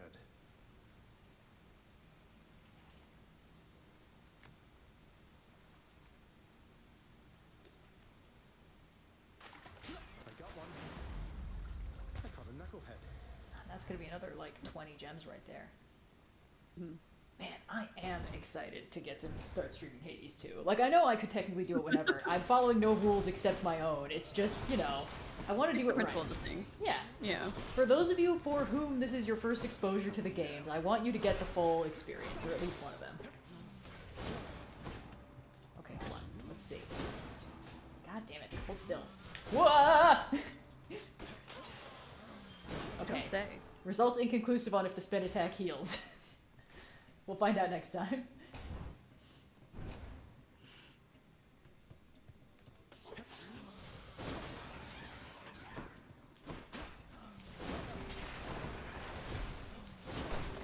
Oh, it does. Hello. Hey. Not so very bad. much, but it's something. Everything's turning around. It's kind of close range, so that's not the best still, but...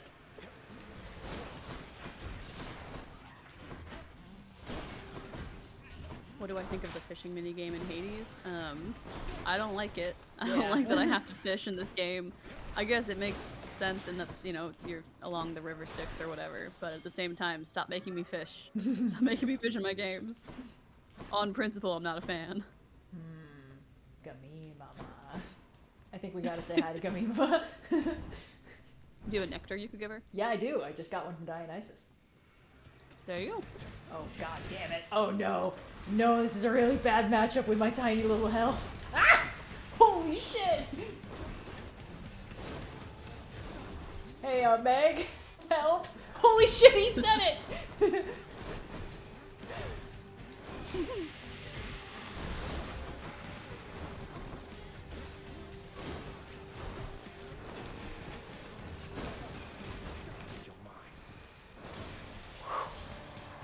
Okay. You'll be back, won't you? I often remember that there's sweetness in this world only by your grace, Lady Demeter. I'm thankful that we've grown closer through all this. You would make further offerings to me, even though I have made quite clear I've lately not been at my charitable best, young Zagreus. You're either naive or you're much too kind, or both. Thanks, Tomater. Love you too. Nice talking to you, Grandma. Oh shit! Okay, hold on. Let's status report. Demeter is close to the end. Ooh. Dionysus. Still more to go with Dionysus. Hold on. Okay, let's see. With Demeter, it's 1, 2, 3, 4, 5, 6. And the 7th is the last one. Usually the last one is also an Ambrose situation. Sure, and I think yeah. most of the gods have basically the same amount, so if you're trying to get to 7, So they're that just would kind of concealing it. So Dionysus Yeah. has given him 5, Ares 3, Artemis 5, Aphrodite only 3, Athena 3, Poseidon only 2, and Zeus only 3. Okay, so Demeter's the one we've got the furthest along. It's 6. We're going to assume everyone needs 6. We'll see. That's less than I thought, honestly. Yeah, the nice thing is that the gods take a lot less nectar than the denizens of the House of Hades do to complete their little pathways, so it should be doable. Okay, that's pretty good actually. This is starting to become a viable actual goal. a possible strategy at last. Yeah. Wow, the stream has flown along. I didn't realize we were over 3.5 hours in. Holy shit. Yeah, no, we've been going for a minute. Yeah. I believe we said the goal was not to go as long this time, but TBD. Halloran's feeling when I think I've been trying to wind down at the 6-hour mark, but I always keep just one more thinging my way in. Okay. It's the ADHD finger trap that this game really is mastered. Really is. All right, sorry ladies. I'm not gonna trigger that fight because there's no point. Because I've already given you both nectar on this run, so everyone has to deal with it. Here we go again. Remain Goal is distribution of resources. The best.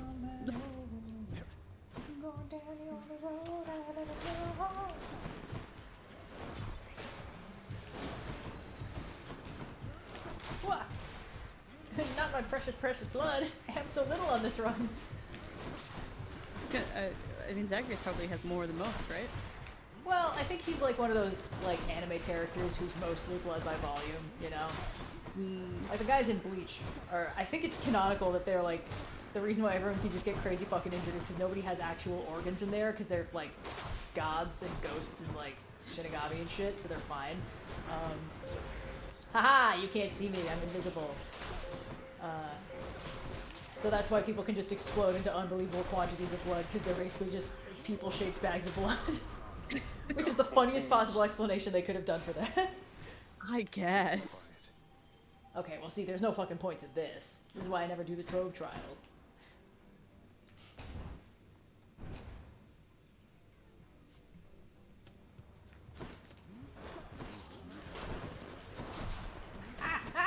My blood! Please, I need it!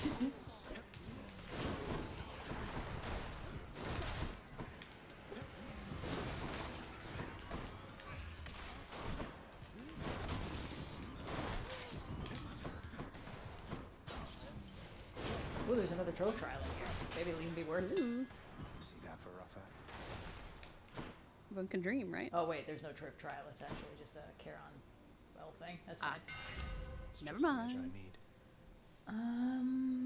Why not? They'll fear me with this spear. Some of Charon's wares. Nah, not worth it.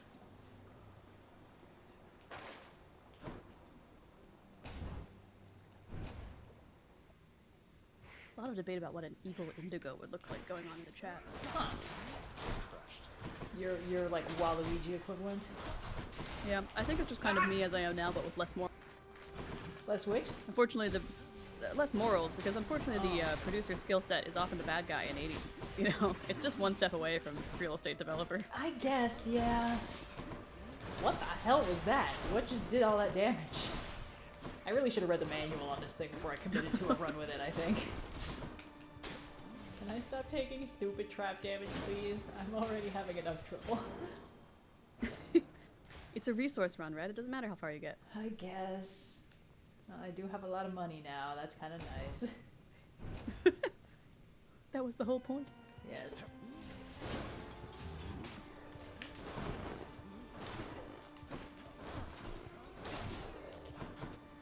it like bouncing between? No, that can't be right. I guess it might be a little bit generous on the like, if it skewers through somebody and someone's almost in the path of it behind it, they'll target them too.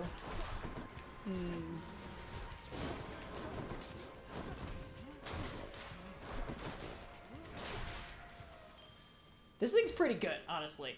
I think in my first run through when I tried using the spear, I was so frustrated with it, but also I maybe had not yet gotten good, and that's why.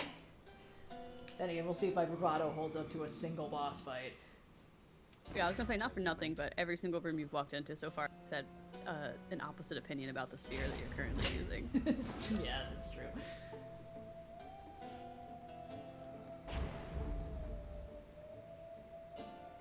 Why not? I'm not driving. All right, let's see who it is. Sister this time. Let's go. Think I know what you're going to say. Hi, Tiffany. Aw, Tiffany. When are we gonna get to the point where when are we gonna get to the part where Zagreus teaches her how to say his name too? Because that's my favorite part. Ah! Jesus Christ! He's making sad llama noises from Emperor's New Groove. That's me. That's where I'm at today. Classy.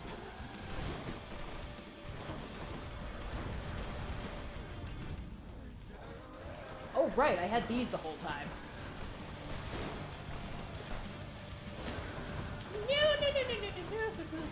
No, thank you. You shall become unseen. You can't see me, I'm invisible. I hope I can use that even when I'm fighting him. There's no way I'm gonna find out. There's no way I get to Hades on this run with this fucking weapon. You can dream. I can certainly You can dream and try. I can dream the impossible dream. Ah! Reach the unreachable star. Come on. Come on, man, please. Okay. Whew. All right. Well, now you don't have to use that spear anymore. Well, I mean, I won, so I kind of do still. Oh, sorry. I thought Did you you died. think that was I totally me? thought that was Zagreus. You thought that was I was not me? paying attention. I was eating my popcorn. Oh, okay. It's yeah, been yeah. slow going because I've been trying to eat it as quietly as possible since the mic is very close to my mouth. I really appreciate that. Are you suitably warmed up for Asphodel? Why would I be warmed up? Keepsakes hold power. Okay, as much as I like the Hades thing, as charming as it is to be able to get him to help us fight out of his own domain, I really do want to try and get that caustic boon. Because if I'm gonna die anyway, you know... Of course, of course. Might as well get a fishing point in while I'm at it. Let's go up.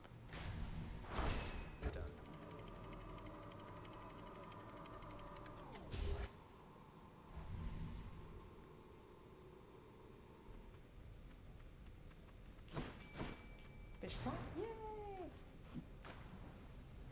Hooray for fishing point. Gotta lock in. Gotta concentrate. Gotta become one with the fishing rod. Slavog, go figure. Now that the end is kind of in sight on getting nectar to all the gods, I'm like, I'm getting the jitters. It's like, oh man, we can actually get through the game in like one more stream maybe. It's possible. It's not guaranteed, but it's possible. Yeah, nothing is guaranteed in this life.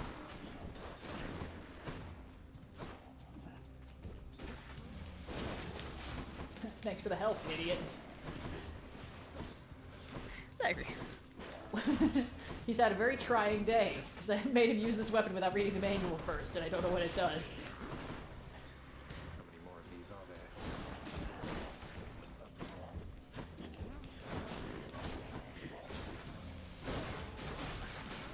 This thing's gonna be a nightmare in Elysium, if I make it that far. That's settled then. It's famous last words. Sense that you have forged a greater bond with your instruments of destruction there, my kin. And that is very good, and may their altered forms serve you quite well. Ooh, I do like a blade dash. Something fun. Which part? Something fun and funky. Ooh, yeah, let's get like 3 more hit points. It's so worth it with the aspect of Guan Yu.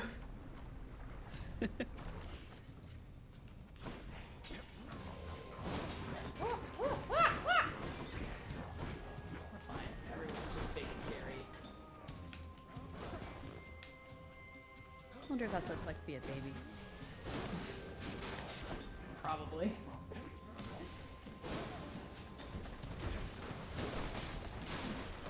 Okay, got him. Got his ass. Who's next? Whoa, whoa, whoa, whoa! I didn't think he could make it across the lava. I got a little cocky. A little? Just a little. Just a skosh. Phew. Look what I found. Wow, I'm up to 53 hit points. Whew. I could really use a Chaos Gate. If I'm not gonna make it very far, I'd at least like to do it under Caustic Influence. Nice, Chaos. You listening? I think Caustic is one of those ones where it's like every time you attack, it deals damage to you. So like, I'm gonna die so fucking fast, but... I'm pretty sure Caustic is it that they throw bombs at you when they die. Oh, that's pretty funny, actually. I think it was Hades 2 fan art where someone had like a screenshot of their Chaos Boons where all 3 of them were like Caustic option, like, you know, slain enemies, throw an Inferno Bomb at you. It's like Caustic this, Caustic that. And then the fan art was like a wide shot of Melanoe picking her options in Chaos, holding an Inferno Bomb behind their back. Yeah. The illusion of free choice. Lady Artemis. Olympus, I accept this message. I've been thinking about choice in video games a lot because, as mentioned, I've been playing Mass Effect, and that's a series famously where your actions have consequences. Right. Yeah. The Mass Effect is not just a scientific concept in the world; it's also, you know, the massive effect you have on the world around you. Oh, that's fun. That's what that's my correct theory anyway. But We're off. but I've been thinking about it because I think something I really like about the games is the way that they kind of give you the illusion of choice while still giving you a lot of influence over the way the story plays out. Because I mentioned before, I love a big crunchy RPG, and there's kind of 2 directions RPGs can take character creation. Either your character is completely your own to create however you want, kind of the Baldur's Gate 3 direction. But because characters can be so much, a lot of their personality and the way that they interact with the world kind of can't be prescribed by the writers of the game. It has to be something that you sort of fill the blanks in on by how you choose to take actions in the game.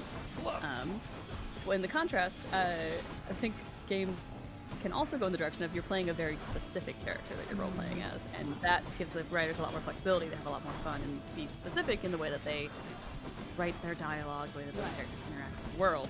Whoa. Very purposefully. And I think that BioWare, despite making games where you have variety and options in how you build the characters, actually very frequently does Type 2 more so than Type 1. And I was thinking about this with Mass Effect, because, like, there's Paragon choices, there's Renegade choices. One of them is the good guy choice, and one of them is kind of the, you know, bad boy choice. But ultimately, they both usually end up in very locations in the immediate conversation. It's only in the long-term gameplay that you begin to see the effects of your choices. I think that's a very clever way of writing, because it allows you to kind of streamline immediate conversations. They tend to go the same way, even if they're phrased slightly differently. Sorry, I didn't see that guy right behind me. He's right behind me, isn't he? I entered bullet time as I saw that guy about to fucking clock me for 10 damage. In real life, I saw the code. But I think it's very clever to make it so that your choice may have long-term consequences, and like it may change how the game plays out as a whole. But ultimately, in the moment-to-moment, you kind of only need to write one pathway, because you're going to get out of every conversation more or less the same way. It's just changing how the character feels about your player character, and that's, I think, the real coup of the game and why they feel so like alive. Is the focus is not on changing the narrative. Hello, Thanatos. Our boy is here. But this is a great example of, like, people get really attached to companion characters in video games, right? Because they're interesting and you want to interact with them. Together we bring death. Oh, this is a date. This is a date and he knows it. Every single one of these has been a date the whole time. Well, yeah, but now he's admitting it. But I think it's really clever that they focus on the way that characters interact with you, changing the story outcomes of the game, rather than making it so that every single choice you make adds up to a different solution. I think it's very, very cool. I'm like, oh, that's actually really clever writing and gameplay coming together with one. Yeah. I can see why these games are so, like, legendary. And why they literally call the trilogy the Legendary Edition is the version of it that you get now. Oh, that, you know, that's a level of hubris that I kind of respect. Hey, Shepard is that space bitch of all time, okay? She deserves it. I can't imagine playing, and this is no shade to the male Shepard players of the world, but I can't imagine looking at Jane Shepard and being like, that gal? Space bitch of all time? Yeah, I want to play as the dude with the buzz cut. Like, I'm sorry. I'm sorry, but no, fam. It could never be me. Space is for the girls. Ripley, Janeway, Shepard. We just do it better. It's the right way, it's the wrong way. We're here to, yeah. I'm sure there's something, I'm sure someone more academic than me could have more of a comprehensive thought about it, but there's got to be something about, like, there isn't really an established patriarchy in space, so maybe that's why there's so many cool sci-fi protagonists, but I don't know. If everyone's in 0G, then it's harder to claim that you have some sort of inherent biological advantage because your body strength is better. Like, come on. I almost wonder if what it is that science fiction is a more recent genre, and therefore it has just less entrenched, like, gender baked into the tropes. Like, because I know that in the initial draft for Alien, they were like, yeah, and then this character, the sole survivor, is going to be this dude, and then they were like, hey, why can't we make it a woman? And they were like, hey, good point, we can just make it a woman. And, like, there's so many characters. Have you seen Ripley? Come on. Yeah. Like, and there's a ton of cases. I think in, I haven't watched it, but I think I've heard anecdotally that the protagonist of Pluribus was another case where the writer was initially like, yeah, by default, we're going to make the protagonist a guy. And then they were like, how about we keep all the plots the same and just make our character like a jaded middle-aged lesbian instead of a jaded middle-aged man? And they were like, oh, turns out that's super easy, barely an inconvenience. It's almost like we are functionally not different. I almost wonder if it's because science fiction. Also, like, Star Trek, I'm sure, has been contributing, because Star Trek is always on the absolute bleeding edge of, like, progress and representation, because it is intentionally trying to dream of a utopian future where there is world peace and nobody is judged by anything other than the content of their character type thing. You've heard it here first, folks. Space is #feminist, so... Hell yeah. Hell yeah. It's for the girls. I say that lovingly, as of course. anyone of any gender can explore. But even like Spaces for the girls, gender neutral. Wait. Spaces for the girls, gender neutral. But it's so fun to be space bitch of all time, and I can't imagine playing like, because again, I'm going to have to play through this game as a dude at some point. Partially because I would love to romance Tally, my queen, but also because I need to see all possible dialogue. I think that some of them are slightly different. But it's just like I'm looking at the character designs. I'm like, I can't imagine a world where you were not intended to play as Jane Shepherd here, because like this lady looks like a character. Yeah. The dude looks like a dude. Like just like this is a guy. We talked about this on the pod, didn't we? About how much work Jennifer Hale's voice performance is putting into making Jane Shepherd feel like so very solid. Yeah. I mean, it's a fantastic vocal performance. She does a really good job. And again, I think it gets to part of the advantage of being stuck. Again, you're playing a specific character, even if you can change some superficial things about them. Like, I can choose what class, which combat style I'm going to be leaning into, and I could change her first name, and no one's ever going to say it. Right. Well, that's why you I could change. Yeah, and I could change her appearance, although I got to Mass Effect 2, and I was like, oh, felt appearance looks so much better because of the different graphics of the Mass Effect 1 ones, so I suppose I will change it up to the default. But I think that writing style lets you give a lot of character to Shepard because she can have a lot of really iconic lines and very like personality-filled lines that you don't necessarily get in games where you have to kind of be playing the every character for the player. Oh, we got it! We fucking got it! Caustic. Yeah, boy! Hey. We were gonna get bombed to hell and back, but we fucking did it. Oh, and you can get keys. We can get keys, exactly! Oh, but we can also get keys here, but yes. But yeah, I've been really enjoying Mass Effect. It's tight as hell. Yeah. But I love a big country over doing my choices matter. Oh god, oh no. So many bombs getting thrown. It's almost like I signed up for this on purpose. This spear run has been going far better than I expected it to. I'm gonna be so honest. I like the spear a lot. It was always one of my favorite weapons in Well, this specific spear, the aspect of Guan Yu, I was not expecting to work as well as it has. Oh, yeah, no, that one's finicky at times. But this is going really well for you. Yeah. Ah! Who's doing this? Who dares? I've been playing a pretty Paragon-y Shepherd because a lot of the best outcomes involve you, generally trying to be a good person who wants the galaxy to work together to save the day. Because if the galaxy doesn't work together to save the day, maybe we will all die fighting alone. It's almost like unity is important. Yes, that makes sense. Oh my god, but every once in a while I where have the had lesson is that humanity should work together to go to space. Fucking crazy. Yeah, and especially in the first game, I feel like a lot of the renegade options were just like straight up mean, which like sometimes justified. Sometimes I think Shepard should get to be a little bit of a bitch, but I was like, no, I have to be, the good soldier. I gotta play nice, unite the galaxy.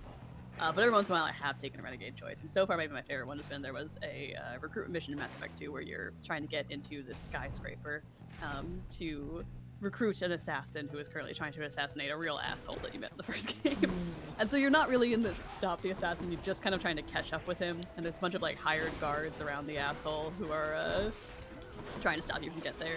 And one of them is like being like, oh, what are you gonna do? Push me off the building? And there's a renegade interrupt where you do just like kick him off of the building. And I was like, which roleplay wise? No, never. But for the fun of it, yeah, I'm gonna get some renegade points on this one. Yeah. What are you gonna do? Stab me? Cool, man, stabbed.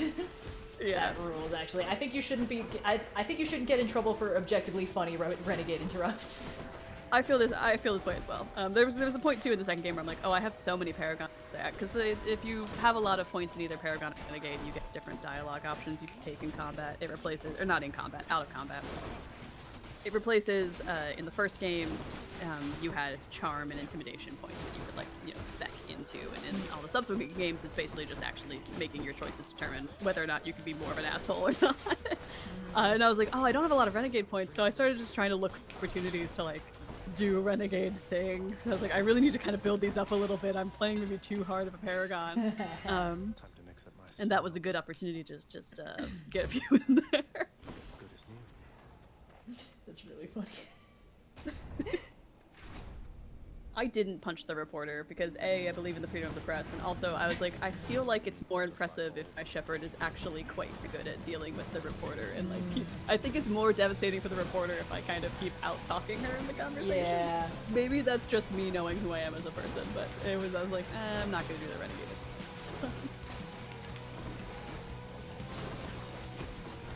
I think I believe in freedom of the press is the funniest possible reason to make a video game decision.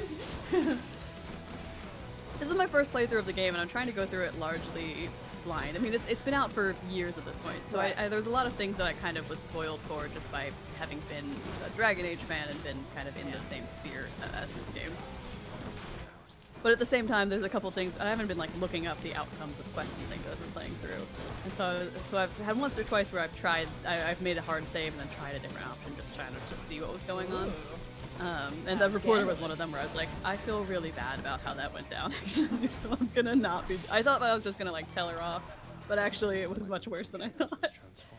In your opinion, as a person who's experiencing the Mass Effect series, do you think it would work adapted into like a show or movie, or does it have to be a game, do you think?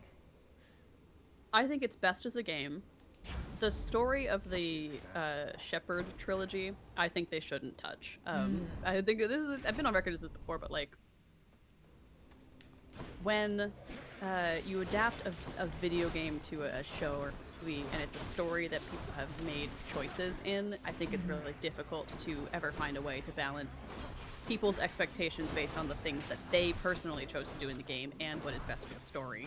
Because you're always going to kind of be disappointing someone in one direction. So I wouldn't touch that story at all. But the Mass Effect universe, one of my favorite things about these games is that the world building is extremely cool. And I see a world where you could make a show or a movie set in that same universe, play with these different like alien cultures and whatnot, and do something different with it.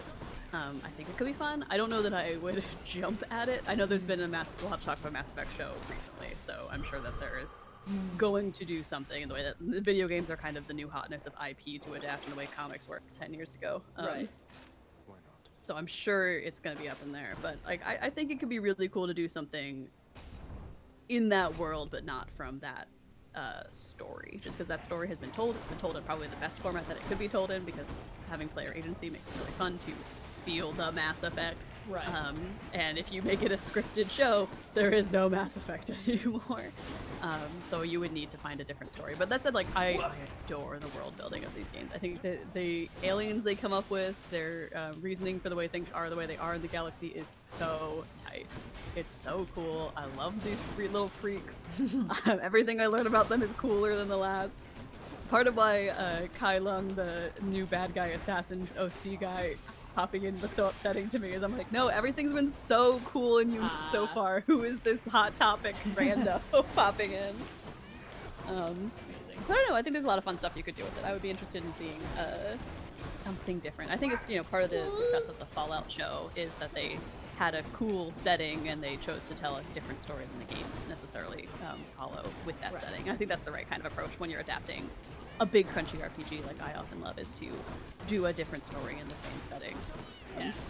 Which means that the setting has to be a strong thing that you want to tell stories in, and it has to be a unique thing. I think this is, I'm not excited for a potential Baldur's Gate show or movie, because I don't necessarily think that that setting is super conducive to non-game storytelling, because it is a game setting first and foremost. And it also feels like, you know, Baldur's Gate, half of its like appeal is that it is so absolutely enormous. Like that whole thing about like there are still dialogue options nobody's found. I don't know if that's still true, but like that's fucking crazy to me. That and like, it's based in the Forgotten Realms, which is a canonical D&D setting. Right. You could play this game in your home game, right? And it means this is a setting that has a lot of weird little things to it, and I like the Forgotten Realms to a point. Like, they're a fun fantasy setting to play in, but they're not so unique that you shouldn't, you know, that like, it's better than setting it in like the Lord of the Rings or coming up with your own fantasy setting. Like it's not adding a lot because it plays on tropes that are now so common in other fantasy settings that it doesn't feel like it's a world that needs exploring in the same way. And it's not necessarily fun to see it explored when I don't get to choose which parts of it interest me in the game and like direct myself. Yeah, both in Baldur's Gate 3 and in like home games set in that world, right? Like, the agency of the person interacting with it is kind of what makes it interesting, more so than the setting itself just existing, which I think is different from something like a like a Mass Effect, where like the world is really cool and interesting, separate from the way that you interact with it. It feels very unique even among sci-fi settings, which is, I think, what sets it apart. It feels different than playing a Star Wars, you know? Definitely. So that's where I land. I don't know. I would say cautiously interested, but the second they name any character who's in this trilogy, I'm gonna lose all interest in any sort of story. I'm gonna freaking lose it. Oh, I'm gonna be like, no, I don't care anymore. Wow, Jesus Christ. Holy shit. Fellas. I was trying to set up a cool thing. I wanted to see if it would work. Hold still and let me fucking Ashen Core you guys, okay? Don't be a wuss.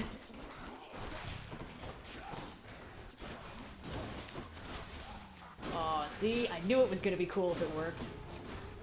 Because it bounces off the walls of the bridge. Some people in chat are pointing out the Chris Pine-led D&D Honor Among Thieves movie is set in the Forgotten Realms, and that worked pretty well. Yes. And that was fun enough, but I don't know that the setting of that was necessarily what made or broke that. It was more so that they were trying to capture the feeling of a D&D game in a movie. So, like, again, you could probably make it work, but Baldur's Gate, like, making a Baldur's Gate project by itself means you're trying to capture the feeling of playing Baldur's Gate. Right. And I don't know that that necessarily translates, because again, the fun of Baldur's Gate is the way that you, the player, interact with the world, and if it's a scripted story, you're no longer interacting with that world. Yeah. Anecdotally, I've heard there was a draft of the Honor Among Thieves where instead of Zank, our heroes deal with Drizzt, which is very funny, because that would have made it feel very Forgotten Realms-y. But listen, I love Zank, so like, I'm not mad. One of these, it's so wild to me that of all the various ways that D&D has desperately tried to make money over the last several, decades, a Drizzt TV show has never even fucking crossed their minds as far as I can tell. It's like, he is by far your most successful original character, do not steal. Just pay R.A. Salvatore whatever he fucking wants and do it. Do it, you cowards! Well, if this is a resource gathering mission, we could always go say hi to Chaos anyway. Yeah. It could be fun to see a movie, more stuff set in the Forgotten Realms. It is a cool setting. I like playing around in it, but I think it plays to its strengths more to be a TTRPG in a video game than it does to make a TV show or a movie. And when you specifically tie it to a game series like Baldur's Gate, people are going to expect to see the Baldur's Gate characters, and I think that immediately means you have to decide canonically what is the ending for every character. If it's after the game, and if it's before the game, you have to decide canonically, like, how are they going to feel about the protagonist later on? What's going to get, like, how do we maneuver them even more logically within their established story? I don't know. I just feel like it's got a lot of moving parts that I was like, that's going to be a nightmare for anyone who has to do it.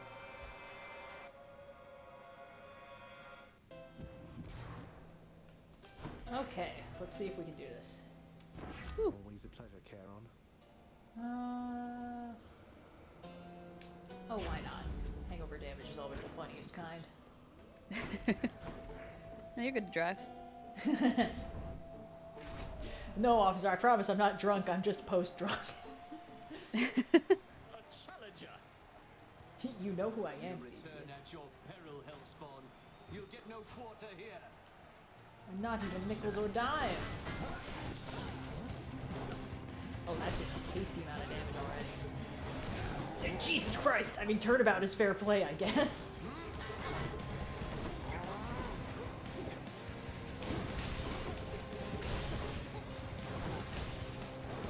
Serious, please think about all the good times we've had. All the fun little mini-boss fights. We didn't invite Theseus to those. Yeah, huh? What about those? Jesus Christ. We're fine. I'm good. I'm having such How a you doing good there, time. Red? You sounded, like you were in pain. Listen, I've accomplished everything I objectively needed to in this run, but I still don't want Theseus to be the one who kills me. A difficult balance to strike. Yeah, it's fucking hard. My life is complicated. You got it, man. Thanks, Dionysus.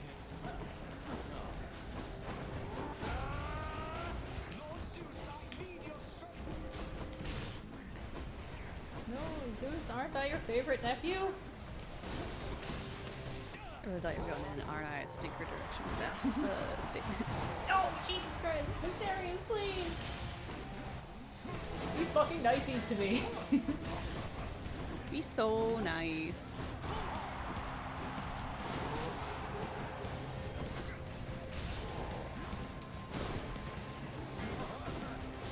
slowness of these attacks is pretty rough in this one fight, I will say. Yeah. Oh no. This fight is a real test of your build, just to see if you've kind of mastered what makes it work in a lot of ways. Oh no! That's okay. Oh, this time it was you. Thank goodness Asteria's got me. Could be so much worse. Could be so much worse.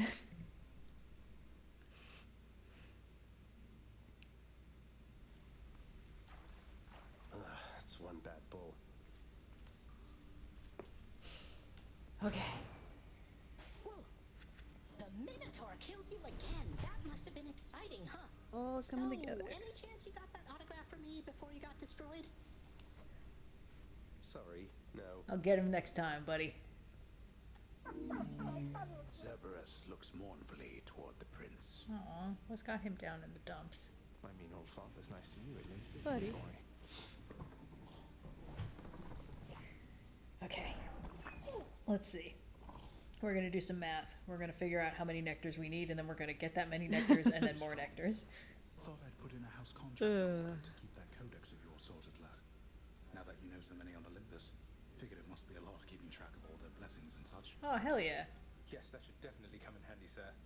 I'm still getting a handle on everything I can do with all the Olympians' powers fused with mine. Keep at it. Oh, right. We need to get a nectar so we can actually give something to... okay, hold on. Hold on. Nobody panic. Everyone chill. Everything's normal. We gotta fulfill that prophecy, and then we'll get the good stuff, and then we'll... Yep, here we go. Yoink. Pleasure doing business with you, Fates. Hell yeah. Okay, great. Keys, baby. Okay, so we need...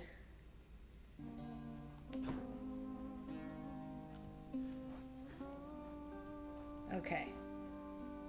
If they all need 7, well, let's make sure. 1 for Demeter. Hermes is a maybe. 2 for Dionysus, so that's 3 total. 7, 9, 13, 17, 22, 26. We need 26 nectar. We'll see what we can do. Godspeed. Seems like a good deal. I'll take the nectar. Okay, we need 26, and we have acquired 6. Okay. Good start, good start, good start. Let's get some 20 to go. keys. Here you go. Could always use more keys. Okay, progress. Progress has been, we just made progress. Progress is what just happened. Let's talk to Nyx, and if she doesn't tell us how to get Orpheus and Eurydice back together, we'll give her a nectar and try again next. I encountered Demeter. She mentioned her daughter, Persephone. You never said she was my grandmother. Didn't you think, under the There was another circumstances, prophecy we could have that picked was up? something I should know? We'll go back and get it in a minute. Listen to me, child. What you know or do not know is for your protection. Your protection and your birth mother's as well. Your suspicion and your curiosity are warranted, but I can do no more about them now, except to caution you. Are we understood? Yes, we're understood. Okay. Let's see if we had another prophecy we could pick up in there. I didn't think we did, but... Oh! Oh, no, that's not a... That's just a new prophecy. Ah. Okay. Cool. Oh, right, we also have to awaken the bow. We'll do that later. Okay, let's see. Yes, Zag, I will check the garden. But I have other shit to do also. Come on, Hades. Mortals are much more resilient than that. What, do you think they'll show up at your gates here all at once? They have our family looking out for them. That is what I'm afraid of. Do you truly believe my brothers and the rest shall take the sort of care of them while they draw breath, as we do here after they have expired? It's true we have to look out for them indefinitely, while Olympus need only look out for them for a little while. But our relatives are always watching from their mountain. And if they do turn a blind eye once in a while, mortals aren't bad at fending for themselves. But they are never satisfied. always begging us to provide more and more. They like us, Hades. They praise us, tell one another about us. What do you expect? Would you rather they forgot about us? No. No, I suppose not. But they need us. Well, we need them. That's all very sweet. Let's give Thanatos a nectar before I explode. Hey, buddy! God damn it, Thanatos! Answer me something. Aw, Zagreus. Than. What am I to you exactly, as of late? Because sometimes with you, I... What are we, conversation? myself, Thanatos.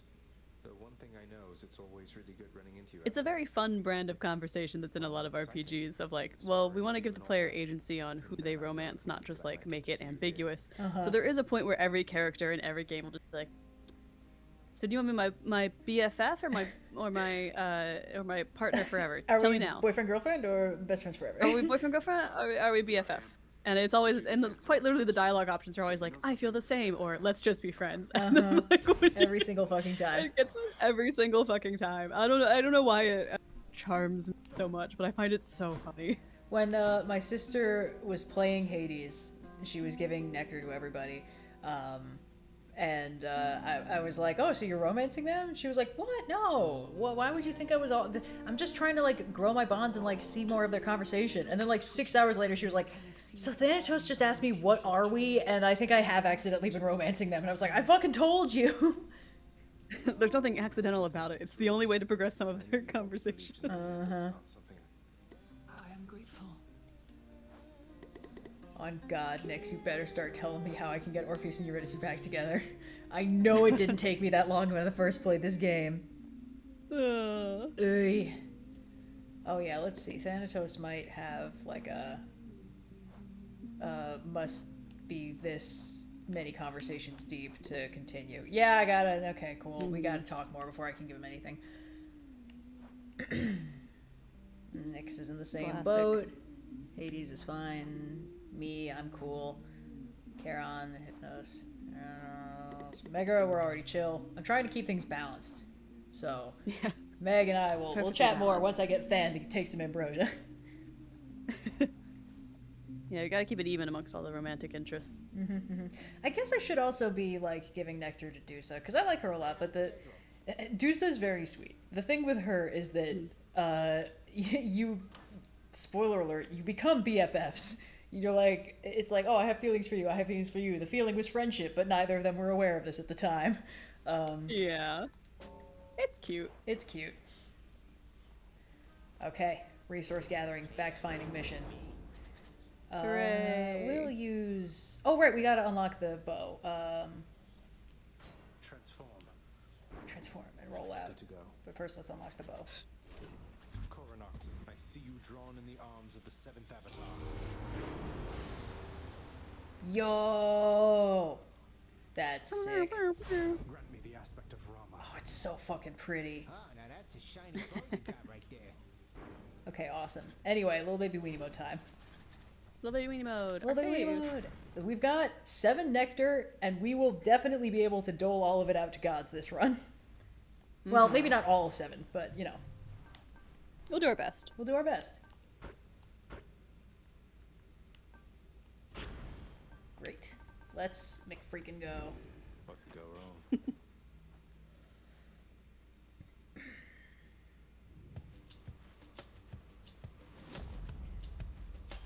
Oh, good. In your honor, Lady Artemis, your mighty blessings have helped Good me things through are happening. so many trials now, and I always welcome your level-headed presence here. Look, I like being worshipped just as much as anybody, Zagreus, though bear in mind that you can always leave the worship of me to the forest nymphs, alright? Okay. One more. And that one's Ambrosia, so we're good. We're locked in with Artemis. I'd love to know about Not bad. I'll try and help you live through it this time. Things are moving so that along. way you can Yeah. tell me. We're going at clip.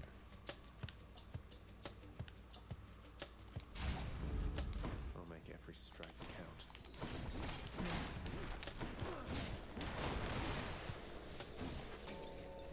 Great. Ooh, and a nectar. Hold on, was that a fishing point I just heard? Yeah! I'm locked in. Acceptable only because we do need to eventually get enough resources to get out of here. Exactly, exactly. If we must. I've got one of those, like, you need to catch 25 fish and one of them needs to be ultra rare and you need to show it to Poseidon. It's like, have I not caught an ultra rare fish yet? Huh. Gotta get good at the fishing minigame. I fucking guess.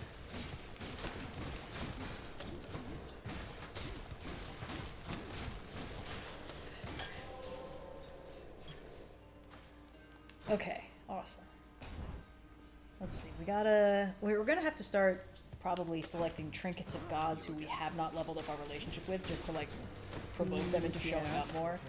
Like, I need to get Aphrodite and Ares in there. I gotta, you know, I could do another Opsal Zeus run. Zeus is always pretty fun.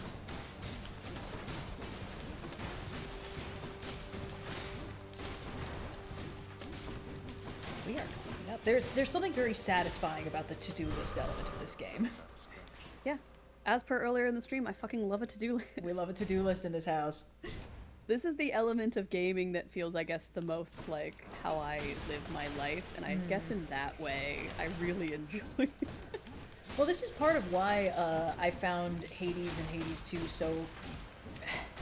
so fun, but also so satisfying, is the amount of stuff that you can just check off the boxes. Like, it always feels like you are making forward progress. No runs feel wasted. Yeah. And that is impressive game design, because I know with a lot of roguelites, like, the name of the game is progress loss, you know? It's like, oh, you got so far, but you fucked up, and in the end it didn't even matter. Your death-inflicted way.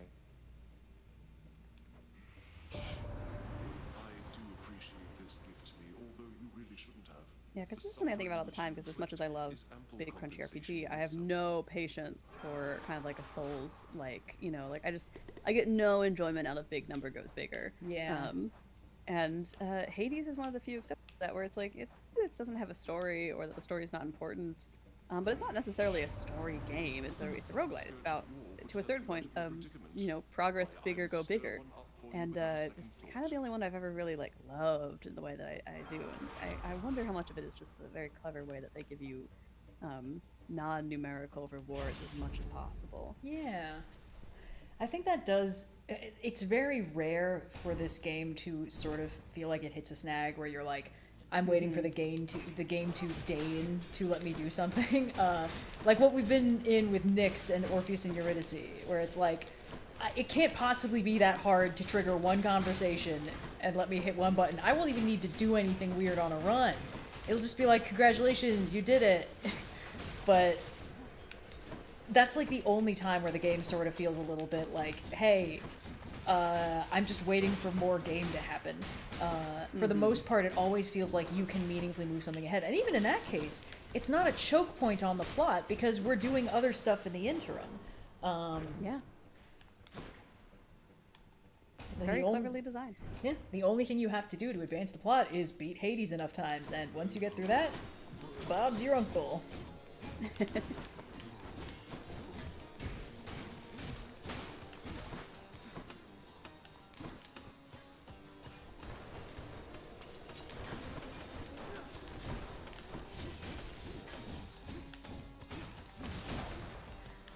Oh, this is fully unrelated. I haven't really been keeping tabs on this. Are they starting to advertise Avengers Doomsday? To a point. It's been going a bit. There was a lot of stuff at industry event or something that they're like, oh, of course. We're gonna have the tie-in material in this re-release of Endgame. It's like, or if you say so. Yeah. It's like maybe you shouldn't have hinged your entire plan on a series of that would take multiple decades to create and you know, would be advancing beyond the point that actors could consistently be in them, and I don't know, maybe you should have changed your production strategy around then, but that's old hat. I think I started seeing like videos about it popping up in my like recommended, so I was like, okay, something's going on, but I just haven't caught wind of any of it. I guess they're yo-yoing Thor's characterization around again. They're like, oh, okay, we tried making him funny, haha, Taika Waititi Thor, and turns out everybody hated that after a couple movies, so now he's serious again, which is good. I've always been pro-serious Thor, but I don't know if we're actually doing that. Yeah, I feel like most of what they've announced has been more in the direction of like, we're re-releasing Endgame theaters, so you know, great. get money. And this version of Endgame is going to have extra content that we've created to help tie it into Doomsday more, so that you know New you can remember Game the plus plot. Avengers Endgame. Yeah, and I was Get like, outta here. I didn't like the first version of Endgame that you made. I don't think I'm gonna suddenly like it more because you've added less things I care about to it. Oh no. I've been on this since the movie came out. I'm willing to. I will die on this hill. It's No, not I a mean, good same. movie. I've been complaining about it since you and I we're in the unpopular opinion bucket. We were ahead of the curve. Holding hands in this. It's been bad for some time, actually. But yeah, it's, I don't know. I don't want to yuck anyone's yum. I know people, but it's just they're pretty bad. I think it's one thing to say I didn't like this, and it's another thing to say nobody should like this, and you know you're very much in camp A and not column B. But yeah, I can appreciate that the internet has gotten a little bit more chill about it. We'll see. It's been a long time since there's been a Marvel project that excited me.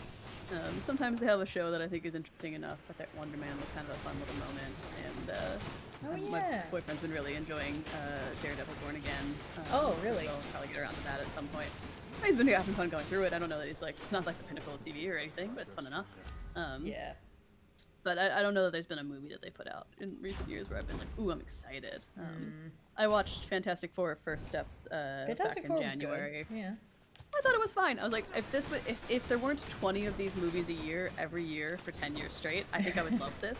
But unfortunately, I've seen this 20,000 times already, and it's a perfectly acceptable version of that thing I've seen 20,000 times already. It's just it's not doing anything new and interesting. That was really it. When I watched the movie, I was like, wow, that's a completely chill movie with nothing wrong with it, and that feels fucking groundbreaking right now. Yeah. But yeah.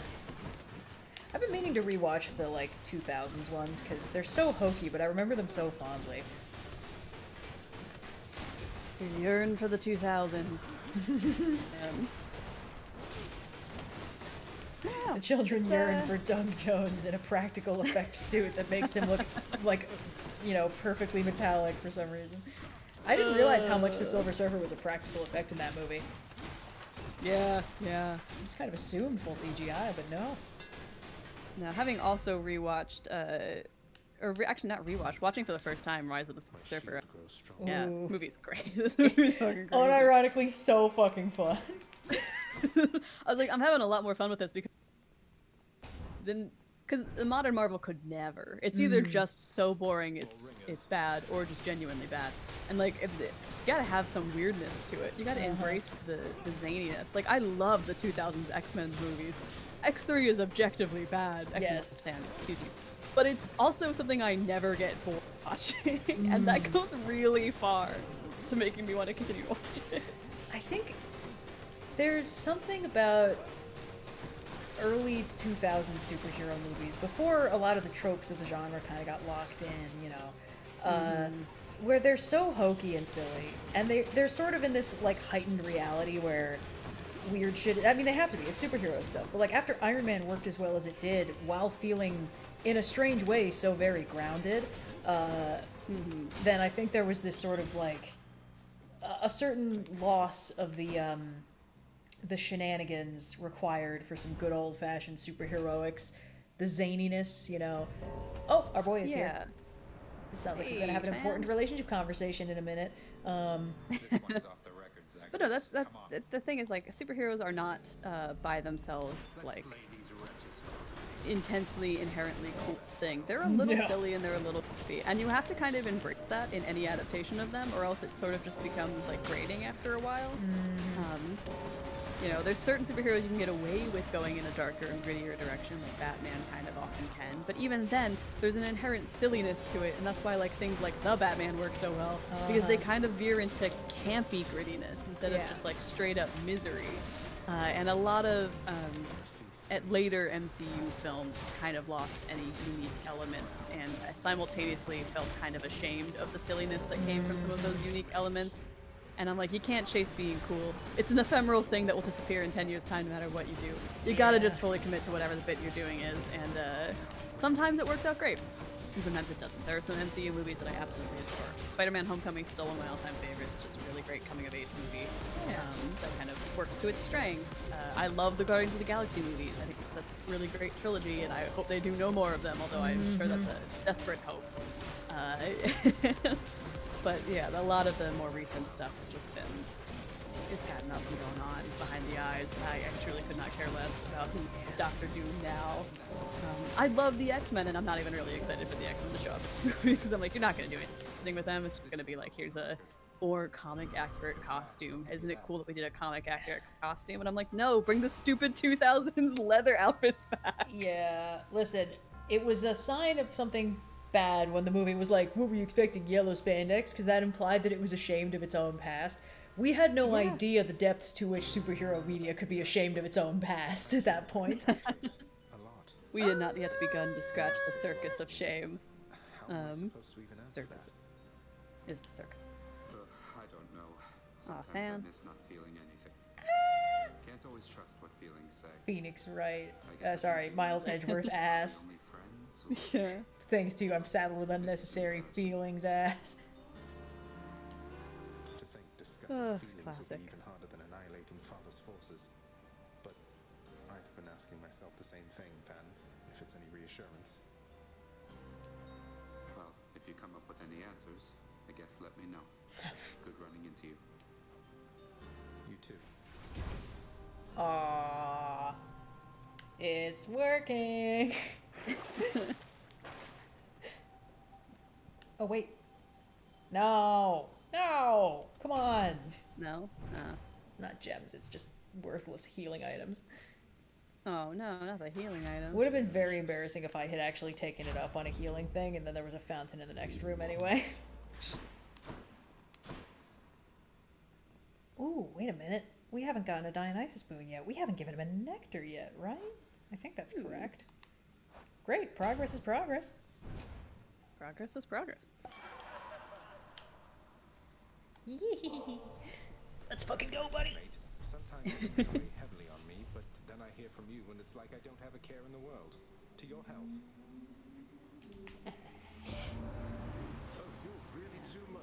I don't know. I'm excited to see what the reaction to Doomsday is, more than I think I'm excited Doomsday. Yeah. It's because I feel like this is a real temperature check on whether or not this style of filmmaking is going to really continue to dominate, and I think the answer is that it's not. I think maybe it's not going to make the kind of bank that they were able to make in the heyday of the MCU, and I'm hoping that means that we'll open the door to more original storytelling, but we shall see. Yeah, I will be intrigued to see where we go with it. That's good. Because my dream is that it does terrible, and then the top box office gross this year is Project Hail Mary, and it's oh look, doing original. I mean, it's based on a book, but like original, not legacy cinematic universe stories is what they want. It's what they crave. They want these cool, interesting sci-fi stories. Maybe we should make more of those. That'd be great. Would love a return to unique blockbuster filmmaking. We'll see. I think for me, I'm almost the opposite, because currently I have no reason to want to watch this movie. If I hear good things about it, I will definitely check it out, because I like superheroes. I would love for these things to start feeling good again, and not just like kind of soulless corporate, this is the thing that makes the most money, so it's the thing we're doing because it made money once. Like, Disney's current business model, I feel like we've waxed poetic about this in a lot of, like, rolling difficulty Patreon hangouts and stuff like that. Mostly because Austin is on call there, and he has a lot of strong opinions about Disney and its business model, as only a Disney fan can. But I think the thing is, I want it to be good. I am not holding out hope for it. I think they've had too many cooks in the kitchen for too long, and the end result is that, like, every decision you sort of get the average output. It's kind of like how the primary, one of many primary grievances against like AI art is that you get the average output. You don't get anything exceptional. You don't get anything particularly creative. You get the averaged output of a bunch of different, inputs. And that's almost how it feels with like oh, we had to make the most like financially sensible decision that would appeal to the most number of people so we can make the most amount of money in this quarter and also always more money than we made in the previous quarter. And the thing that I keep seeing where Disney like purchases something that was doing something cool and new and creative and then makes it do that same thing over and over again until everybody gets sick of it. And then they're like, I don't understand. This goose was laying great golden eggs until we hooked it up to the egg laying machine and like bled it dry. That pisses me off. So if we could get something that's good and creative and interesting, I would obviously love that. I think that would be awesome. I don't think we will. I'd love to be wrong, you know? Yeah, I can't see shit, man. What's happening? Sorry. Please continue. The thing is, the streams never really dies. There's been fantastic indie filmmakers holding it down years and years and years, doing great original work. But the dream is that movies get to be fun and original, that they don't all have to be kind of like an existing IP to be greenlit. And right now, the way that the industry tends to work is that major studio money gets thrown behind existing IPs because they tend to make money. As much as I wish that that wasn't that way, that is fortunately realistically just the way that it's been working. Right. And I would love to have one of these big IP movies flop because I think it will be the final nail in the coffin of this strategy is no longer financially viable. Maybe we should be greenlighting other kinds of projects. Not because I necessarily want Disney to be making the only force behind what movies get big, but getting big blockbuster amounts of money thrown behind cooler projects that would otherwise have to go independent is generally going to result in a better ecosystem overall. And it doesn't mean that they shouldn't be superhero projects, but not having superhero projects that are all connected to each other, I think, could be interesting, right? Like, I think it could be really fun to go back to a time when, like, because there are good superhero movies that come out. DC kind of found its stride between the Batman and Superman movie that came out last year. Like, I'm so excited for Superman, for more Superman. There's good movies coming out of that. Yeah, right? Like, Supergirl's happening, right? Supergirl's happening, which it looks perfectly fine. It's got a very 2000s Not Like Other Girl energy in the trailer that I have mixed feelings about, but I think it'll be interesting nonetheless. I'm excited to check it out. I feel like James Gunn has some really solid hits and some kind of surprising misses. Like, I think I mostly heard about this from, I think I was watching Nando's videos about, like Creature Commandos or something like that, where where it's like this is pretty solid, but there's parts that they're like, okay, his Suicide Squad's pretty good, and then like Superman was a fucking incredible piece of work. Like, mostly seeing James Gunn do kind of like ragtag crews of morally ambiguous misfits, I wasn't sure how well he could handle just a solid true blue paragon, and then it turns out he could fucking kill it. But I am a little worried. It's like, okay, Supergirl is a much more like sour character, and for all the most legitimate reasons. She's got a lot of shit going on, so it completely makes sense for her to be a little bit more, rough around the edges, a little bit more of a problem. I will be intrigued to see how her solo movie goes, because it's definitely not going to be Superman, but again, right. Yeah. And again, like, it's James Gunn has had a lot of hits, but it's not to the point where I'm like, he never misses. It's like, I know that there's no guarantee that this will all be good. And obviously, that's the case for all art. There is never, nobody is always right and always good. And like, we've also seen a lot of people, like a lot of auteurs, people who become so big for their britches that nobody can ever tell them no again. And it turns out a lot of their movies were good because somebody was telling them no, or like chopping things out in the editing room. Christopher Nolan. Yeah, no, it's you want to have. I could be talking about anybody, Christopher Nolan. Anyone could be the subject of my wrath, Christopher Nolan. Please continue. Yeah. No, it's look, I think that the important thing in a healthy artistic ecosystem is that people be allowed to try things and possibly fail. And I think it's cool that James Gunn has had enough cultural cachet that he often gets carte blanche to try things, and sometimes they succeed and sometimes they don't. Yeah.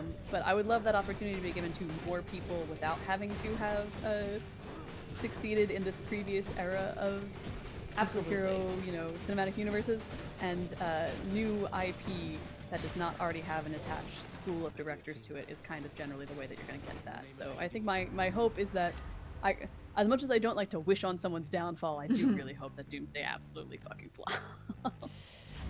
Yeah, I will be intrigued. I will be interested to see where it goes. I hope it goes well, but it would probably be better for the industry if it didn't.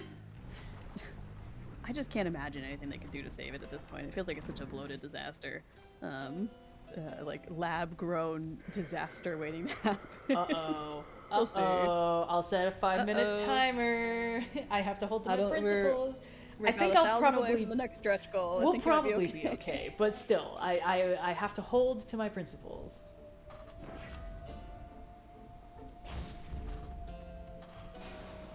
And in the meantime, I'll eat a little snack. Have a tasty little morsel. Red came, or not Red, Ziggy came back. Oh yay. The cat came back the very next day? I think she had dinner. She had lunch. Wow. Yeah, so this is also a good point from chat. Supergirl's not being directed by James Gunn. He is the basically executive producer. Yeah, it's Craig Gillespie, but he's the executive producer over at DC at this point. In the same way that like there have been the Feige of it all for some time. So it's I wouldn't be surprised if his influence was on it, but he isn't the director. Cool. A lot of these cinematic universes have blurred the line between executive producer and director a lot in a way that I have very mixed feelings about. Because on the one hand, I think it's cool when a producer's like, oh, I have a vision for this thing as a whole, so I'm gonna build a team of people who can make movies that I think I'll like. But a lot of times it just feels like, well, we have one person who would want to be in charge of everything, but they realistically can't have directing credits in every single movie, so why we call them an executive producer. I don't know. Easy, cat. What's up? Being cute and little? So little and small. Just little and tiny.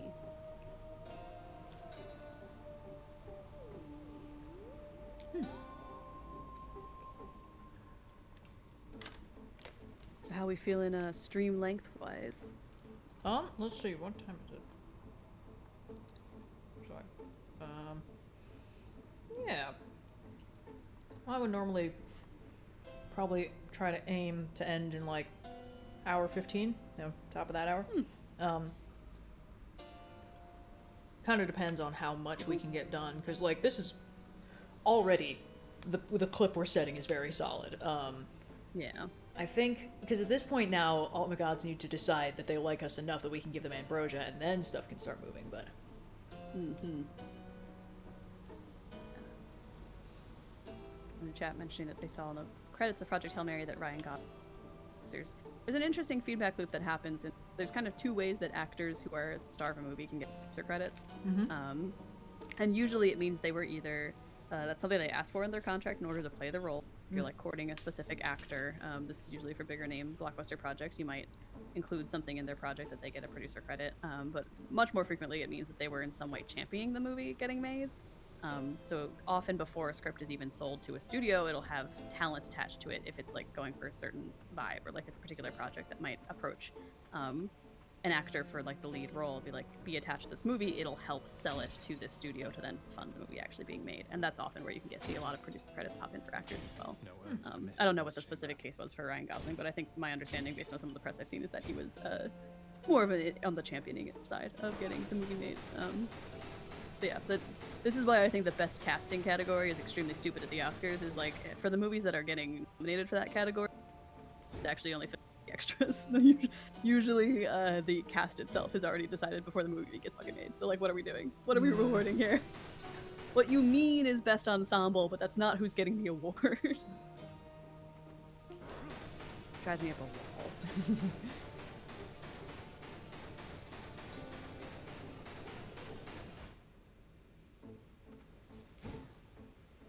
Discovering all kinds of fun interactable elements in this part of the map now.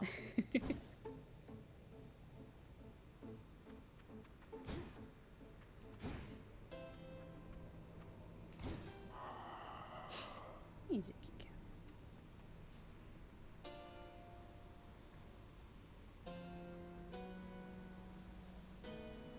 Yeah, okay, we're probably going to be safe. I think so. We're still pretty far from the next stretch goal. Amazing. But yes, as always, we are fundraising for UNICEF, which does very good work around the globe, helping children. And no, go ahead. Oh no, I was going to say, and at $3,000 if we raise that to money, we'll be playing a round of Star Trek Crew Smasher Pass. So, yes. get excited.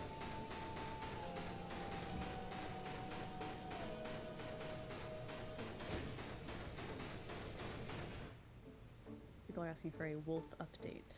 Oh, she's taking a sweet little nap on the little cushion in front of my TV, which is super adorable. In fact, I'll take a picture, and as mentioned, if we hit 3K, I will post a wolf picture. Also, we have reached the 5-minute timer. I am officially off the hook. I do not need to die fighting Charon, which is nice. So let me just real quick snap that tasty pic I need to do. Oh, she's so eepy speepy and so very, very small.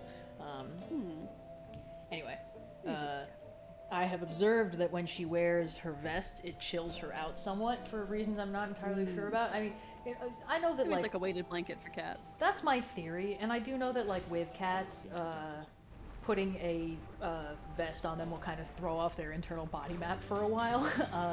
They're just kind of like, that's why they go salamander mode. It kind of glitches them out. So I think it might be a little bit that, but also like, listen, I just need her to not chew on the cables while I'm streaming. So it's like, okay, well I have a way that she chills out. Let's give it a shot.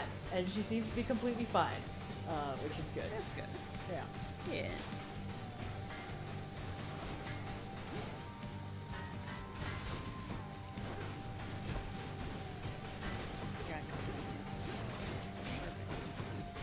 I'm gonna have to also do that with Well, thank you for the anonymous €500 donation. Hey, very nice. Incredibly kind. That puts us over halfway to the next stretch goal, getting closer and closer to that Star Trek Smasher Pass. Hell yeah. Dang it, Last Stand would be really useful, except I haven't used any Death Defiances, so... that's okay. Thanks for trying, Athena. Did your best. We can always say hi to Chaos. We could always... I mean, this is a... Yeah.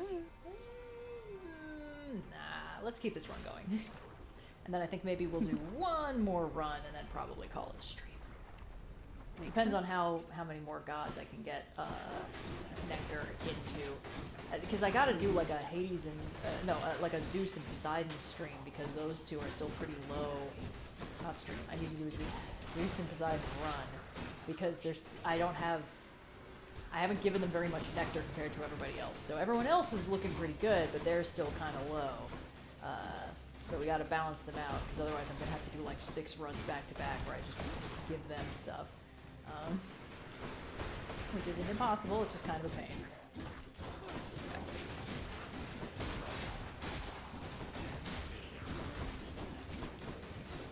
As far as I know, we are not working towards a pizza party, chat. And I mean, if someone wants to order me a pizza, I'll certainly let you know. Cheap pizza. I have some pizza. I mean, I had pizza on Sunday, actually. Don't order pizza. I'm good. Pizza secured. The power of the gods. There's something very Ninja Turtles-esque about how much pizza is my default. If I don't know what to eat for food, I will always be down for pizza. It's a safe bet. It's one of those foods that it's like, yeah, you know, it's treat me wrong. Yeah. Kind of hard to mess up pizza. Well, that's not true. Kind of hard, once you know how to get good pizza, kind of hard to mess it up.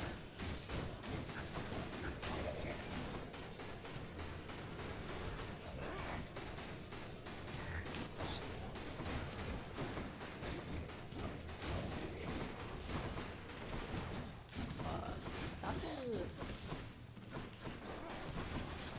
Why must you be so mean to me? But after we get done with the stream tonight, I'm gonna be hopping over to my friend cast. They're doing a big month of movies. And so not a bomb for that, podcast, right? Sorry, you cut out a little bit. I think if you're quiet enough, Discord just automatically cuts you out in the middle of a sentence. I don't know why. Got you. Yeah. Yeah, I was heading with my friends in a podcast. We're going to be doing a podcast episode about Vampire vs. Vampire, which is one of my all-time favorite Chang-Chi movies. And I was rewatching it last night in preparation, and I was reminded about why I love it so much, because it's such a silly, goofy time. We open with some goo, we end with some some toads jumping out of some shoes. You get to see a Dracula fighting a bunch of like Taoist priests. It's awesome. It's so good. But I love that genre. There's a horror comedy genre that you get in a lot of 80s and 90s Hong Kong cinema that's just really, really solid. Like really, really fun. There's this sort of like a lot of Western horror is a little bit prescriptive. Like it makes a lot of judgments about people deserving what's happening to them in some way. You know, it's the teens who sneak off to hook up are the ones who get caught by the slasher kind of direction. Like, and there's a more of a just generally folkloric and mythological to a lot of Eastern horror. We covered House on the podcast recently, and this has got this a lot, where it's like, it's not that any of these girls deserve to be got by the house, it's just that they have the misfortune of stumbling into this, like, you know, folkloric figure, this folkloric ghost. And Vampire vs. Vampire has kind of a similar vibe, where it's like, not that anyone in this movie necessarily deserves to get got by a vampire, it's just that they're sort of stumbling into, in this case, a Western-style vampire. And it's an interesting space of horror because it allows you to get a little bit more comedic with it than a lot of Western horror can, and it's not like it's funny because it's tongue-in-cheek. It's funny because the source material is not necessarily so utterly terrifying once you understand what it is, and it's an interesting space to operate in, and I like it a lot. I wrote my thesis in college in this subgenre, so it's particularly near and dear to my heart, but yeah, just very, very fun. And this movie's great. I can't recommend Vampire vs. Vampire enough. If you're interested at all in the Jiangshi, which is traditionally translated as vampire, it's more of a hopping undead Taoist priest. Can't go wrong. Very, very fun guy. There's a great, very charming little kid who plays the Jiangshi in Vampire vs. Vampire. I love him very much. Yeah, he's a child. And he doesn't speak any lines the whole movie. He doesn't have, like, dialogue. He just makes little, like, they have, like, in post, afterwards, they put in little, like, ringing sounds whenever he moves his head to indicate that he's talking. And it's very, very sweet. That's kind of adorable. Mr. Vampire is also a good Junction movie. Close Encounters, or Encounters of the Spooky Kind. These are all classics. I'm sorry, it's called Close Encounters of the Spooky Kind? It's called Close Encounters, and Encounters of the Spooky Kind is the same sentence, and that's incorrect. That's on me. Sure, yeah.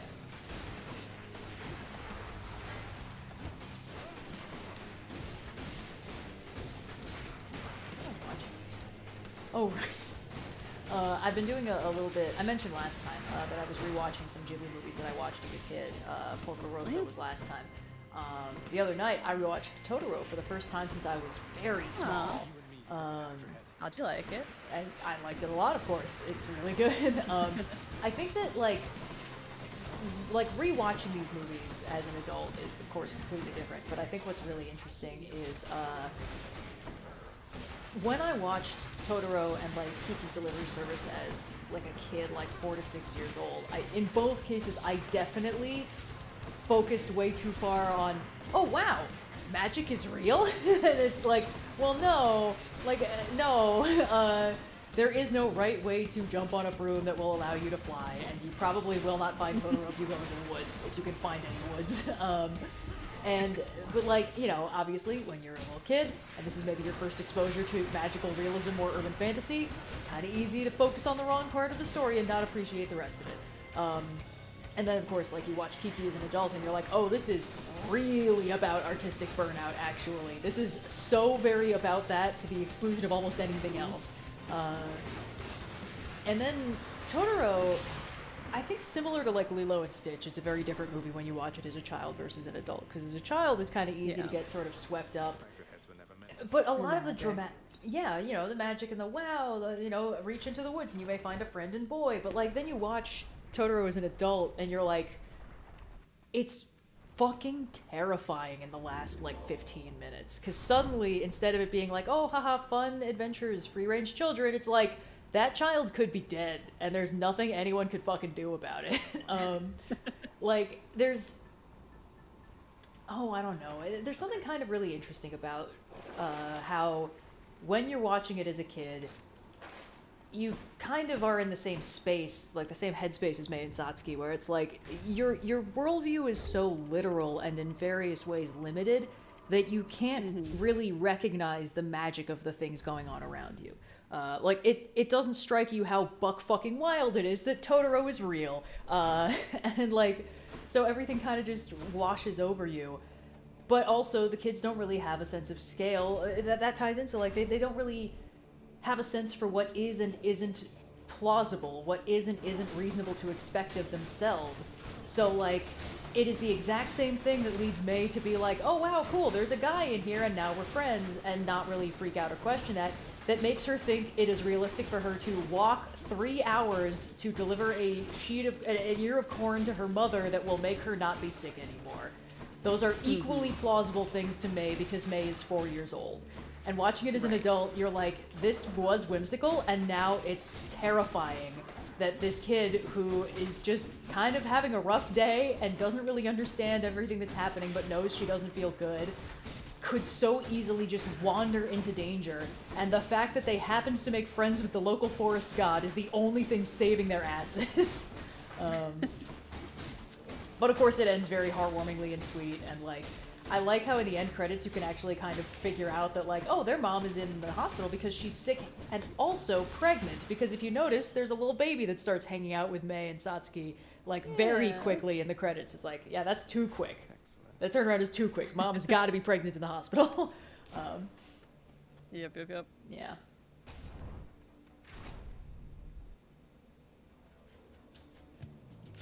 Anyway, movie good, obviously. I mean, it's a fucking Studio Ghibli movie, of course it's good. Yeah, see our previous conversation with there's not really bad ones. Yeah. Also, underrated quality dad in that movie. That dad rules. Yeah. Good dad. Yeah, good dad. Ghibli has good parents. They're generally pretty good. Yeah.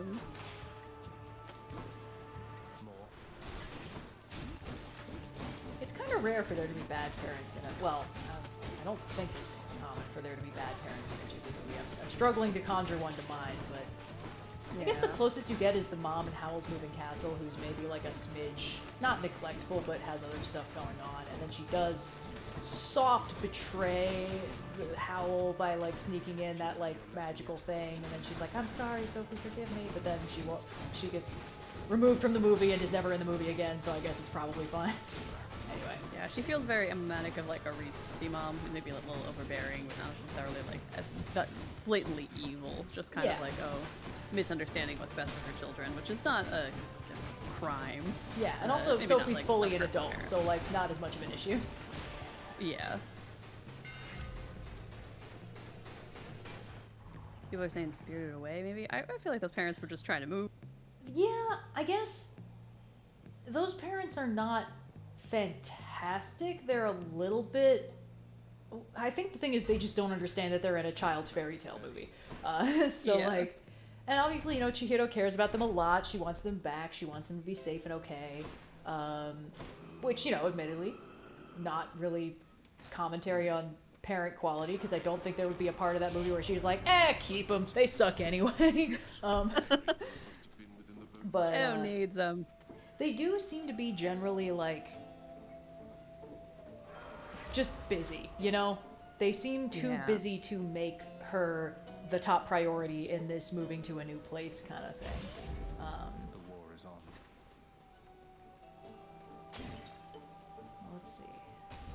Yeah, I think that, you know, people are throwing out like a Ponyo dad or the dad, and it's like, even those guys, I'm like, the worst thing you could say is that he has maybe I'm more sympathetic to this because this was my brother's job, but like works on a boat, can't always be home, like not ideal, but not like a crime either, not like inherently a terrible dad. Still makes it a point to try and like check in with his son and wife, even if she's, you know, giving him the shoulder. Probably not the worst that a dad could be. I watched Ponyo once when it came out in theaters, and I was stunned to find that I didn't like it very much, because I didn't think it was possible for that to be the case with a Ghibli movie, so... Yeah, I like Ponyo a lot. I think it's very sweet and charming, but it's definitely like it leans into a much more you know, it's in the Totoro Kiki's direction more so than like Nausicaa or Castle in the Sky. For sure, it's aimed at a younger audience, and it's yeah. It's got that more like fairy tale rules kind of thing, rather than this is like this is a grounded setting with its own rules and people trying to navigate it. It's more like, no, this is magic bullshit, and that's fine. We love magic bullshit. Yeah. I like Ponyo a lot.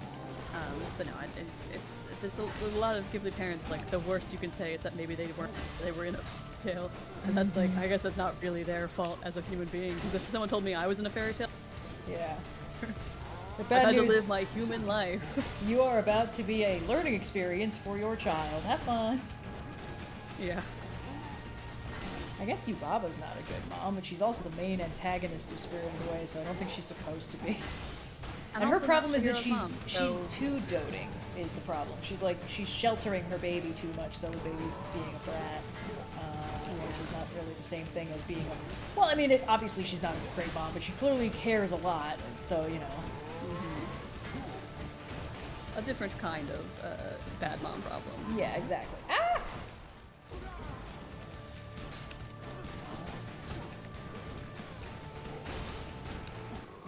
Ice cream truck. I don't think it goes down my street, but I live just close enough to a couple schools where it does swing by sometimes.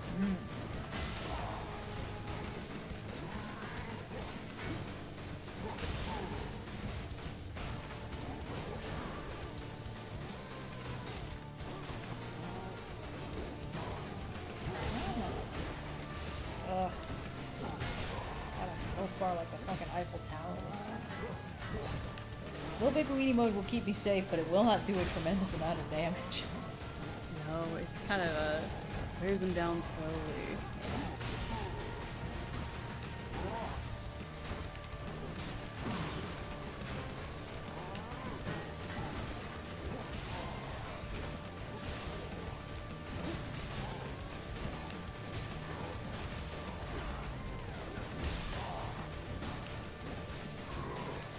Okay, there we go. Whew.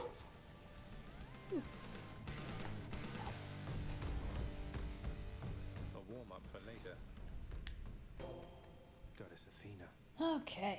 In the Yoink. name of Hades. Let's see. Athena, we need Plugging to get along. 2 more. Aphrodite. So I did realize I miscalculated because I think I was counting the 7th thing they need as a nectar instead of an ambrosia, and we have a ton of ambrosia, so we'll be fine. So it's actually 2, whoops, 3, so 5, 7, 12, 16. 16 more nectar necessary. And we can only give each of them 1 per run. Alright. It's okay. It's chugging okay. along. Yeah. I think that's like maximum 4 runs if we're really efficient about it. Because I think that Poseidon's the one who we need to give the most to, I want to say. That makes sense. He's not one we're usually trying to hang around so much. No. He's just not a fave. Yeah. Not the fave of the Olympians in this game, No. unfortunately.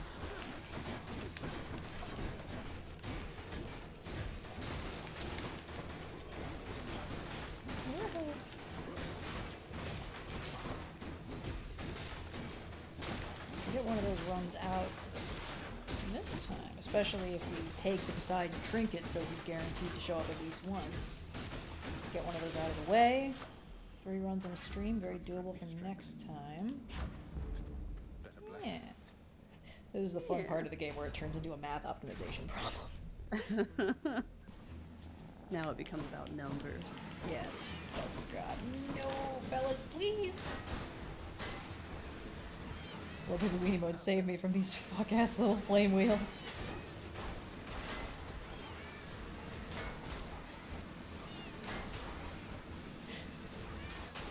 Hades looming, watching, laughing uproariously at this bullshit happening to me. As is his right. Are we done? Are we finished? No! No such luck. Mercy!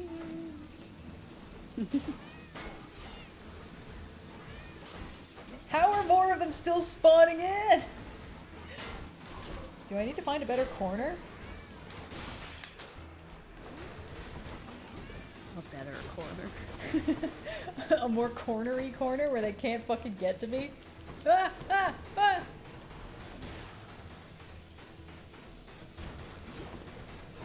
Let me out! Hey, you guys should come over here and see what happens, actually. Oh my god, that works? No fucking way. What's regenerating?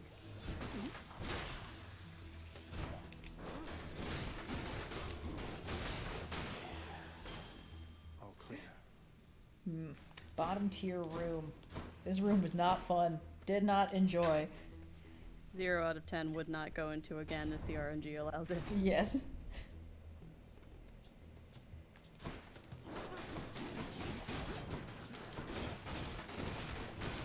Yeah, you guys should definitely stand right there. Good job.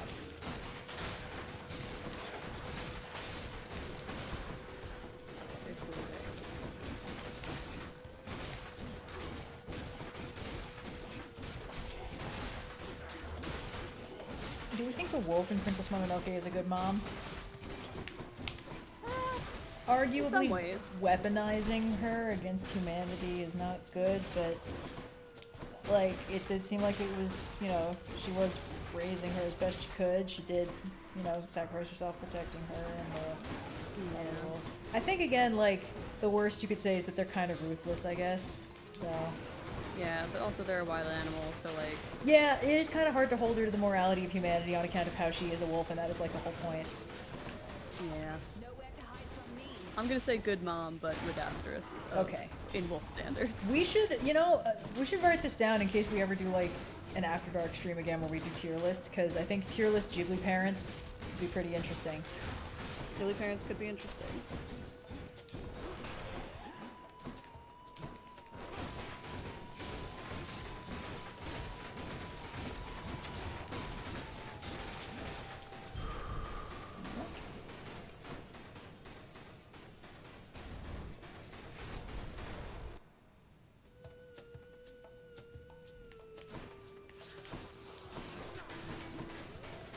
See, I think the thing is, like, they can imply bad parents in the backstory, you know? It's like, okay, the parents that she had who abandoned her, yeah, they suck, but where are they? You know, like, not in the movie, that's for dang sure. Dead, probably, question mark? Question mark? It's an interesting theory. Wolf got I'm up. genuinely just kind of pondering. Yeah, like, Oh, who's, yeah. what is, she's, like, awake, like, kind of just sitting at my feet, but, like, got the most teenager that just woke up expression I've ever seen. Like, she's awake, but at what cost? Oh, no.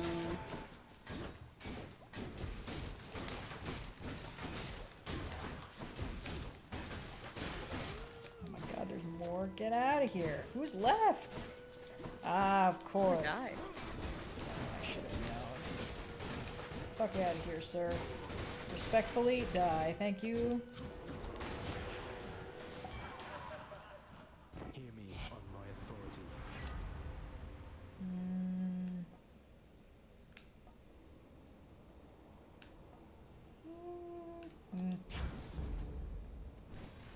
Nah, coins. I already got plenty. What's in the pool this time? Oh, hell yeah, I'll take that. Coin goes in, that We comes did out. those. I'll take an hour. Hooray. Hey, buddy, you want to come up on the couch and hang out, or are you just going to sit there and judge me? Either one is fine, but you A little must bit of both. choose. Column A, column B. Yeah.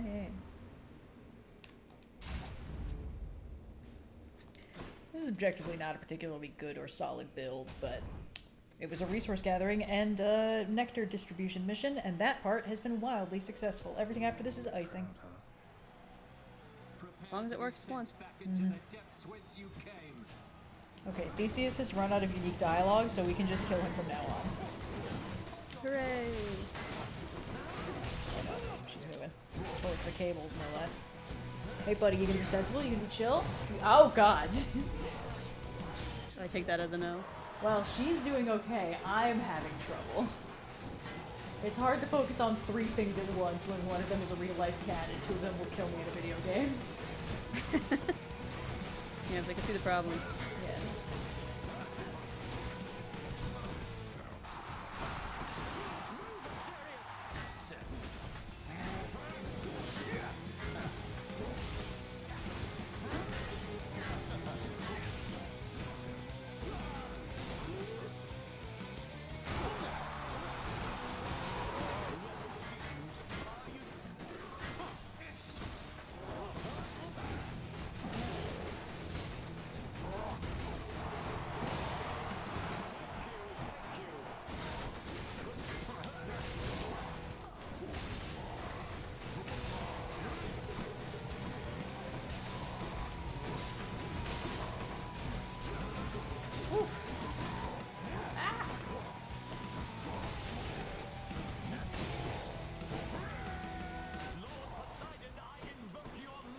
See, Poseidon, this is why I don't give you nectar very much.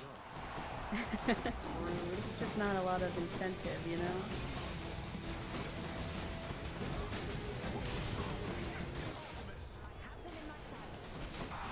Oh.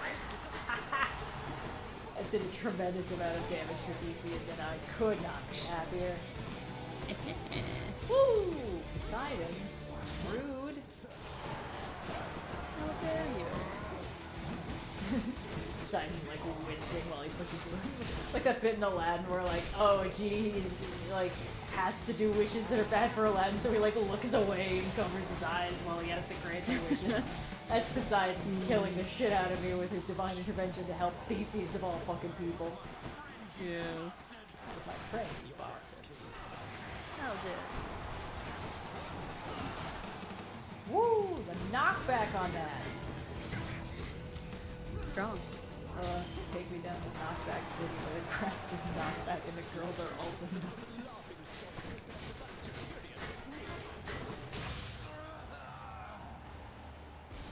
Rest in piss, Theseus. Goodbye. Enough to make Theseus shut it for a bit. Get fucked, dude. I won again, Shay, thanks to your support. It's all thanks to you, my loyal Shade. Hope you enjoyed the show. One Death Defiance. And Finest Elysium all failed to thwart you, eh? hell yeah, that's right. That's all we can hope for. Okay. Gonna real quick button up this run, then real quick do one more run, and then we're gonna call it a stream.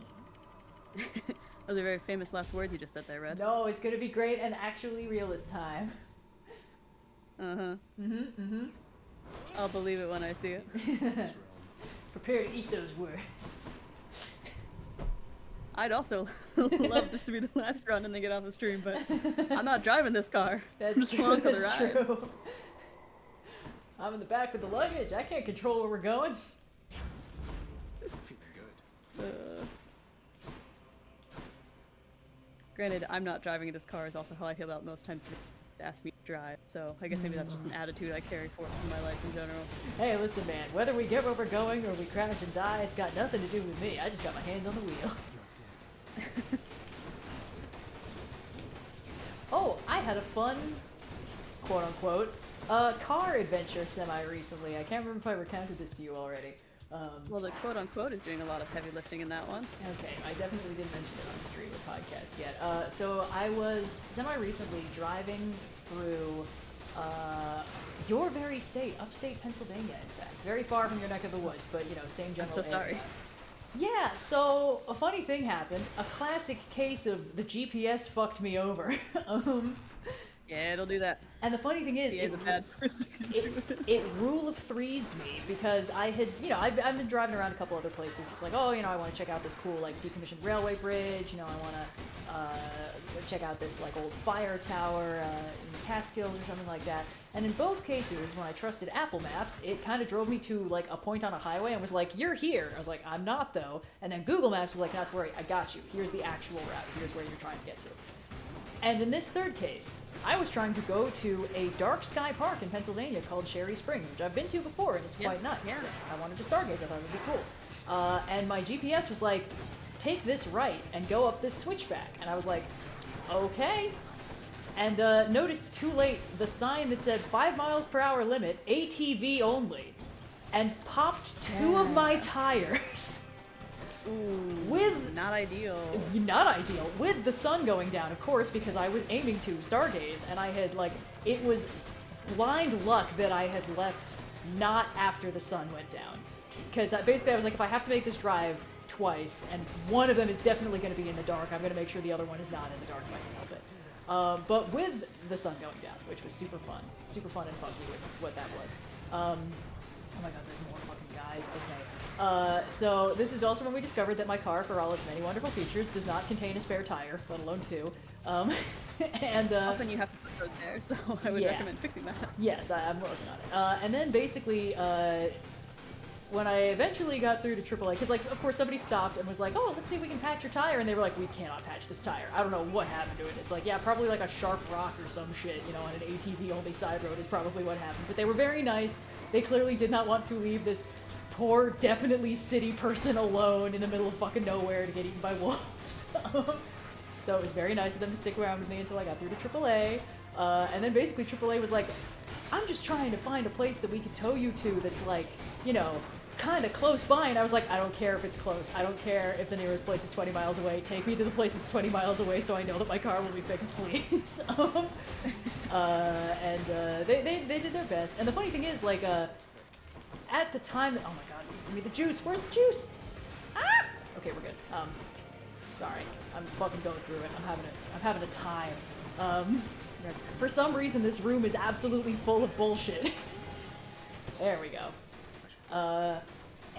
Anyway, so fortunately, despite AAA being like, yeah, we can only give you like 1 tow per ride, and I was like, okay, so you want to tow my car to a, let's be clear, closed repair shop that will open in the morning and hopefully get my car drivable again. And where do you propose to put me? Because I was staying in this like lodge that was like 20 miles away from a town. And they were like, yeah, we can give you 1 tow per accident. I was like, okay, well, but fortunately, tow driver picked me up, was like, yeah, it's on the way to the town, so I will drop you off where you're sleeping, and then I will drop your car off at the tow place with your keys and explain everything, you know, in a note or something like that. Super chill guy. Very nice of him. But it was kind of funny how, like, everyone was in agreement of like, oh wow, you have managed to fall through the cracks of a system that is not designed for you to not be out here without a functional car. Or anyway, so it ended up working out very well because everyone was extremely nice to me. And they fortunately managed to get my car fixed within like 2 hours of them opening the next day. So I could drive out instead of having to stay there for 2 extra days as they closed over the weekend, which was a real possibility. Yeah, the roads in PA leave a lot to be desired, and I've had a lot of GPS trouble in my state. Because at one point we were driving with my dad, and it told him to turn down Old Logging Road. We all assumed it was just a fun little name for a road, but actually it was an old logging road. Yeah. Paved, roped off, and I'm like, this can't possibly be. Yep. In what world, GPS, was this supposed to be a road I could take? And the thing is, I've had some circumstances where it's like, oh, you know, especially if you want to get to like a trailhead or, you know, like an older place, sometimes that does mean you take like a little 1-lane gravel road. And usually that works out okay. Like, gravel, a car can handle. I don't know what kind of fucked up sharp rocks they had on that one side road, but it was bad, yo. ATVs and cars generally don't use the same roads. No, yeah. So that should have been, I think, the first one. That was definitely, this was the first time I'd encountered that, and now I have learned a valuable lesson. But yeah, no, it was. That's more of an off-roading situation. Yeah, absolutely. Very different tires and materials to get. If it's an ATV-only road, that implies it has a certain all-terrain quality to it. But anyway, yeah, it was actually kind of interesting because, you know, in the stretch after I got through to AAA, they were like, okay, yeah, we've contacted a towing service that's actually open and currently in your state rather than like towing somebody up in the Adirondacks or something.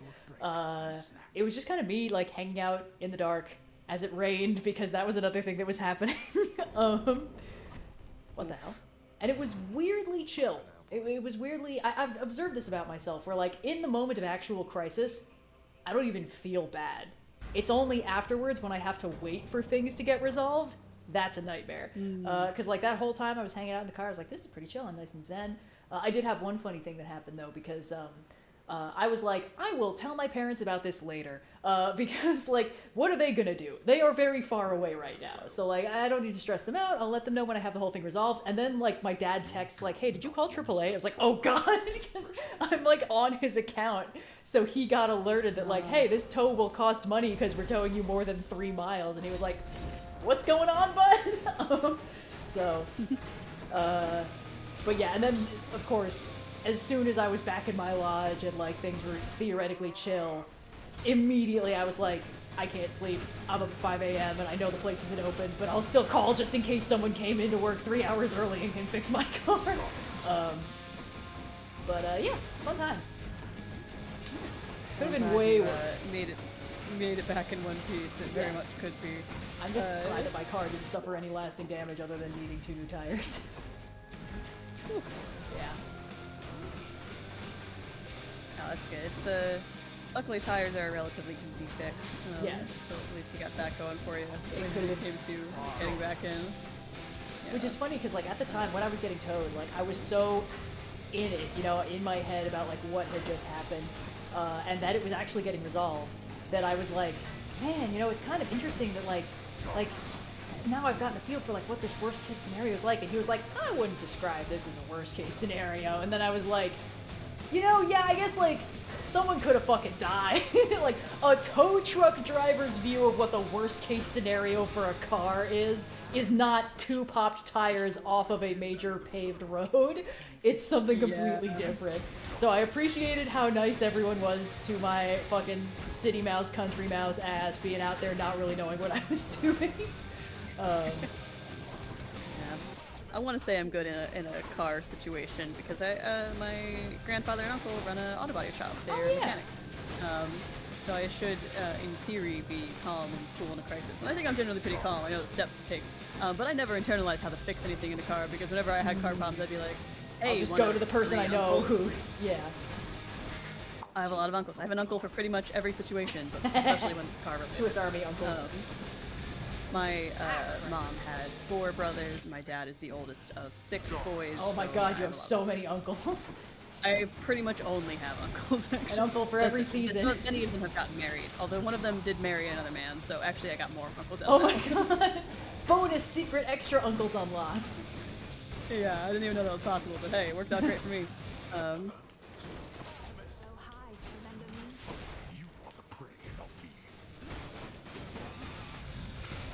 yeah, it turns out being related to a mechanic does not make you better at doing stuff. It just means that you were faster to call a mechanic and be like, please just fix this for me. Oh, there's no Lamarckian evolution in play. Instead of me learning the skills, I will simply ask you to do it for me. Just there we go. Finish then. The rise of Little Baby Weenie Mode, Mark II. A classic of the genre. Oh my god, I have 1 hit point on this. I mean, I have like a death fight, so I'll be okay, but... Still.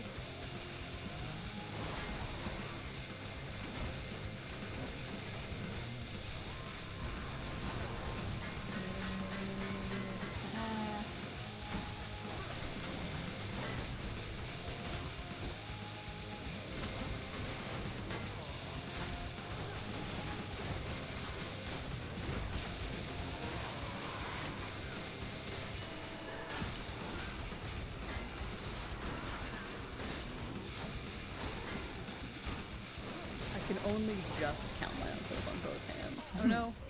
Yeah, no, because I had 9 and then 1 married and a dude, so then I had 10. Wow. I can just barely fit them on 1 hand. I guess that would be 2 hands? hands? I don't know. Yeah, I guess it would be 2 hands. Now that I think about it, 10 is the number of fingers I have on 2 hands, actually. But the statement was can't count your uncles on both hands, and both hands is 2. So both hands is is 2. I'm still in the clear. You are, yes. You can't. I don't have any. I don't. I have no aunts that didn't marry into our family. Neither of my sisters. Huh. So it's just it's uncles all the way down. That 1 hit point did not carry me through very well. No, it did not. I mean, it lasted a surprisingly long time. I can survive on 1 hit point in the energy of the universe. You say so. Ah! No, you fall. I know you are, but what am I, huh? You ever think about that? Woo! I don't think they were thinking about that, Red. Okay, they didn't even think about that. That's crazy.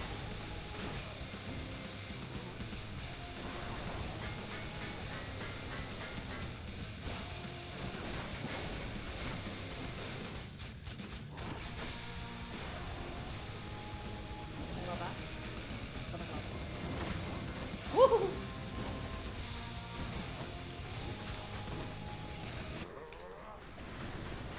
Oh yes, perfect, almost. Dang it. I really wanted him to stand in the radius of my special again. Getting the distance right is hard. When it works, ooh, how it works. Come on, you son of a bitch. I I know that health bar has only like 3 more good hits in it. Get him, Artemis! Yeah!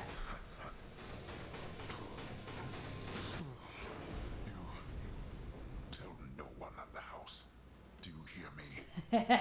Don't tell anybody you kicked my ass! Well. Bye! See you in like 3 minutes. Barely got through. Hey. Zachary, it's none of that fucking negative At first I thought that was you with a very ambitious call on how long it would take you to get through another run.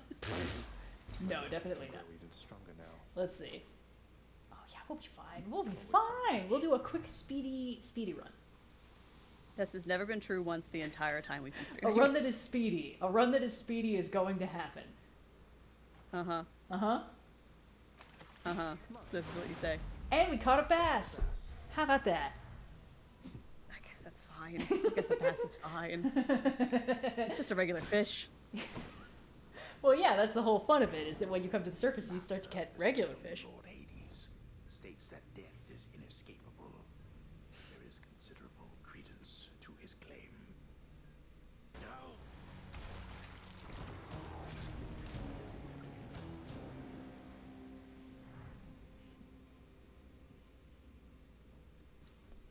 All right. We're going to lock in. We're going to lock in and do this speedy run style. Uh-huh. It's like a speed You think run. you can do a run in half an hour? Because that's what you... Yes, I That do. was I think I can do a stated. run in half an hour. Thank you for asking. Yeah. Cool. Hit this. I just got back shortly before. Oh, Cerberus. Doubtless you deserve the biggest thanks that this house still stands, don't you? Did you enjoy the treat I brought? It's a new you from version of the Pact of surface? Punishment where I just make fun of you for every minute of 30 that you go on this run.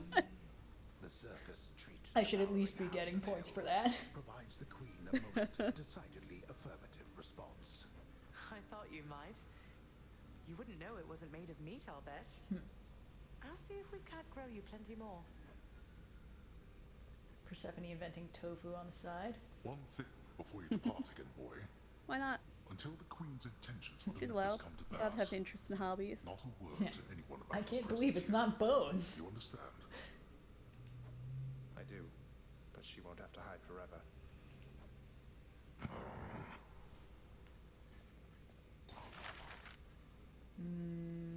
Extremer measures. Oh my god. We could improve that, or we could more realistically spend all of these gemstones on delicious nectar and make everybody like us more. Meg, what's going on with Nyx and Dusa, do you know? I think they've been butting heads a bit lately. I can't imagine why. Nyx has her under strict orders, yet you keep on stopping by for your little chats.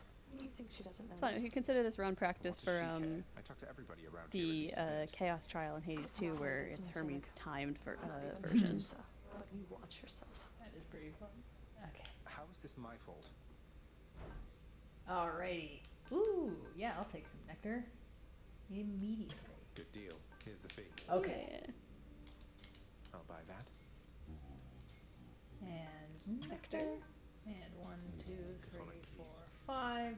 Nectar. And 1 more for the road. More keys for me. I'll take it. Incredible. Let's start making everybody like us more, but also hi. Hey, sir. Meant to say I hope I didn't get you into too much trouble after letting me in Father's bedchambers.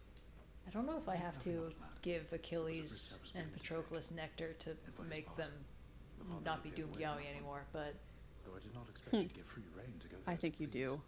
Is the secret. Well, they can be quite I persuasive. think with every advancing conversation tree, you do kind of have to periodically give them nectar, or they will start to run out of things to say to you.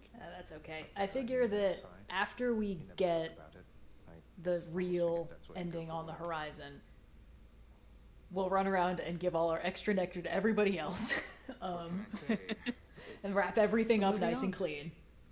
I never stay up there Could for be good. very long. Don't think I could. It starts making me feel ill. Too many sensations all at once. And when the chariot of Helios is in the sky, it gets so bright that I can barely see. That sounds awful. If it's that bad, why would all the Olympians chat it up so much? There's no accounting for their taste, I guess. Goth weirdos. Alrighty, let's see. Let's get the head chef some fish. Here you go, fine sir. Some water-dwelling beast for you, good chef. Ambrosia. And a key. Ooh. Okay. We can afford one more nectar, and we will probably need all of it. I'll take it. And then we gotta go fast, gotta go speedy. So let's go fast, go speedy! You keep saying this, but it's I'm not gonna sure happen. You will be amazed at how fast and speedy we are.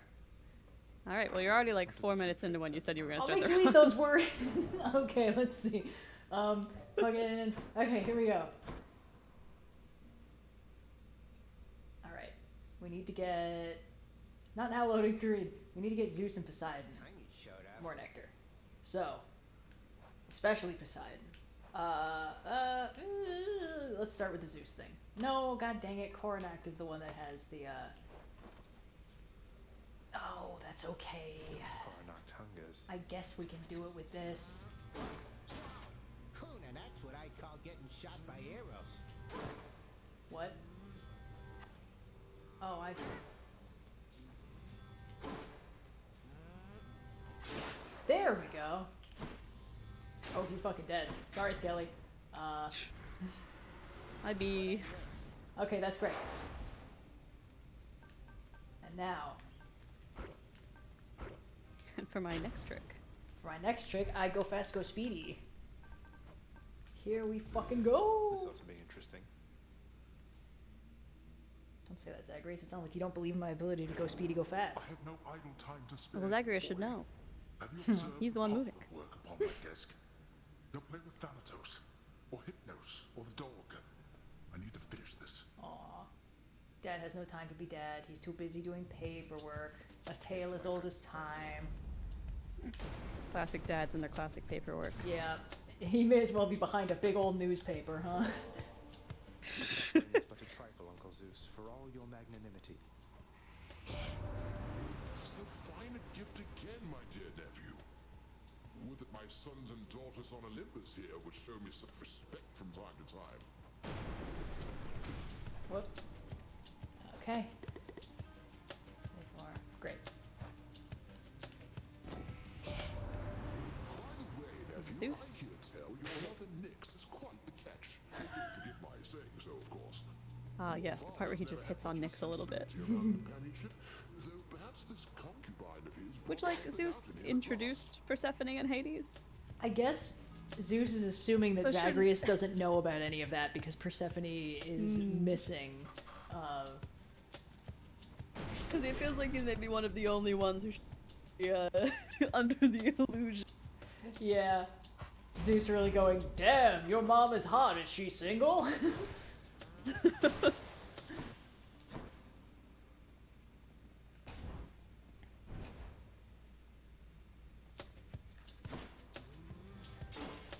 Ringers. You guys are really putting a cramp in my gotta go fast, gotta go speedy vibe. So I didn't read the manual on this weapon either. Does it do anything interesting? Am I using it wrong? The bow? This specific version, this is the aspect of Rama. I couldn't tell you off the top of my head. I'm sure it does, because all of them really have a funky mechanic of some kind to them. It's putting not symbols all as much over as the the heads spear, of some but characters. I think maybe it's like a marked kind of thing. But I so rarely use the bow. I couldn't tell you off the top of my head. I'm only doing this for the resource grind. It's not like I like the bow or anything. I was just passing through. So you say? Get out So of you here. claim? Yes, so I claim.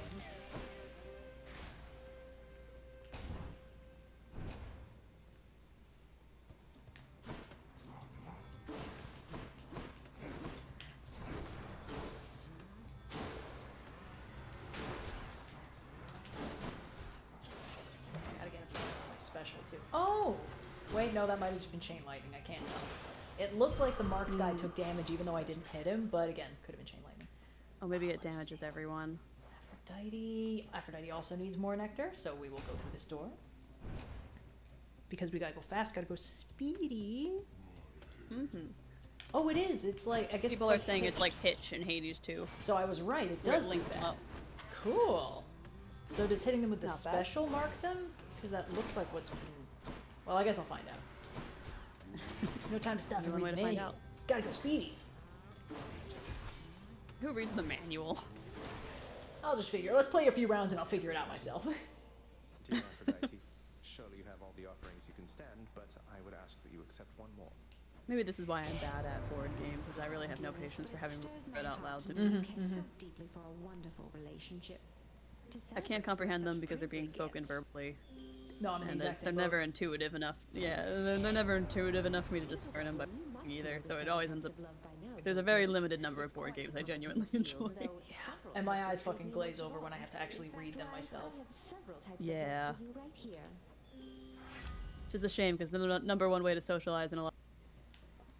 Come hang out and play board games and I'm like, oh god, here it goes again. We do know an awful lot of board like game people, statistically speaking. I gotta pretend to really like board games for an hour. I don't know that I can do this. I will happily like attach myself to somebody else's team and be like, hey, just, you know, I'm also here.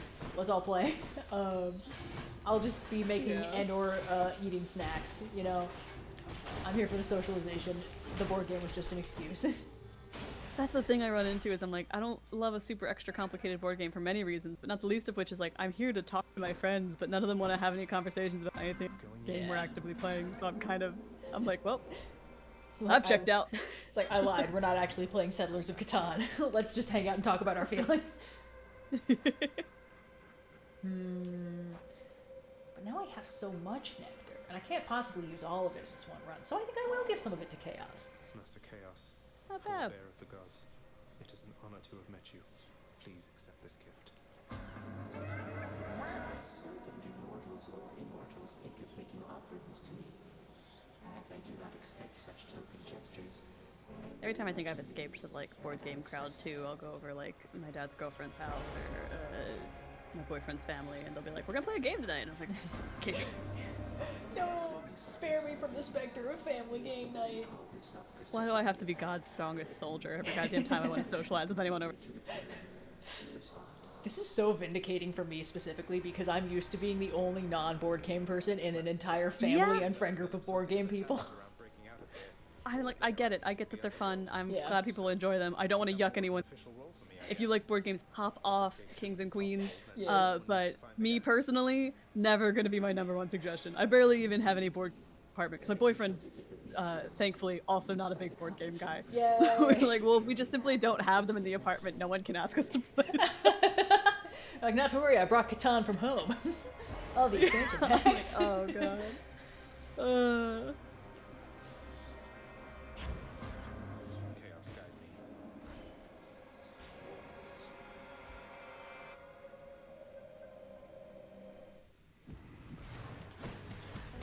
Now a fighting game, a video game, a little Mortal Kombat moment, that I can always get behind.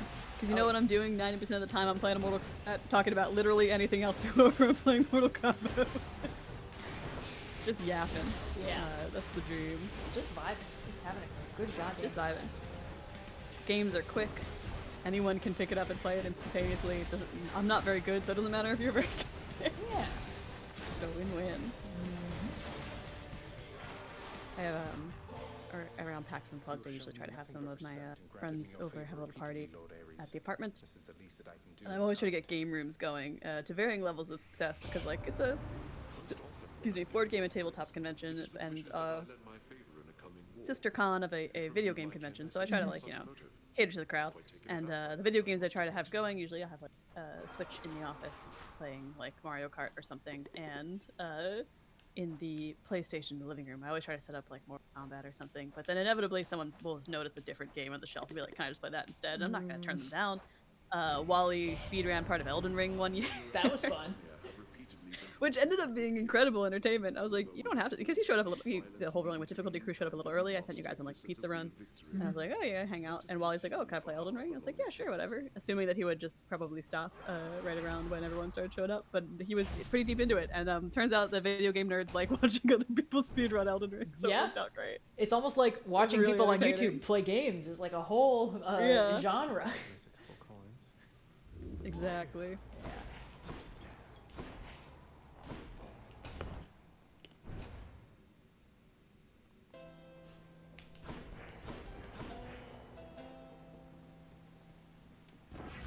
Keep me going. No divine dash? Okay, that's fine. this bow back into tip-top Ooh, shape. I will take chain shot, absolutely. Let's make this even worse. Quite the bow. Comboing that with chain lightning is a choice. Okay, let's fucking go.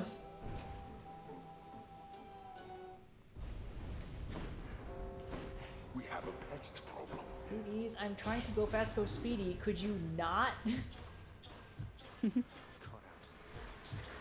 I have very similar feelings about board games that I do about Magic the Gathering sometimes. It's like, yeah, I know I probably would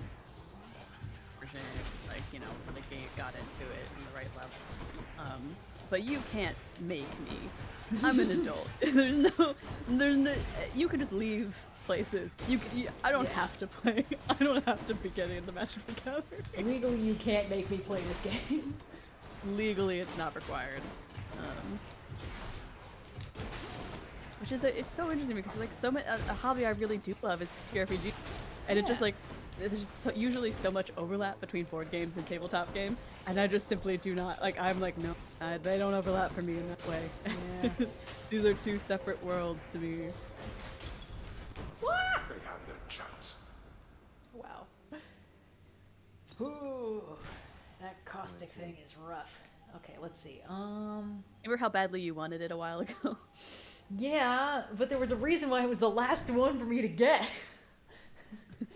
It's usually one of the first ones I end up picking because I feel like I am like, well, I'll dodge the bomb. I will just simply never stop moving. Yeah, that's fair.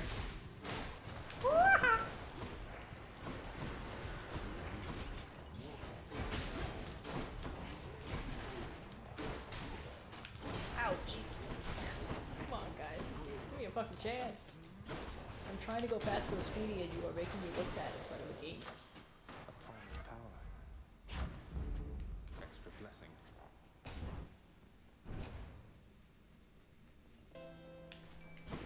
Oh, fishing spot.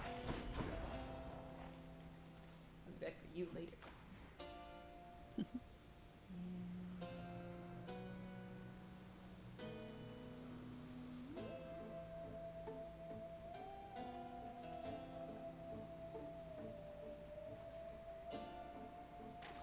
Sometimes I wonder how long I would have to wait to catch a fish before I thought that maybe the game had frozen. You know? Yeah. Like, how long will I tolerate this? I'll pay for that. Answer may surprise you. Yeah. Nah, I'll hold out for a Zeus, but that gives me that. I'll do this. Alrighty, let's fight the Furies. Hey, here we go. Oh, hey. Keep you waiting, ladies. Hey. He was right on time, just Milady. as I said. Make her bleed him.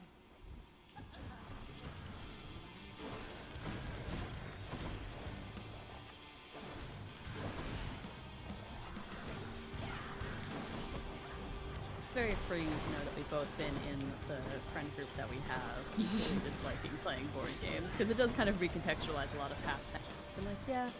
At least we're both dissociating the whole time until they're telling me the rules of this game. Yeah, I'll do my level fucking best. You know, I will try to be a team player. It's just I'm not here to yuck anybody's yum. No. Like it is, you know, I don't want to game night. It's just sometimes the attention span is not cooperative, and it's like, listen, if we play a round or two, I'll pick it up. If we don't, if I have to sit here and memorize it and then take a test on it, I may as well just be in school. I don't want to go to board game school. Can't make me. This isn't Yu-Gi-Oh! GX. Get me out of fucking card game school. I don't want to be here.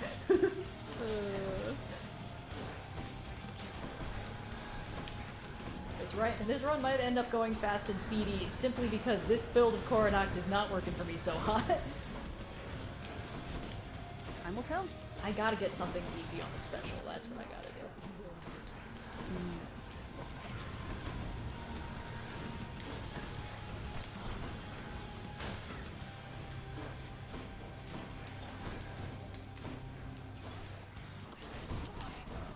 It's also very hard to do the timing on the power shot when I have to deal with all this additional bullshit going on. Yeah, that'll do it. Yay! Oh, no. Yeah. run continues. Not getting the slow and steady allocation. No, we are going fast and efficiently and cool and speedy. Okay, let's see. We got the Zeus spoon. That was good. The Fury seem in. Should I change things up? Let's get the Poseidon thing. Because then we will also be able to give him nectar. And I will also take that. Okay, let's go. Fast and speedy, fast and speedy. Maximum efficiency. If you say fast and speedy enough times, maybe it'll be true. It will become true the more I say it, yes. Yes.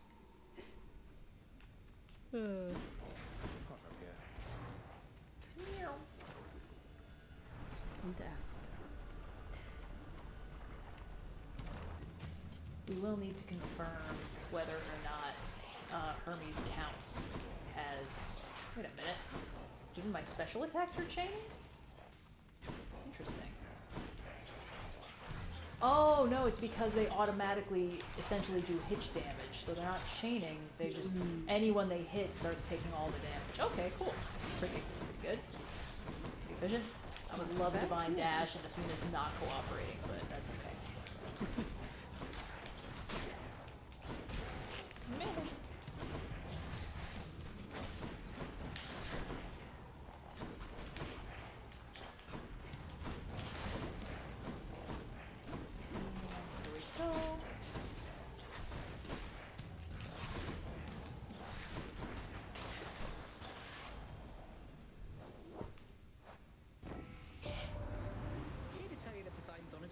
Sometimes he is a little slow, but you'll meet up with him again eventually.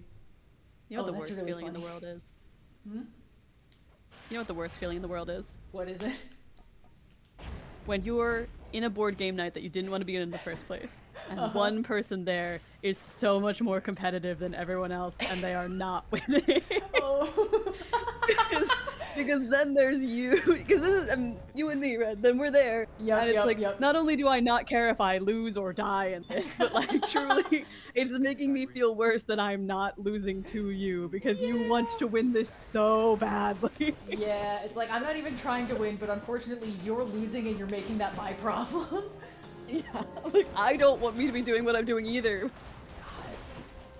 That's why it can be kind of fun to do those like the cooperative ones where it's like, listen, we're all just trying to win together, okay? It's not that complicated. But then I feel like a weak link when I don't know what's going on. Well, that's why I'm like, listen, just put me on somebody's team. I'll look at their cards and we'll be fine. I love pulling the I'm just gonna spectate this round so the numbers are easier card. Yep, yeah, it's like, oh, it seems like there's a lot of us already, you know, let's not make it take too long. It's a 4-player game and there's 5 of us. I'll sit out this round. Yeah.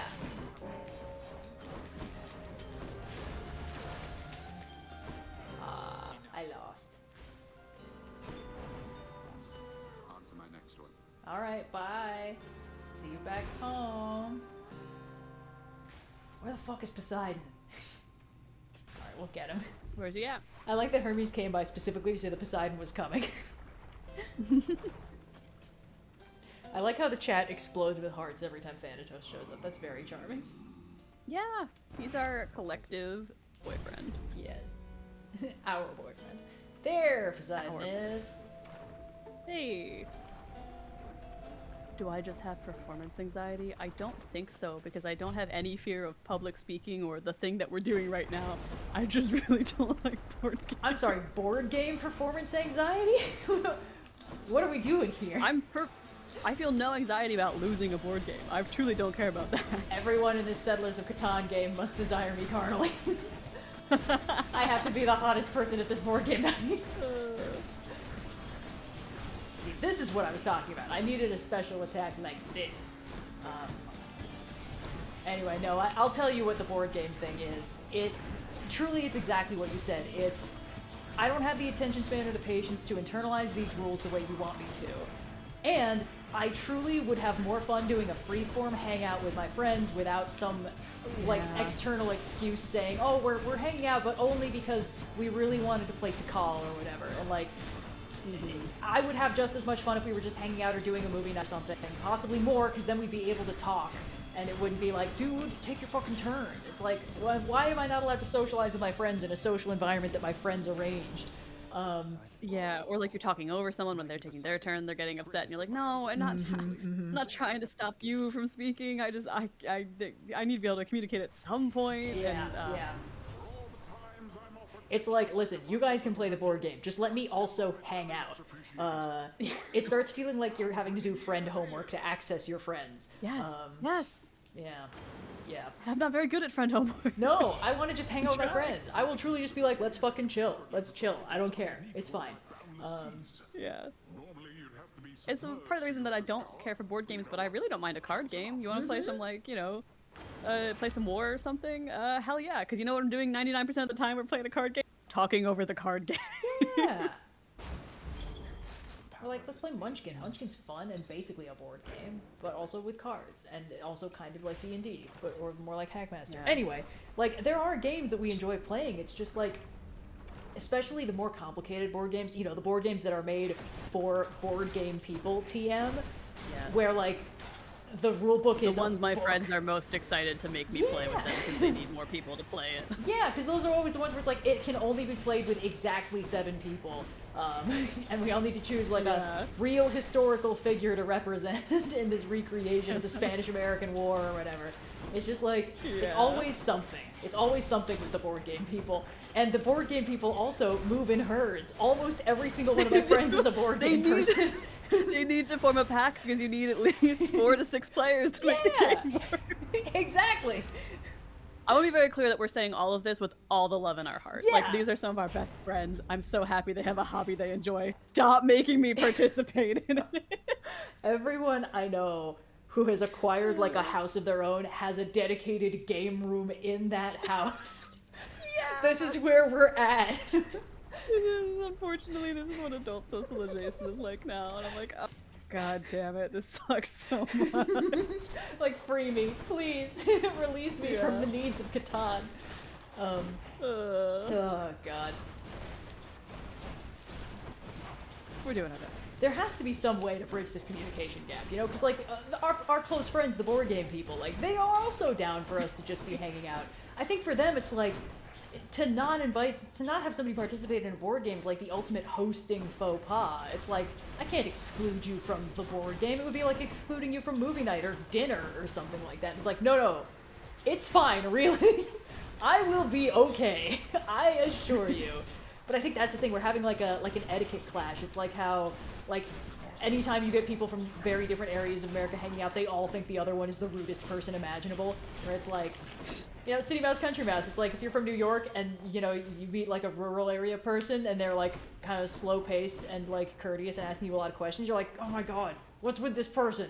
Get out of the way so I can get on with my fucking life. And meanwhile, it's like, wow, city people are so fast and rude. Like, it's competing access needs for etiquette, you know? Like, what is polite to one is rude to the other. And I kind of feel like that's the case with board game people and not board game people. Is like, who would ever deny the joys of a board game to their closest friends just because they're like, oh, you know, oh, they say they don't want to play, but maybe they're just shy. Maybe they have board game performance anxiety, like we just talked about being a thing that's definitely real. It's like, yep, that's totally it. That's There's no definitely other possible reason I don't want to participate in this board game right now. And it's I'm like, just, no! I'm just being a sad little I don't wanna wallflower, hang. and what I need is somebody to take my hand and lead me to the dance. That's what I need. That's why I didn't want to play this game. Couldn't be any other reason. Not possible. No. Yeah. I'm happy they have something they enjoy. Yes, it's beautiful. Glad they Truly have beautiful enrichment to in their watch. enclosure. Exactly. Yeah.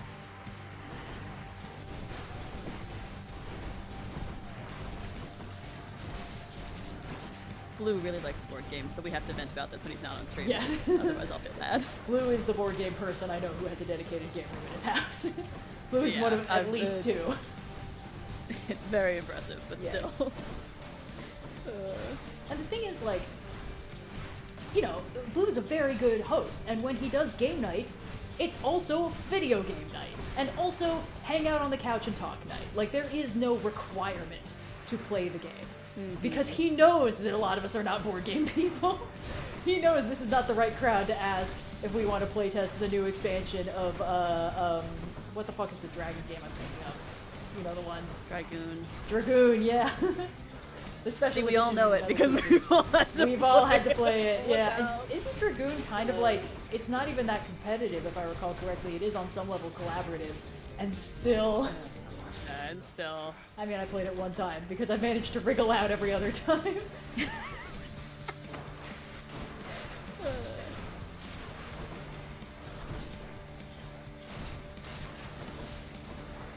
Truly, this is the feeling of all time. Oh yeah.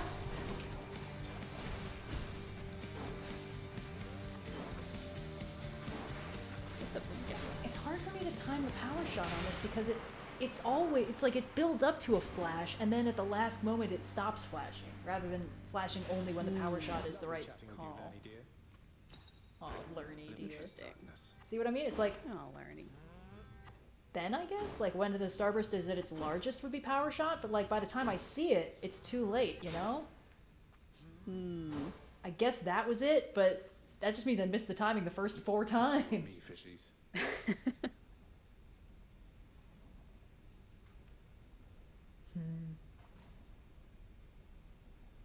Hello, Zicky Cat. Welcome back to standing on my chair while I'm sitting in it. Just a crustacean. Okay, we're going fast, going speedy. The more I say it, the truer it becomes. Yes. The Hydra fell to you again, did it? Yeah, it did. Okay, let's see. We got a Zeus, we got a Poseidon. I think I feel similarly about board games to the way that Blue feels about TTRPGs, where it's like, yeah, I get it. I know people have told me to play other games, then I'll like, but it's just simply not for me, I think. Yeah, a lot of the when we've discussed it, it's very clearly been similar of like, I just want to hang out with my friends. Why am I not allowed to stop doing this excuse we have to socialize and just socialize? And like, if it doesn't grab you, then it's just going to be an obligation, you know? And for me, like, for some people, my sister loves the complexities of game design, you know, board games and TTRPGs alike. She will read the manuals like they are books and just internalize them that way. And I could never do that. That sounds like hell. That would be so bad for me. But the point is, like, I don't get anything out of it. It is just a shell around socialization, you know? It is a thing preventing me access to the raw hanging out. Whereas my relationship with TTRPGs and D&D is that is a fun activity for me to do with friends. And if at any point someone was like, I'm not really enjoying this, I'm just doing it because I like to hang out, it's like, okay, we should do something else then. Like, it's no fun to do that. Let's see, I think I already gave that. I completely agree. Yeah.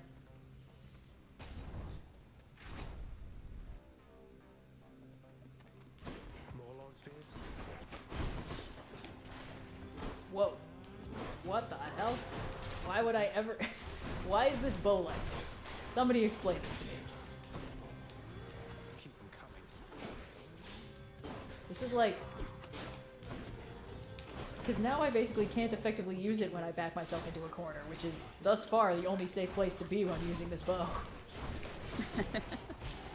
The difficult choice presented to you. I'm so confused. So now my special is mostly a straight shot in front of me, and my main attack is a weird spread. Like a full 160-degree angle.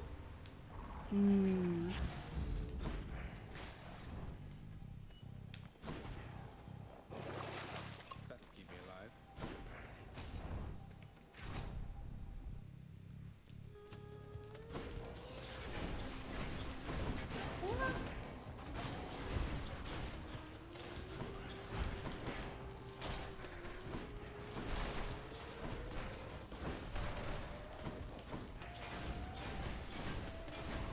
I don't think Monopoly is a good example for the TTRPG thing, because I don't know if anybody enjoys Monopoly, you know? Yeah, that's kind of just the thing that happens to you. Yeah. Monopoly gets inflicted on you by somebody with issues. Because we used to have a copy of Philadelphia Monopoly at my parents' house, and it would always kind of be like a, well, no one's going home just yet, like 10 p.m. It's whatever holiday it is. I guess we could just play around. No one's gonna win, no one's gonna lose because we're not gonna go that long. Like, right. There's no way that this goes the whole rest of the time. So I guess we could just play a round or two of Monopoly. And it's like, okay, I guess that's fine. I feel no strong attachment or removal from it in general.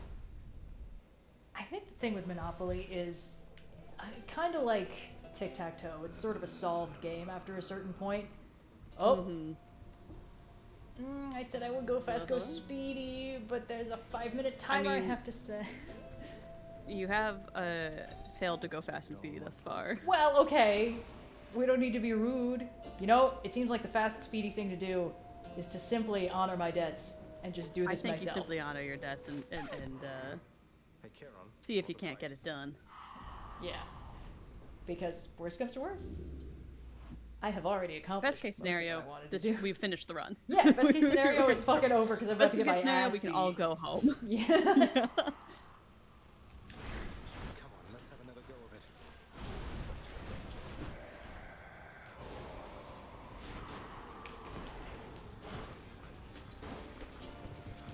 I know that I say all these things about you being very slow at this run with love because I recognize that a big part of my job is finding very polite ways to tell someone for time and they need to stop talking. Yeah. That's not the case here. Oh, appreciate it.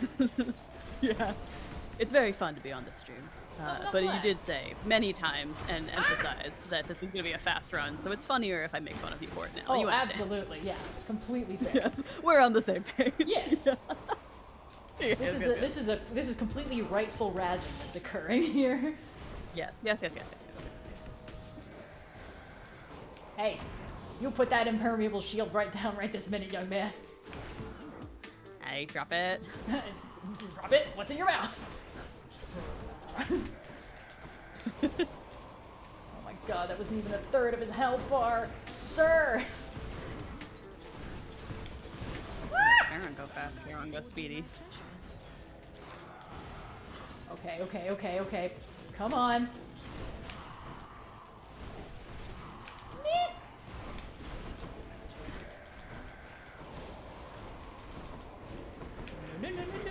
No. Thank you.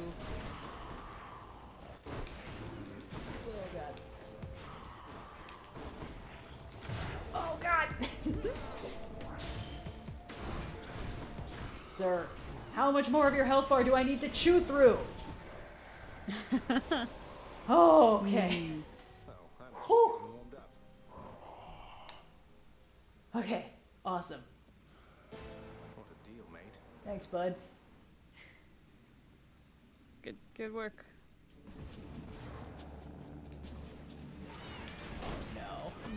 No.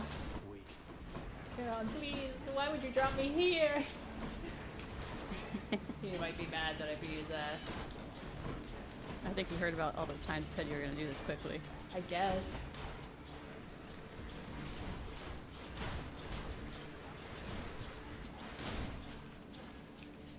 I demand that you all be niceys to me and leave me alone. As your prince, I command it! Ah!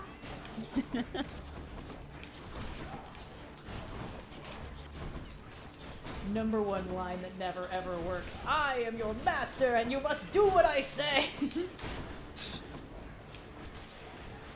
Oh, he's our master and we must do what he say. And it's like, no, I don't know about that, man. No, I am your creator. You dare defy me? Always goes great. Everyone should definitely say this. Membership has its Oh my gosh, Patroclus! I'm gonna replenish all my death defiances! Never punished! Speedy run, go speedy! It's just speedy run goes as long as possible, it feels No, like. no, we're going speedy through this run. You keep saying that, but just because you say it doesn't make it true. I don't know, I feel like I'm going pretty speedy. I feel like I'm going pretty fast and speedy. Alright, let's get the Centaur Heart. So we can go speedier. Uh-huh. Okay. It's not helpful to watch for the flash. You just gotta get the timing down, because it's always the same. I understand. Whoops. Starting to see into the Matrix. Yes. Stop trying to hit me and hit me. I must have mentioned, I watched, I showed The Matrix to my sister for the first time semi-recently, and she was like, fuck, it's really good. Yeah. Revisiting things that were, like, incredibly influential and discovering, oh, that's why they were incredibly influential, is always very funny. Yeah, sometimes they are just that good, actually, Yeah. is the secret. But also, it's definitely one of those movies that has aged in it well, but in a very interesting fashion, because of course both the Wachowski sisters have since, you know, come out as trans women. Yeah. So every time that like something happened in the movie that could have just been like cyberpunk edginess, but also could have been a very direct narrative about like the trans experience, my sister said out loud, looks directly into camera. And you know what? She's right. Yeah. She's right. Hit the spot. Classic for a reason. Oh yeah, They do absolutely. really interesting genre and sci-fi pieces. Got stronger there.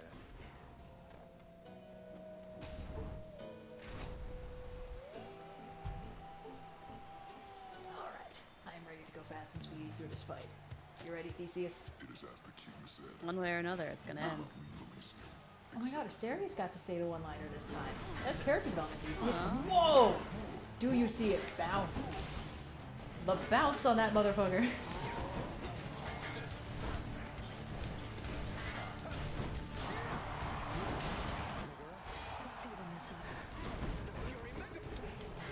Yeah, that's right. That's my girlfriend.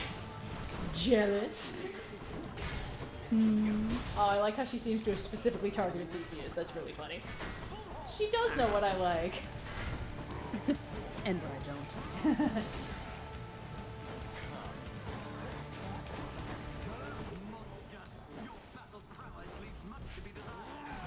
Rude.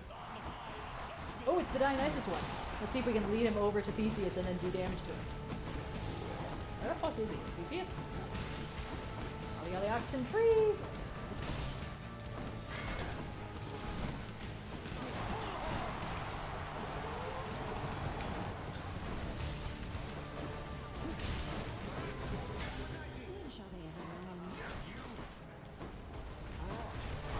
Everyone in this boss arena desires me now.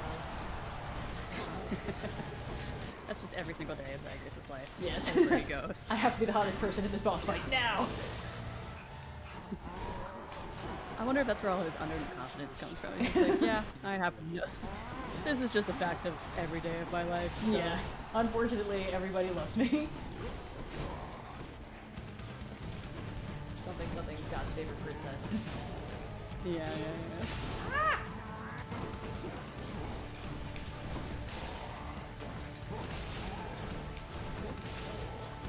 I haven't really been bringing it up. It feels really good to be getting better at this game, I gotta say.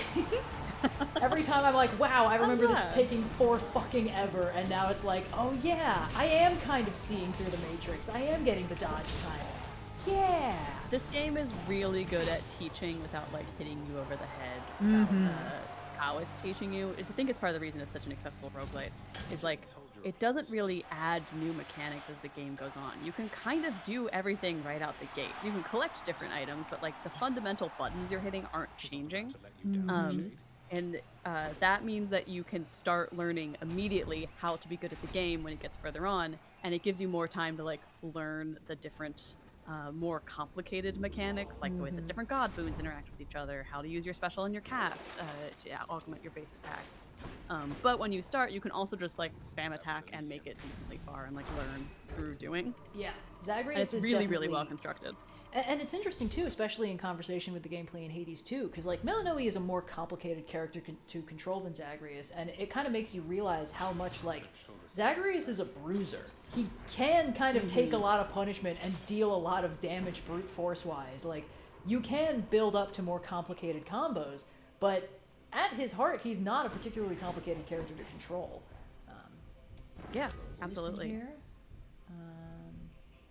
Oh, it makes for a very enjoyable game. I mean, you don't need us to tell you that it's a really good game, but it just makes it for a very smooth gaming experience in a way that I think sometimes games can struggle with. Because, like, similar to how I feel about having to learn instructions in a game, if a game makes me sit through a tutorial with no like button play other than to like hit the thing I need to hit, I check out. I dissociate a little bit. And I'm like, whatever you say, video game, and then I don't know, and I get to a point later, I get frustrated, and it's like, oh, well, the game did try to teach me this, but they didn't do it very well, did they? Well, it's interesting too, because like that's not a video game's only experience. I think a lot of writers run into this weird problem where it's like, the reason why exposition exists is because from a writing standpoint, it feels like it should be all you need to get everybody up to speed. You just tell them what the rules are, and then they know what the rules are. And so it's like, oh yeah, I'll start my movie off with an opening crawl that explains everything, so everyone will then know everything. And it's like, that's not what happens. You know what happens when you see an opening crawl? Your eyes glaze over. You pick up like maybe every third word, and then it only becomes relevant later.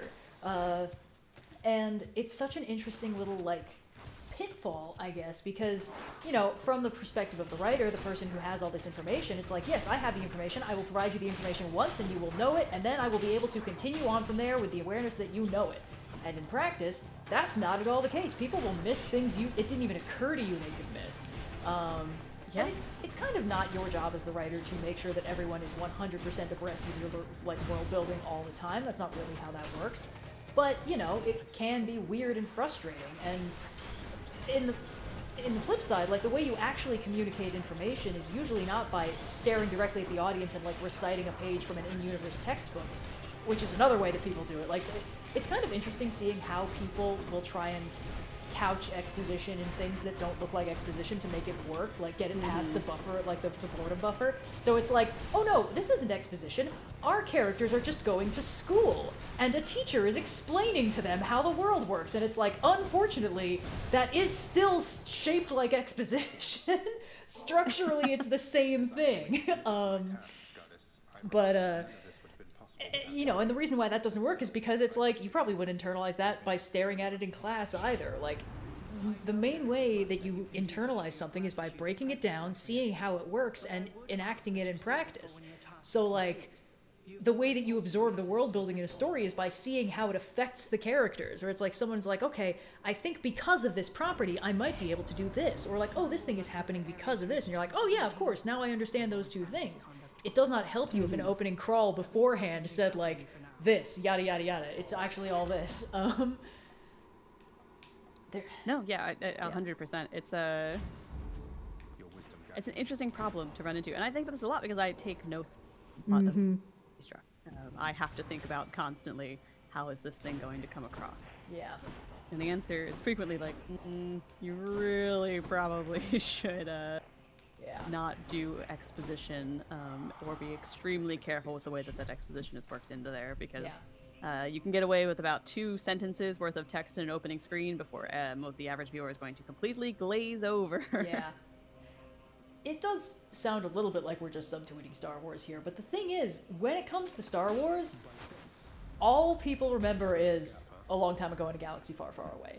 And they remember that the opening crawl looks really cool, but, like, here's the thing. You can black out for the opening crawl and you will still understand everything you need to know about A New Hope just from, like, oh no, scary bad guys in helmets and an innocent princess and a couple worried droids, and I sure hope the princess gets out of there okay and the droids are gonna be alright. Like, you don't need to know shit from the opening crawl to understand that. And that's the other thing, like, audiences will pick up on more than you think they will from just like, okay, yeah, I guess this is what's happening. This is part of why I've mentioned by far my most controversial comic reading principle is that I will hop in the middle of a run, like issue 16, and just see what's up. People are like, that's blasphemy. It's like, I will be able to pick up most of the important things just from the way characters are talking to each other. And you will too. It's not that complicated. Your brain will fill in gaps and connect dots. It's what our brains are really, really good at. Missed a money base. Drat. Found it fast this time. Oh, hell yeah. Let's go kill our dad. See? We are going fast, going speedy. Whatever this stuff is. You say that. Yeah!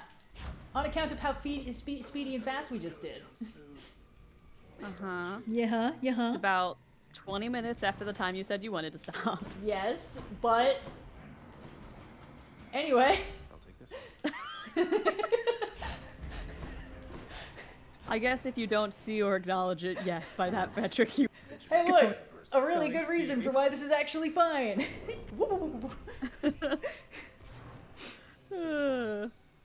Again, I say this with so much love and care. Happy to continue streaming. You did say this was going to be the fast one. It is fast. I feel like this one went by pretty quick.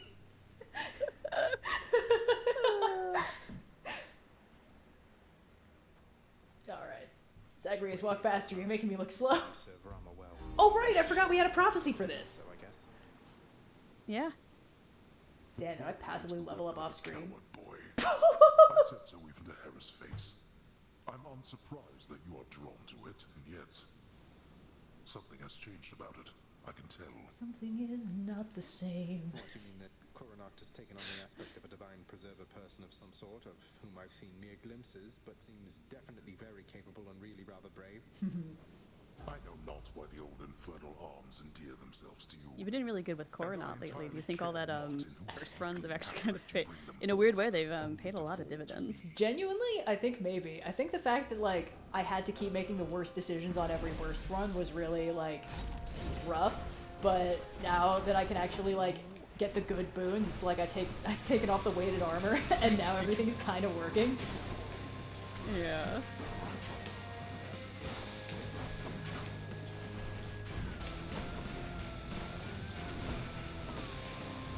Ooh, there's another fishing point.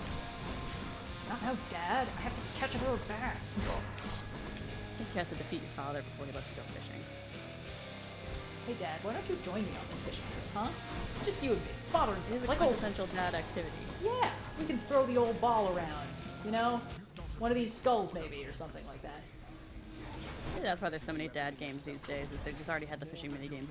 Well, that's kind of more of a dad activity than anything else. It has been kind of interesting seeing the rise of the serious hairy dad genre.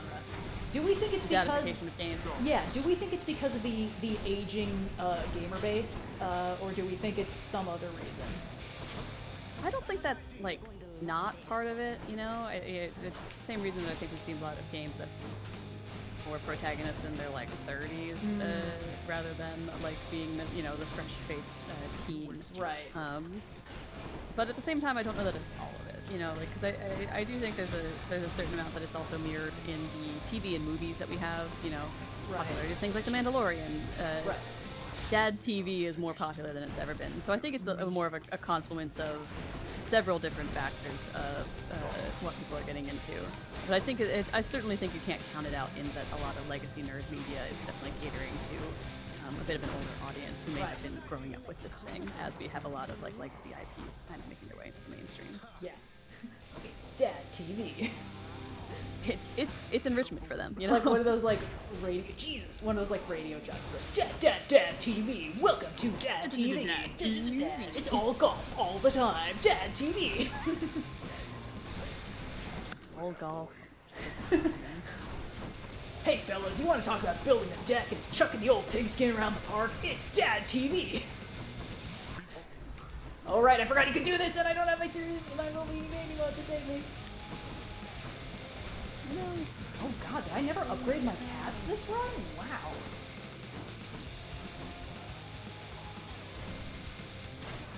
What?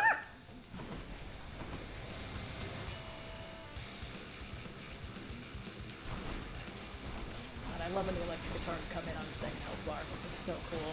Unfortunately, Hades is really cool in this game.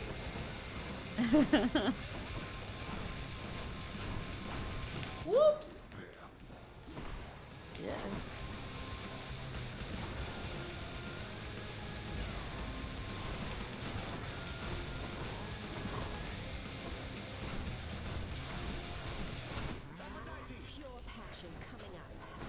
Oh, that did. Oh no! It did so little damage because his health. He was about to get his fucking invisible shield thing. It's cheating. That sucks and it's there. Oh god. Devastating, actually. It's okay. Does baby need a nap?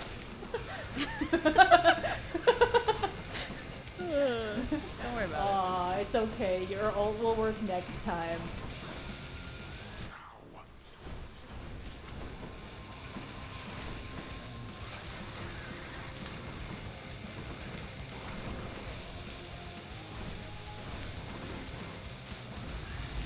Whoops.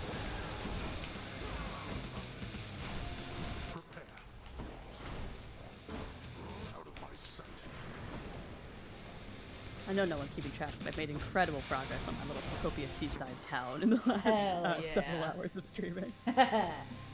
Did you end up installing those dunes? I did build some sand dunes. I have mixed feelings on them. I think I want them. So I think I need to reassess a little bit, but we'll see how we can't fix it for next time. I believe in you. Thank you. Say hi to Hypnos for me. I believe in me too. In my father's name. Say hi to Hypnos for me. God, what does Hypnos do every time Hades comes out of the blood pool? I think probably he's asleep and Hades just doesn't wake him up. Yeah, I feel like that's a real, like, best not to say anything kind of situation. He just sees on the ledger, redacted, killed by Zagreus, and he's like, that could be anybody. Yeah, selectively quiet about that one.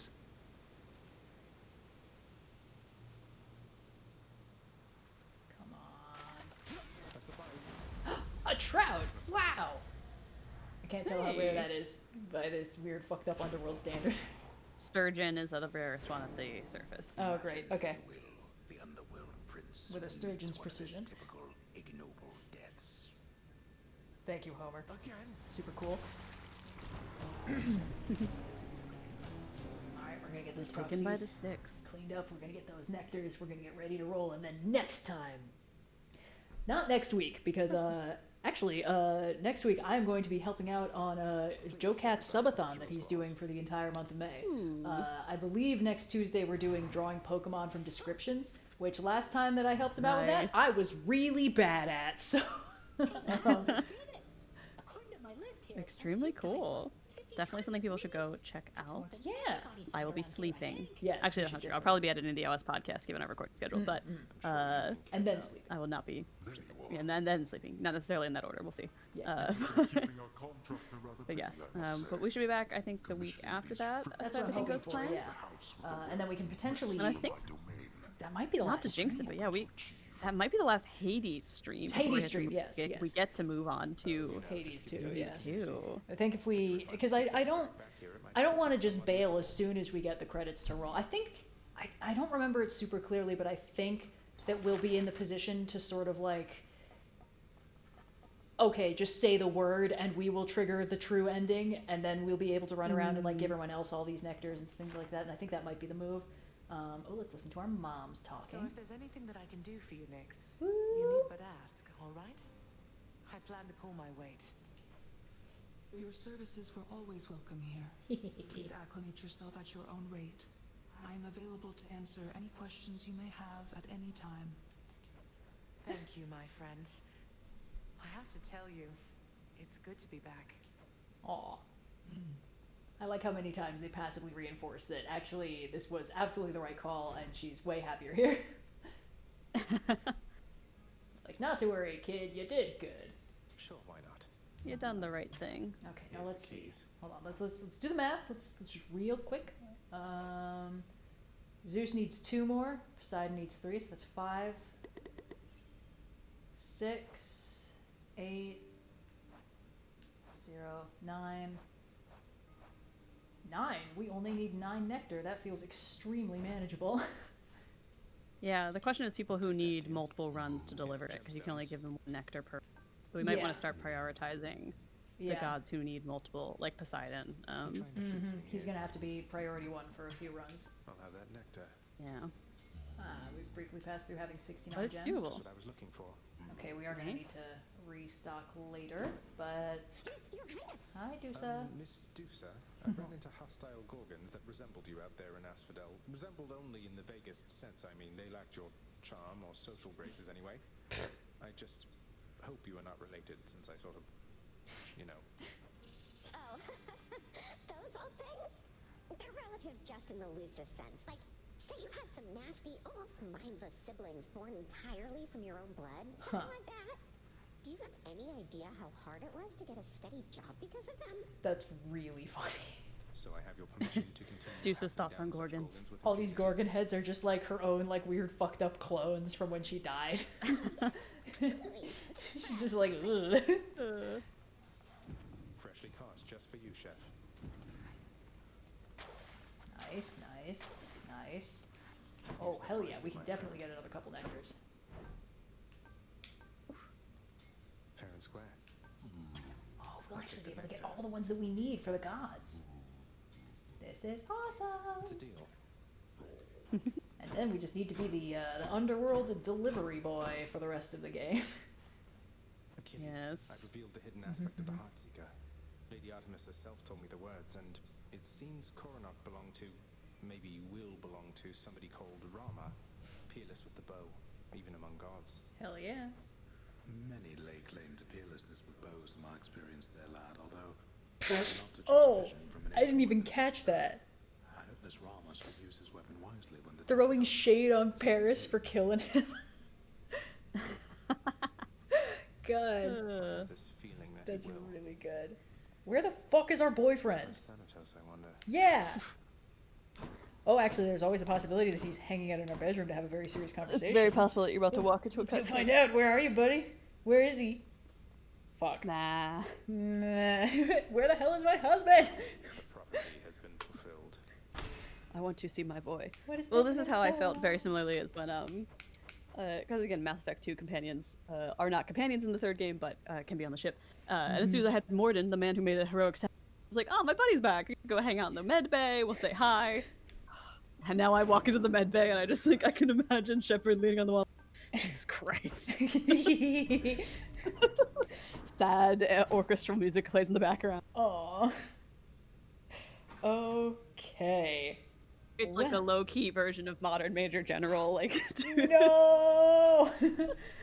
No. played that's so sad piano cover, Modern Major General.mp3. Emotional Anyway. damage. Okay. Oh, buddy. Okay. Well, this has been very productive, especially our last super speedy, super gotta go fast run. It took yeah. like an hour, by the way. Yeah, well, you know, we've had worse, so I'll take it. Thank you all so much for tuning in to this, I'd say, penultimate Hades stream, because I really do think that next stream, especially if we take things kind of fast, like if we throw runs, we will absolutely be able to distribute this nectar in a speedy fashion. But yeah, thank you all so much for tuning in, for fundraising an additional like $1,300 for UNICEF since we started streaming today, which is nothing to sneeze at. Very cool. If we hit 3K between now and the next time I stream in a couple weeks, I think we'll open it with Star Trek Smasher Pass, which I think should be very fun. Star Trek Smasher Pass. Yeah, boy. But yeah. Good job, everybody. Go team. Break. Yeah. Break. Woo.